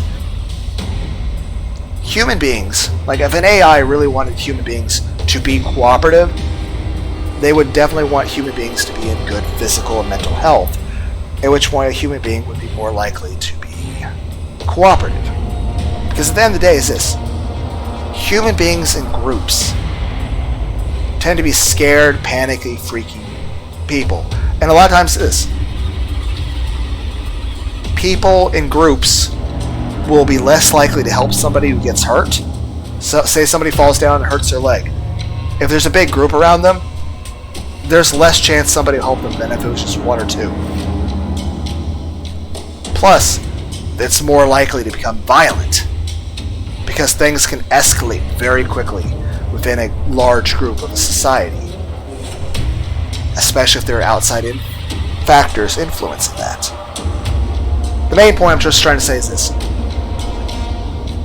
A human being could be drastically affected via the chemical processes of their brain or any sort of chemicals being introduced to them, whether knowingly or unknowingly. Wow, I really went off topic. Main point, pitted despair experiment. You took a monkey and you deprived it of all of its outside stimulus, and you basically put it at a slanted thing so it could never lay down properly for sleep. And what you had is you had one arm that it couldn't get to that had a rigging around it so where you couldn't touch your arm, but there was a vein so you could be like, the monkey was fed intravenously to basically keep it alive. And I mean, of course, and all the lights and sounds were turned off and the monkey was just there, and there was a little bit of a thing underneath its slant where its piss and shit would go, which of course that could be cleaned out, but of course everything was clean, taken care of, without where it didn't even require a human hand to do it. So you didn't even have the human caretaker reaching in to do stuff. The monkey was deprived of any sort of physical contact, and usually these monkeys became suicidal, or even then just literally just stopped. They became so depressed their biological functions just started to shut down. Granted, they've done tons of experiments on monkeys and mice and stuff where, like, oh, let's see what happens if you just pump a bunch of monkeys full of cocaine. Turns out, they tend to have heart attacks. But, you know, you'd think common sense would dictate that. Like, hey, one, perhaps pumping a bunch of monkeys full of cocaine is unethical. Maybe we shouldn't do it regardless of what we might learn, because it's cruel and it's wrong. Two, even if we don't care about the ethical part of whether or not it's morally correct to drug up animals, and again, I can understand, again, there's nuanced situations where people can argue there are situations where the studies of such things could save human lives. All I can then say is this. You better be able to actually prove that doing this thing that is cruel to this other living thing is actually going to save enough lives to justify this. You can't just be doing it because you fucking feel like. Same way, again, even if ethics aside, do you really need to have the experiment of pumping monkeys full of cocaine to understand that if you pump monkeys full of cocaine, they're probably going to die of a heart attack? That should be obvious. You shouldn't need to test that. It should just be, hey, let's just sit around in a room for a bit and let's discuss it. No actual monkeys are harmed here. Let's just sit around, have some Pepsi and some Pizza Hut, and we'll discuss, hey guys, what do you think would happen if we OD'd a monkey on cocaine? Right, it would probably die. What would happen if we just gave it a large dose of cocaine day after day, but purposely made sure it wasn't an OD dose? Oh, you think eventually it would die of heart failure? Right! It's not an issue of ethics, it's an issue of you don't need to do the experiment. It's like saying, hey, if I light this tree on fire, do you think it'll live? I'm pretty sure no. I'm pretty sure the tree will fucking die. And even then, what's the point? What do we accomplish? I don't know. I'm going off a tangent. Main point being is this. Lust. Even ignoring the sexual aspect, human beings require physical contact. They require not just physical contact, but they require physical contact that implies safety and affection. Because you can't have physical contact that's devoid of affection, or else it's not going to work. In the same regard, even if it's full of affection, it can't be something that feels unsafe. The person giving and receiving affection, there has to be a feeling of safety. People have to feel safe. Simply put, even if everyone was immortal, people are still going to need hugs and physical affection, even in the non-sexual way. Now that being said, taking to the next step, I would argue that sexual interactions are necessary for normal human psychological function. That, yes, again, perhaps if you have a wife and somebody else's wife, maybe don't fuck the other dude's wife. Obviously that's a harm there. But I'm just saying this, if you're married, and of course I know that one parable of where it's like, oh, what about the woman who has a husband? He dies, and so she marries his brother. He dies too, and they keep dying, and he marries the next husband till all 7 brothers are dead, and then she dies too. Who's his husband? Who's her husband in heaven? First, I'm like, was she fucking killing them? Why did all 7 of them die? What the fuck is happening? I'm pretty sure after the 3rd brother, I'd be like, no, I'm not marrying her. I don't know what the fuck's happening, but I'm pretty sure she's killing people. Like, at that point, I'm pretty sure people should start suspecting foul play. But that part aside, because, you know, we need to focus on the point of the story. Jesus says, oh, well, that's kind of a moot point, because we'll all be like the angels. I'm like, what do you mean we'll all be like the angels in heaven? I mean, I've seen the biblically accurate angels. Does that mean we're going to be like that? I'd rather not look like that. I like my human form. Don't get me wrong, I wouldn't mind having the option to morph into additional forms, but I would like it to be an option. I like my human form. In the same regard, not just do humans need physical affection to not, well, be unwell, but even sexual affection. There is nothing morally wrong with that. One, not only is it something enjoyable and something that can bring pleasure and happiness to a person and a sense of satisfaction, but most of all, sex is supposed to be an expression of emotional intimacy. It's a bonding thing.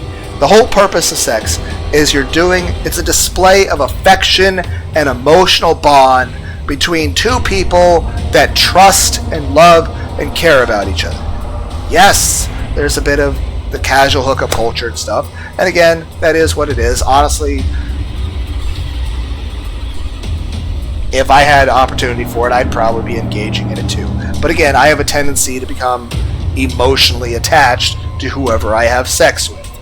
It's just, I form emotional bonds and attachments very easily and very strongly. But again, everyone's unique. I'm just saying I at least understand what kind of person I am in the regard that I form strong attachments. Main point being is that I see sex as it's supposed to be a thing it is a representation as well as a reinforcing of an emotional bond. And I think both the non-sexual affection is necessary for human psyches, but I would also say sexual is also necessary.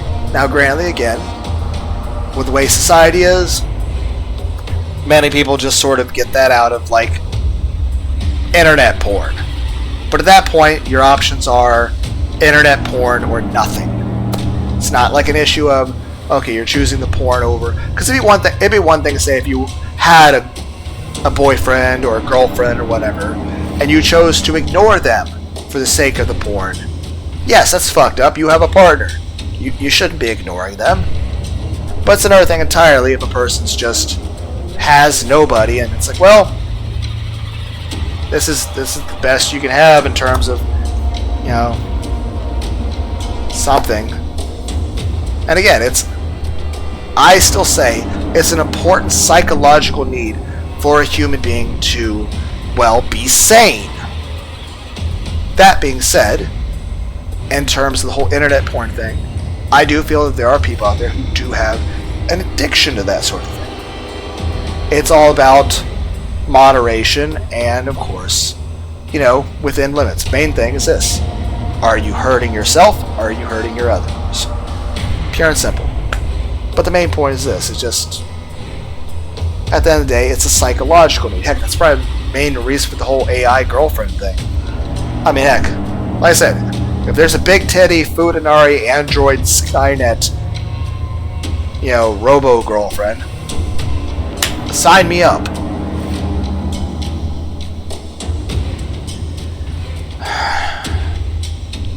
I'm just saying, both non-sexual and sexual physical touch is required for human psyches to not go fucking insane. But everyone finds some means of regulating their own mental well-being.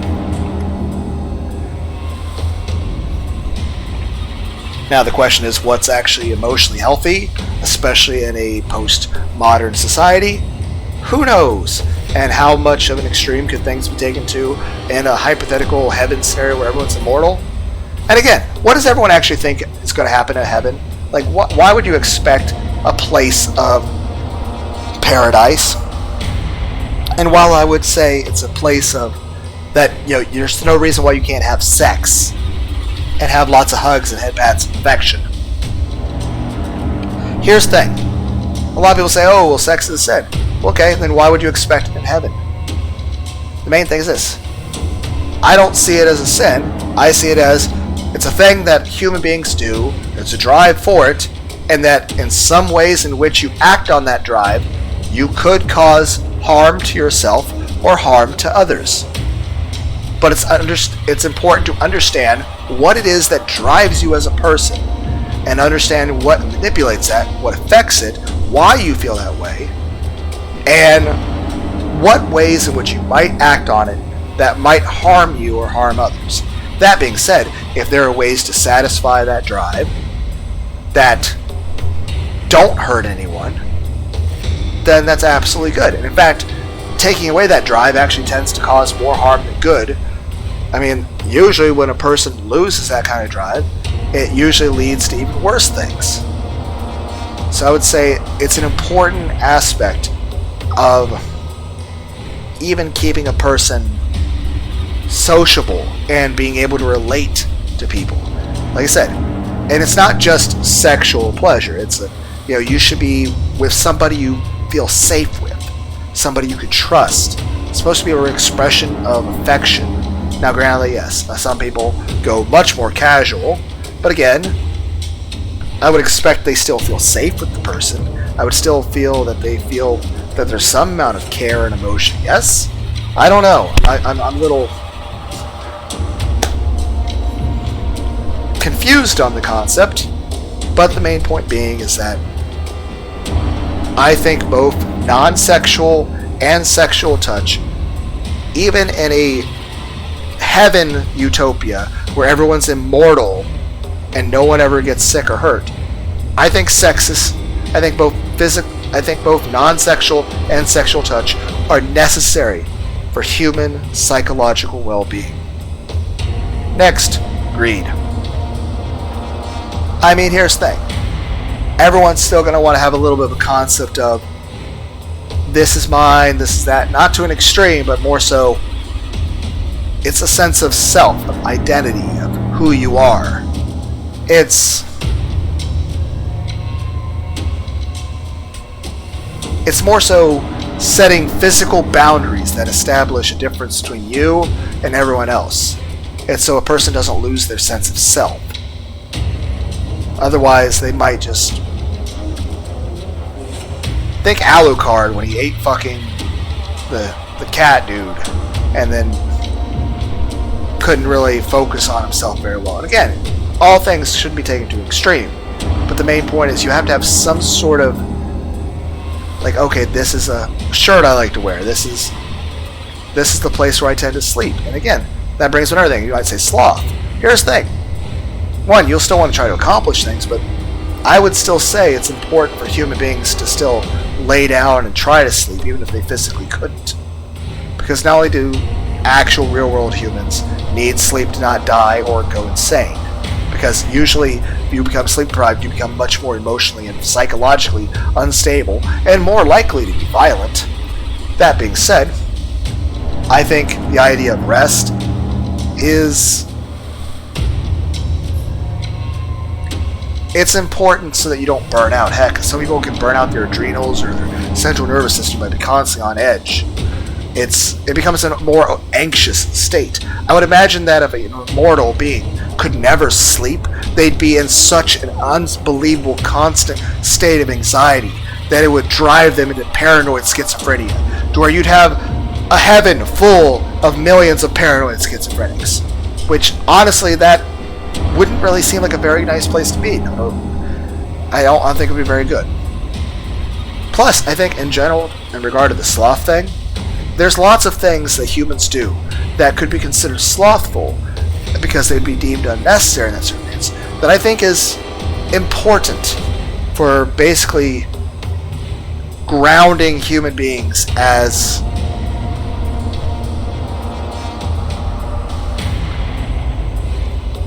maintaining their sense of self.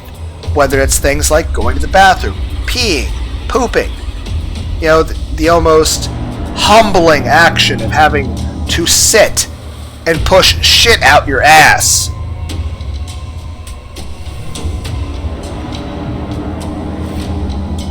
I think that's something that actually helps to, and again, I imagine if somebody had horrible diarrhea every day of their life or had constant constipation, that would also cause them emotional and physical distress. But just, I would say in the heaven situation, at least every couple days, if you just felt the need to have to sit down and poop for a little while, for like 2 minutes. I think that would be an important aspect for the human psychology. That I think just taking that away would have a severely negative effect on the way a human mind would function. Another thing, bathing. And one could argue this would be lust as well. I mean, imagine standing in the shower and you feel the nice hot water going down your back. It feels like it's almost massaging your back. You feel each droplet hitting you. I mean, one could say it's lust because it's a physical sensation. And And here's another thing. Here's another idea lost.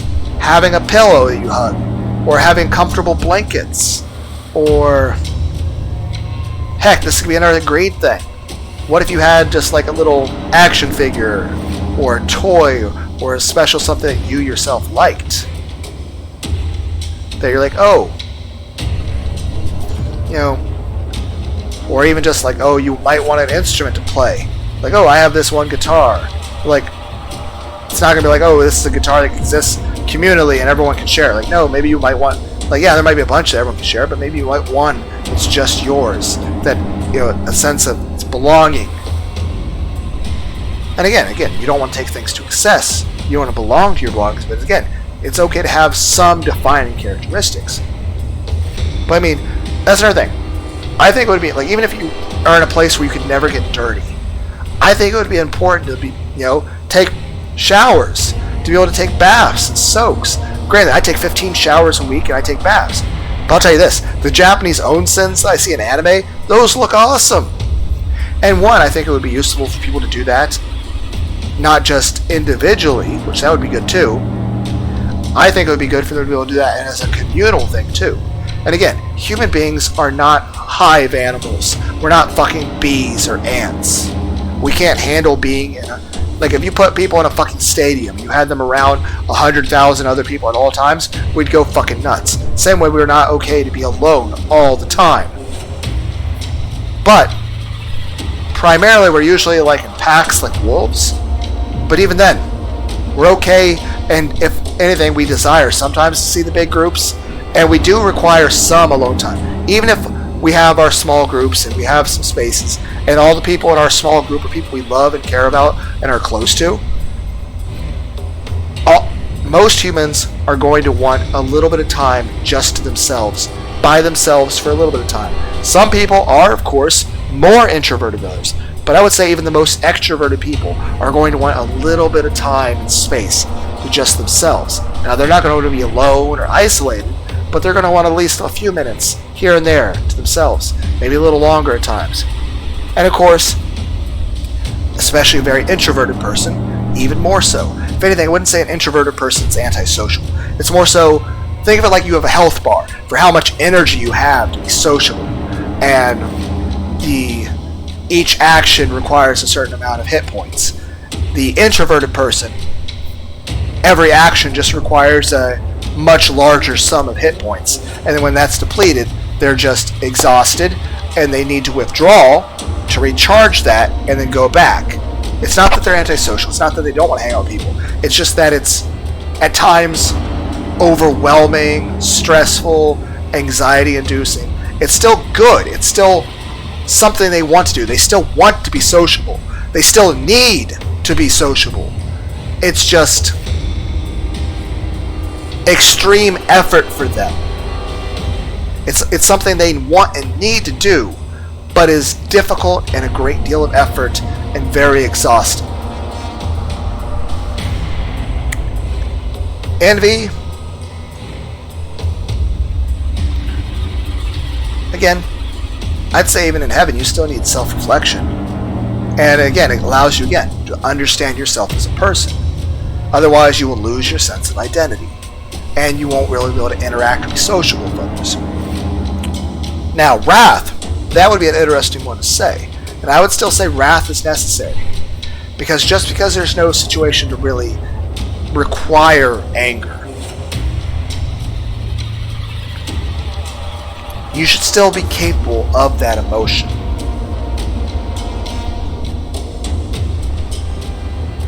You know, it should still be there.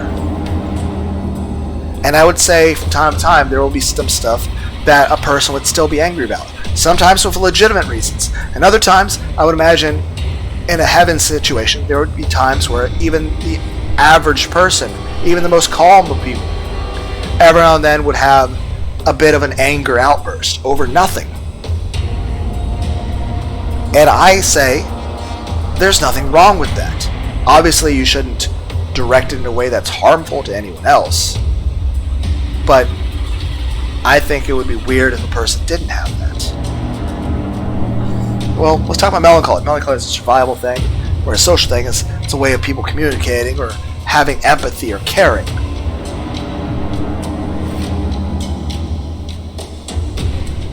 But again, I would say even in a heaven situation, if a person feels sad or depressed, obviously might be reason to try to talk to them or try to help them.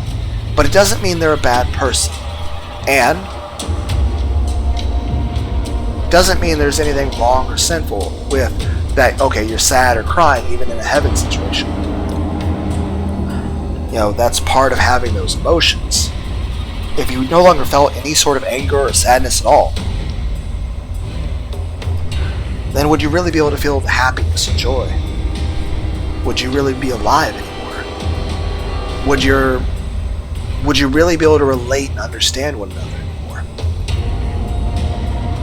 In vanity, I mean, we're all still going to actually care what we look like. I mean, here's the thing.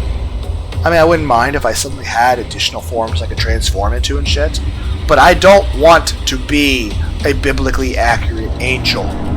I like the way my human form is. Granted, if I had control over it, I'd probably look a bit more attractive. Maybe have a fucking six-pack instead of being a fucking fat ass. You know, a few vain aesthetics, yes.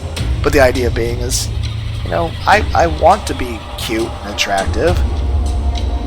I want to be liked and stuff. I think that's normal. But again, it's just part of caring. I mean, if you didn't have any vanity at all, it means you literally wouldn't care about what you look like or your identity. At that point, like, you're like, yeah, why don't I just be a flying octopus monster? Sure, I don't care. Have me look like anything. That's the situation you get when the person has no vanity at all. Yes, you don't want an extreme where the person's too overly obsessed with their image, but have them not give a shit at all? I mean, at that point, do they even have a sense of self? Do they even care about who they are? Do they have any beliefs anymore? Do they have any pride? Do they have anything?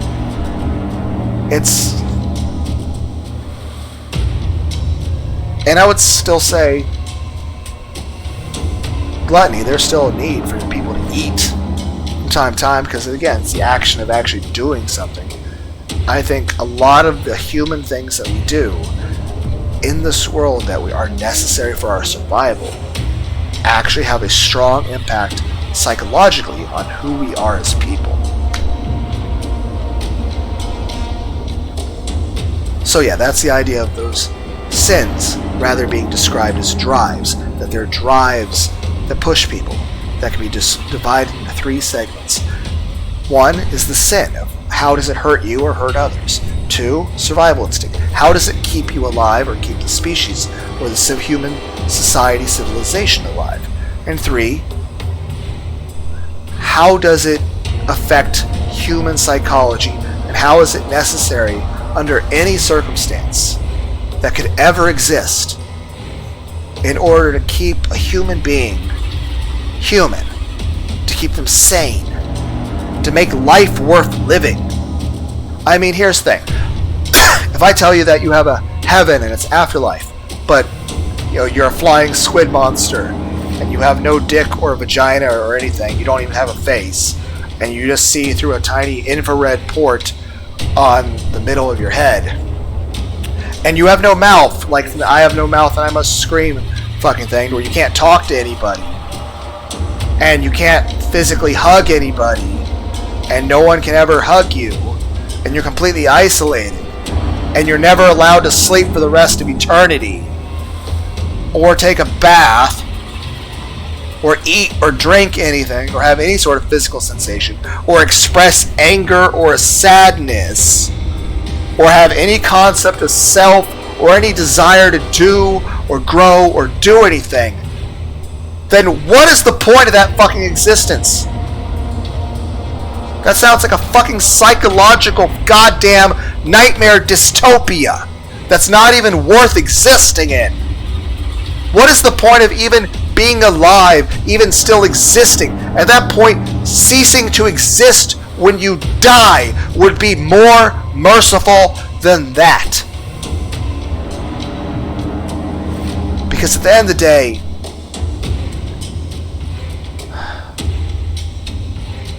At that point, we're just redefining what a different hell is.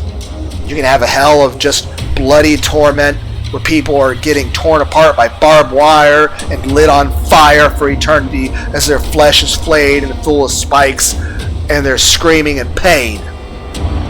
And you can have another hell where a person's basically thrown in a fucking padded room of asylum, locked away from everyone else, completely alone, unable to talk or see anybody or have any sort of sensations, and they're just sort of stuck there in a fucking abyss. I mean, that's the whole point of the fucking AM guy from, the fucking robot, the makeshift Skynet bullshit that AM, the North American Skynet AM computer. You would know what I'm talking about. It started off as a book called I Have No Mouth and I Must Scream. And it got made into a point-and-click horror game adventure in like the 80s or some shit. Heck, in the same vein, there was also a game called The Harvester. But that goes off a whole different psychological tangent about how violence in video games affects people and just about concepts of fiction, reality, and stuff like that.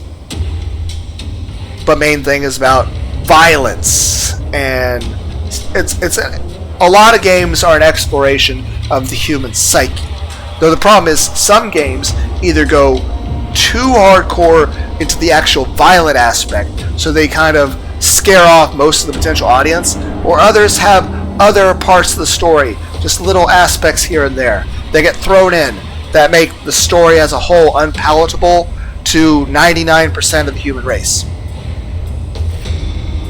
Where, yes, some people would say those certain aspects are key to that story, but if the main point is the psychological aspect, you might have to be willing to make some sacrifices, other parts of the story, of other bullshit you wanted to throw in, because I think it takes away from the psychological aspects. And this happens with a lot of very,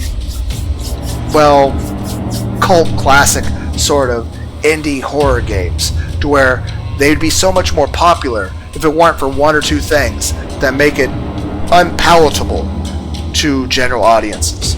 But the important thing to look at is psychological impacts of how these horror games apply to the way the human psyche works. And again, I'm not trying to sound like some sort of professional or scientist or bullshit. No, I'm just a very, very obsessive person. That's it. I'm not smart or anything bull like that. I just very obsessive, addictive personality. And I think about the stuff excessively because I can't fucking help it. It's just who I fucking am. So I think about it, and then I compare this one story to another story with another story, and I just keep thinking about it. Maybe I just need a fucking hug.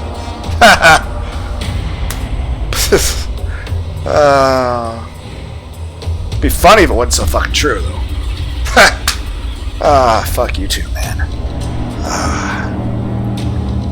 The fuck was I talking about? It's like it's so hard to keep track of anything. I'm so fucking... I need a fucking whiteboard showing like what the fuck I'm talking about so I can keep track of shit. But the main point is this.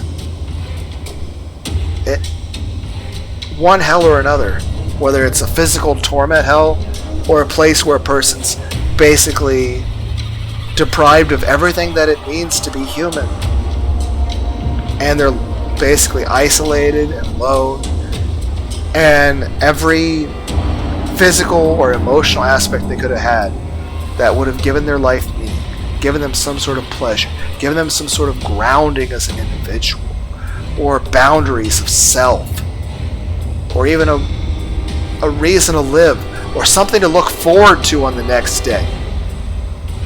At this point, we're just redefining how many different flavors of hell we can create and what different names we can give them, to where not every hell has to be about physical torment.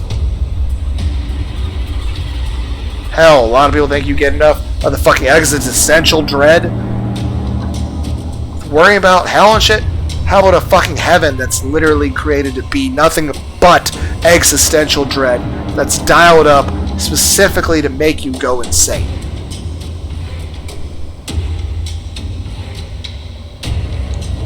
But the main point of that is this. Many of the sins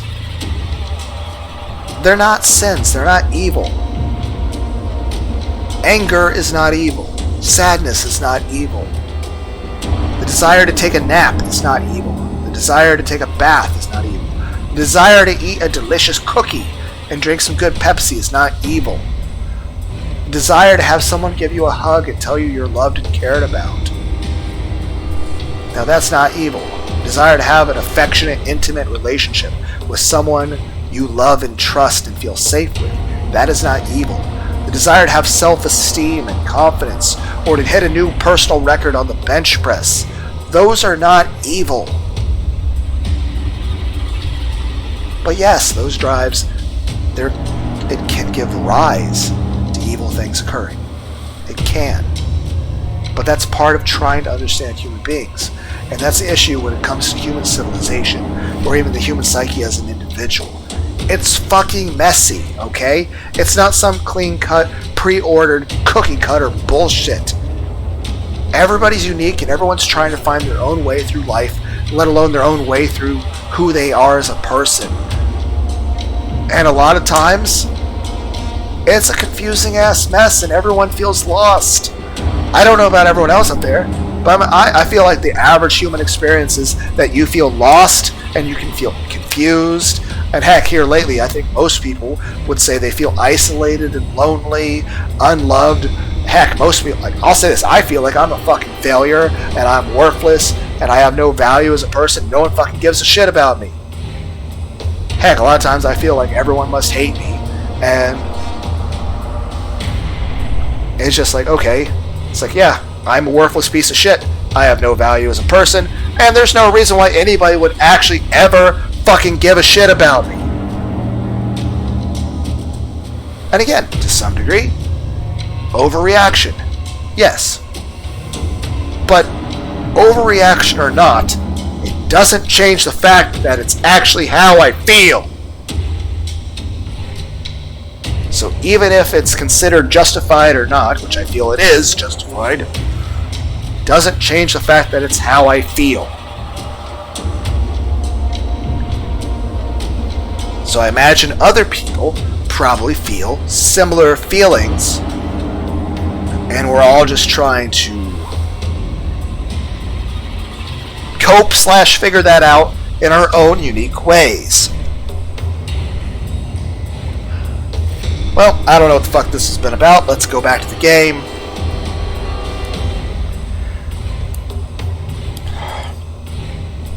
Do I have anything to give you?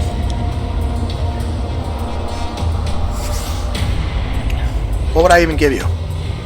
What can I possibly get here to give you? I already did this. I already looked at the clock. I would give it gold? Yeah, that's the only thing I see I could give. Okay. Sorry about the tangent, guys. I try not to do that, but I can't fucking help it. I just got done interrogating myself. What? You think you hear what sounds like someone flipping through pages in a heavy tone. Can't quite figure out where it's coming from, and you don't see anyone else. How long is this game, by the way?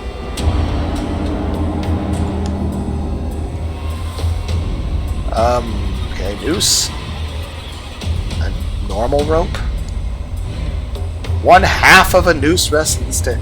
Loop has been severed from the rope. Hi, butterfly. Hi. A tiny noose sits around the neck of the butterfly. That's...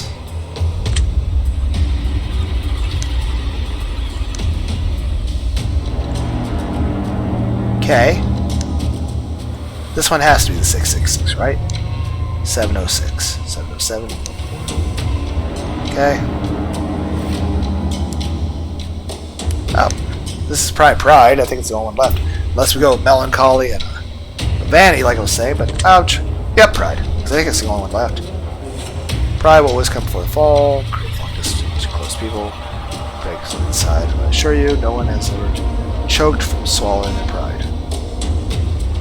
And I'm just thinking of that in a sexual way.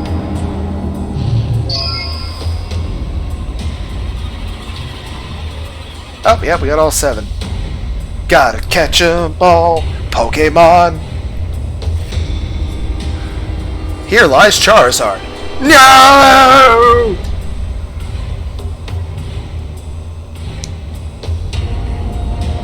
They all have their place and each have their uses. I was just saying that. Everything in life is about balance. Will the creator of this game ever listen to this video and hear the bullshit fucking rant I just said? Exceeding the balance of moderation builds tower upon an unstable foundation. Watch kingdoms crumble, we stack too high, and how do one of these? Yep, that was just what I was saying. So, Random Studios, are you ever going to listen to this and hear somebody being way too excessive about your story? Is that the same butterfly from earlier? Seems to be one butterfly per room.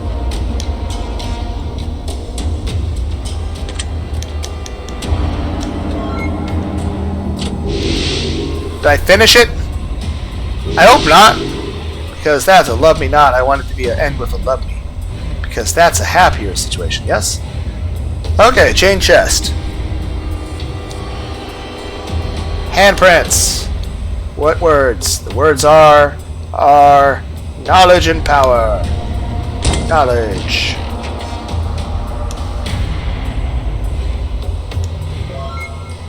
Book of Knowledge. What? Wait, did you give me a fucking Pokédex? Is that what that was?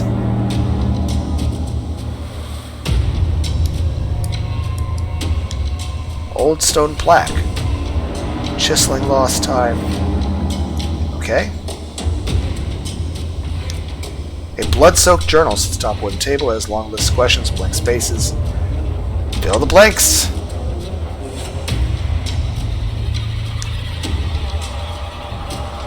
Yeah.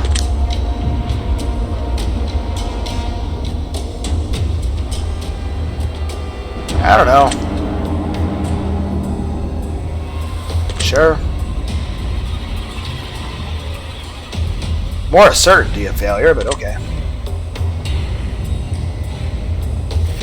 I don't even know what I would fucking do with it. Yes.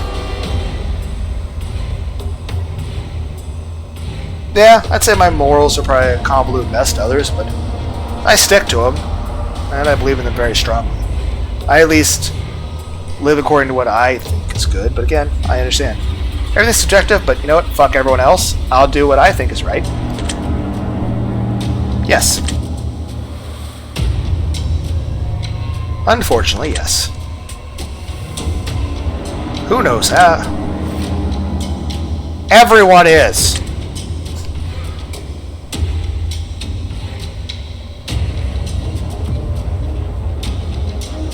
I think I just want a hug.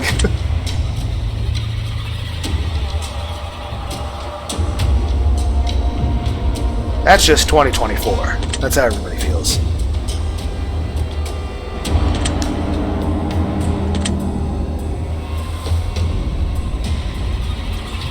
Yeah, that's probably what will happen.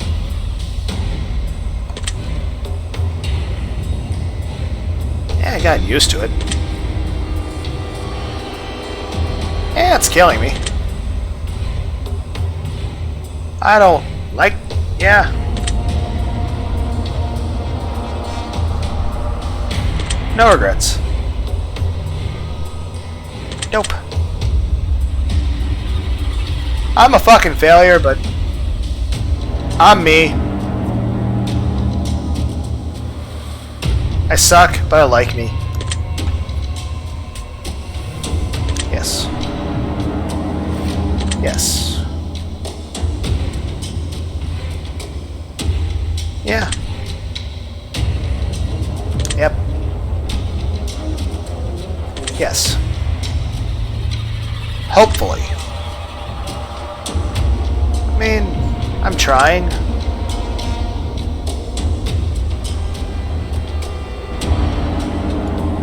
Again, I'm trying, but again, all things within reason. No. Yes. Maybe? Think so?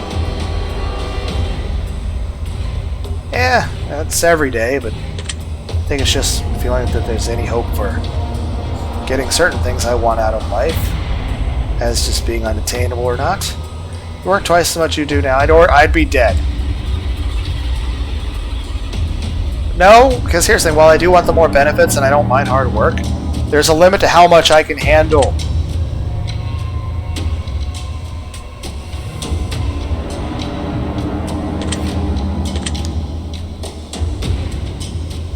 All the time.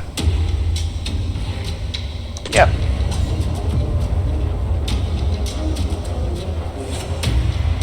Why is this a moot fucking question?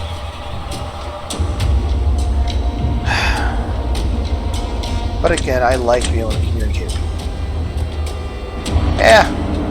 Hopefully things will get better in the future, but so far, I think we're good.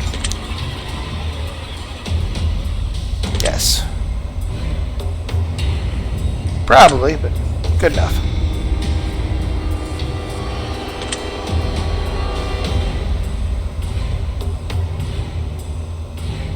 Hopefully.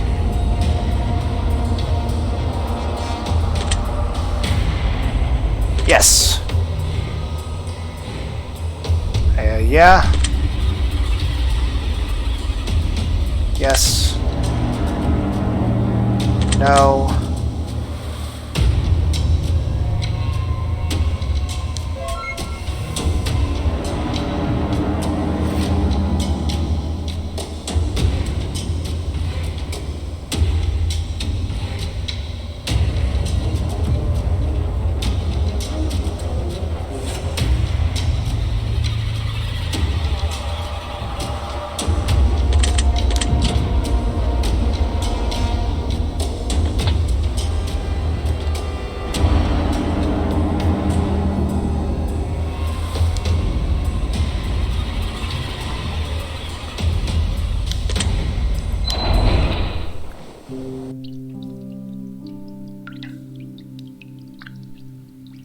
Smell of mold fills the chamber you now reside in, unlike any that you've experienced before. There is unmistakably overabundant dampness and an exuberant amount of humidity that hangs heavy in this room. To add to the already overwhelming amount of discomfort that this chamber brings, the sound of water constantly dripping from the ceiling and walls is enough to drive someone mad if given enough time. Your game has been saved. How long is this?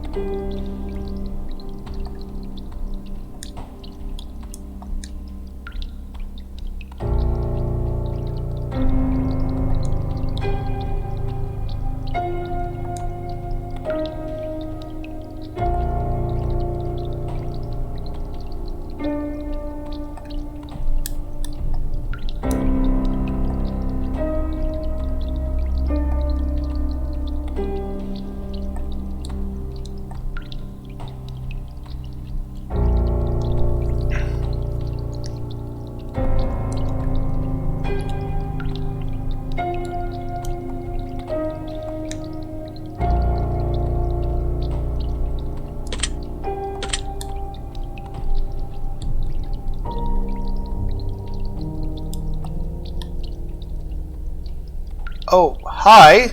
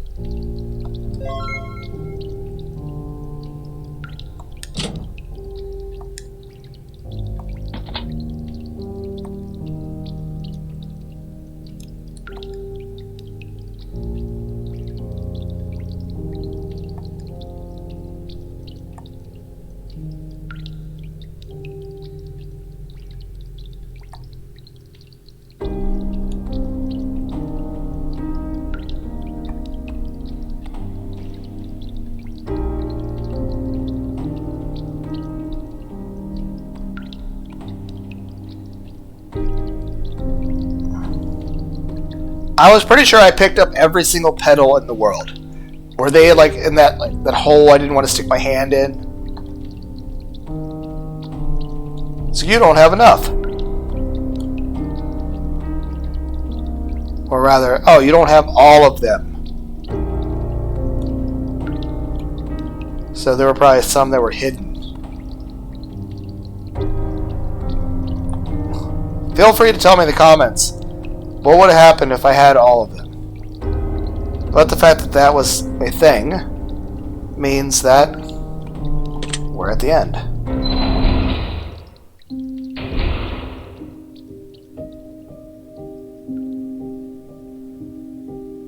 You can hear a fire crackling in the distance. You feel the warmth the flame provides. The room smells clean, pure, so it's been well maintained, actively lived in.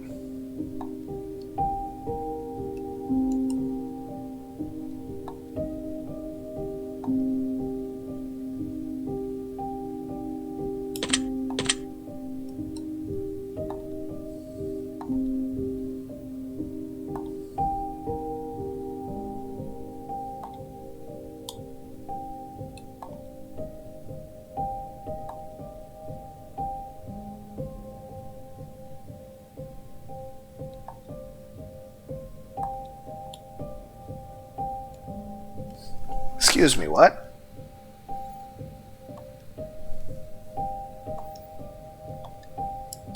Hi?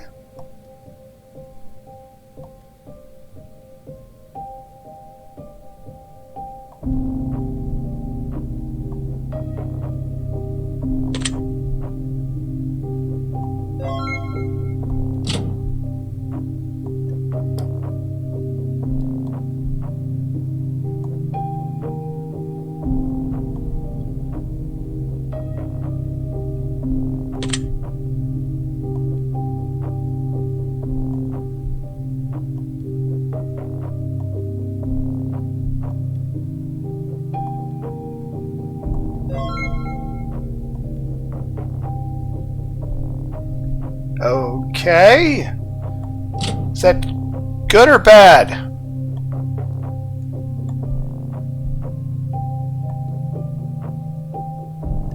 $7.06.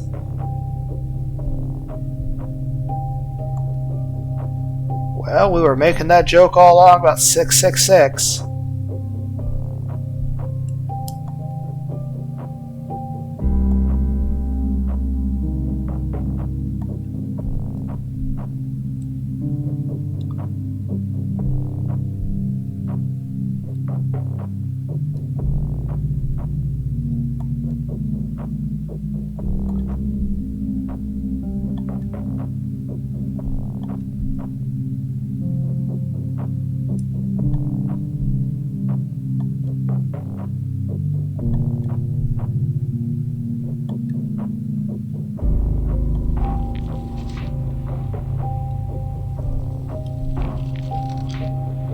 Hello?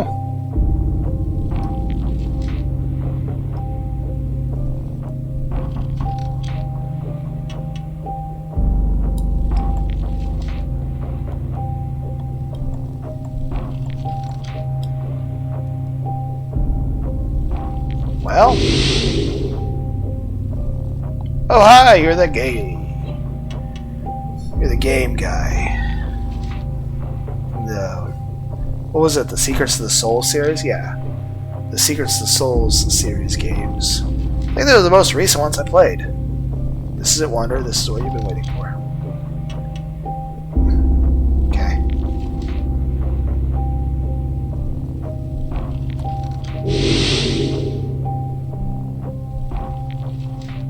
Pressed against the wall sits a mystical mirror, swirling with radiant magics. You see many different images contorting themselves within the twisted nether. Would you like to look deeper into the mirror to see your reflection? Gaze into mirror.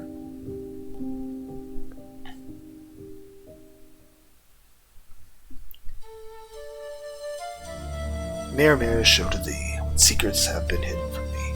Show me weakness, show me strength. Describe in detail, tell in length. Show me what I've been afraid to see. Show me who I'm afraid to be. Show me everything reflected true. Show me why I've come to you.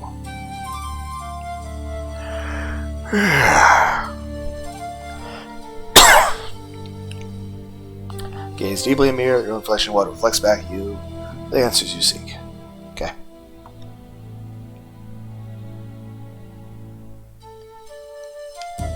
Okay, as real to you.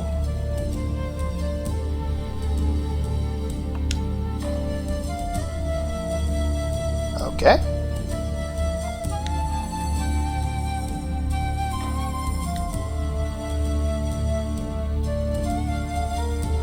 Soul Swordsman.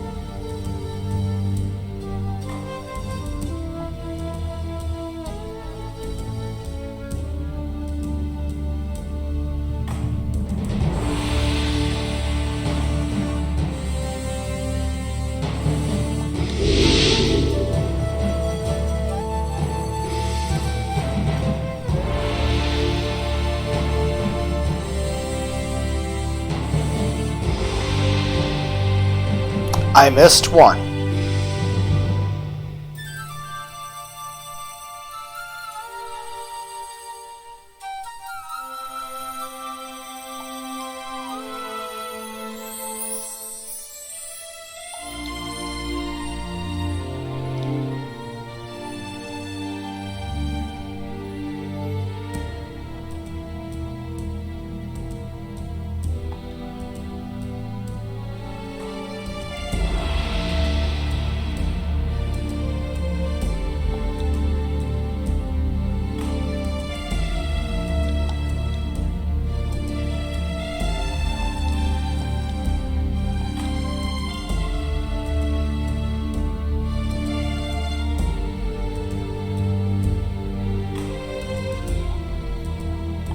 Okay, I might try at some point.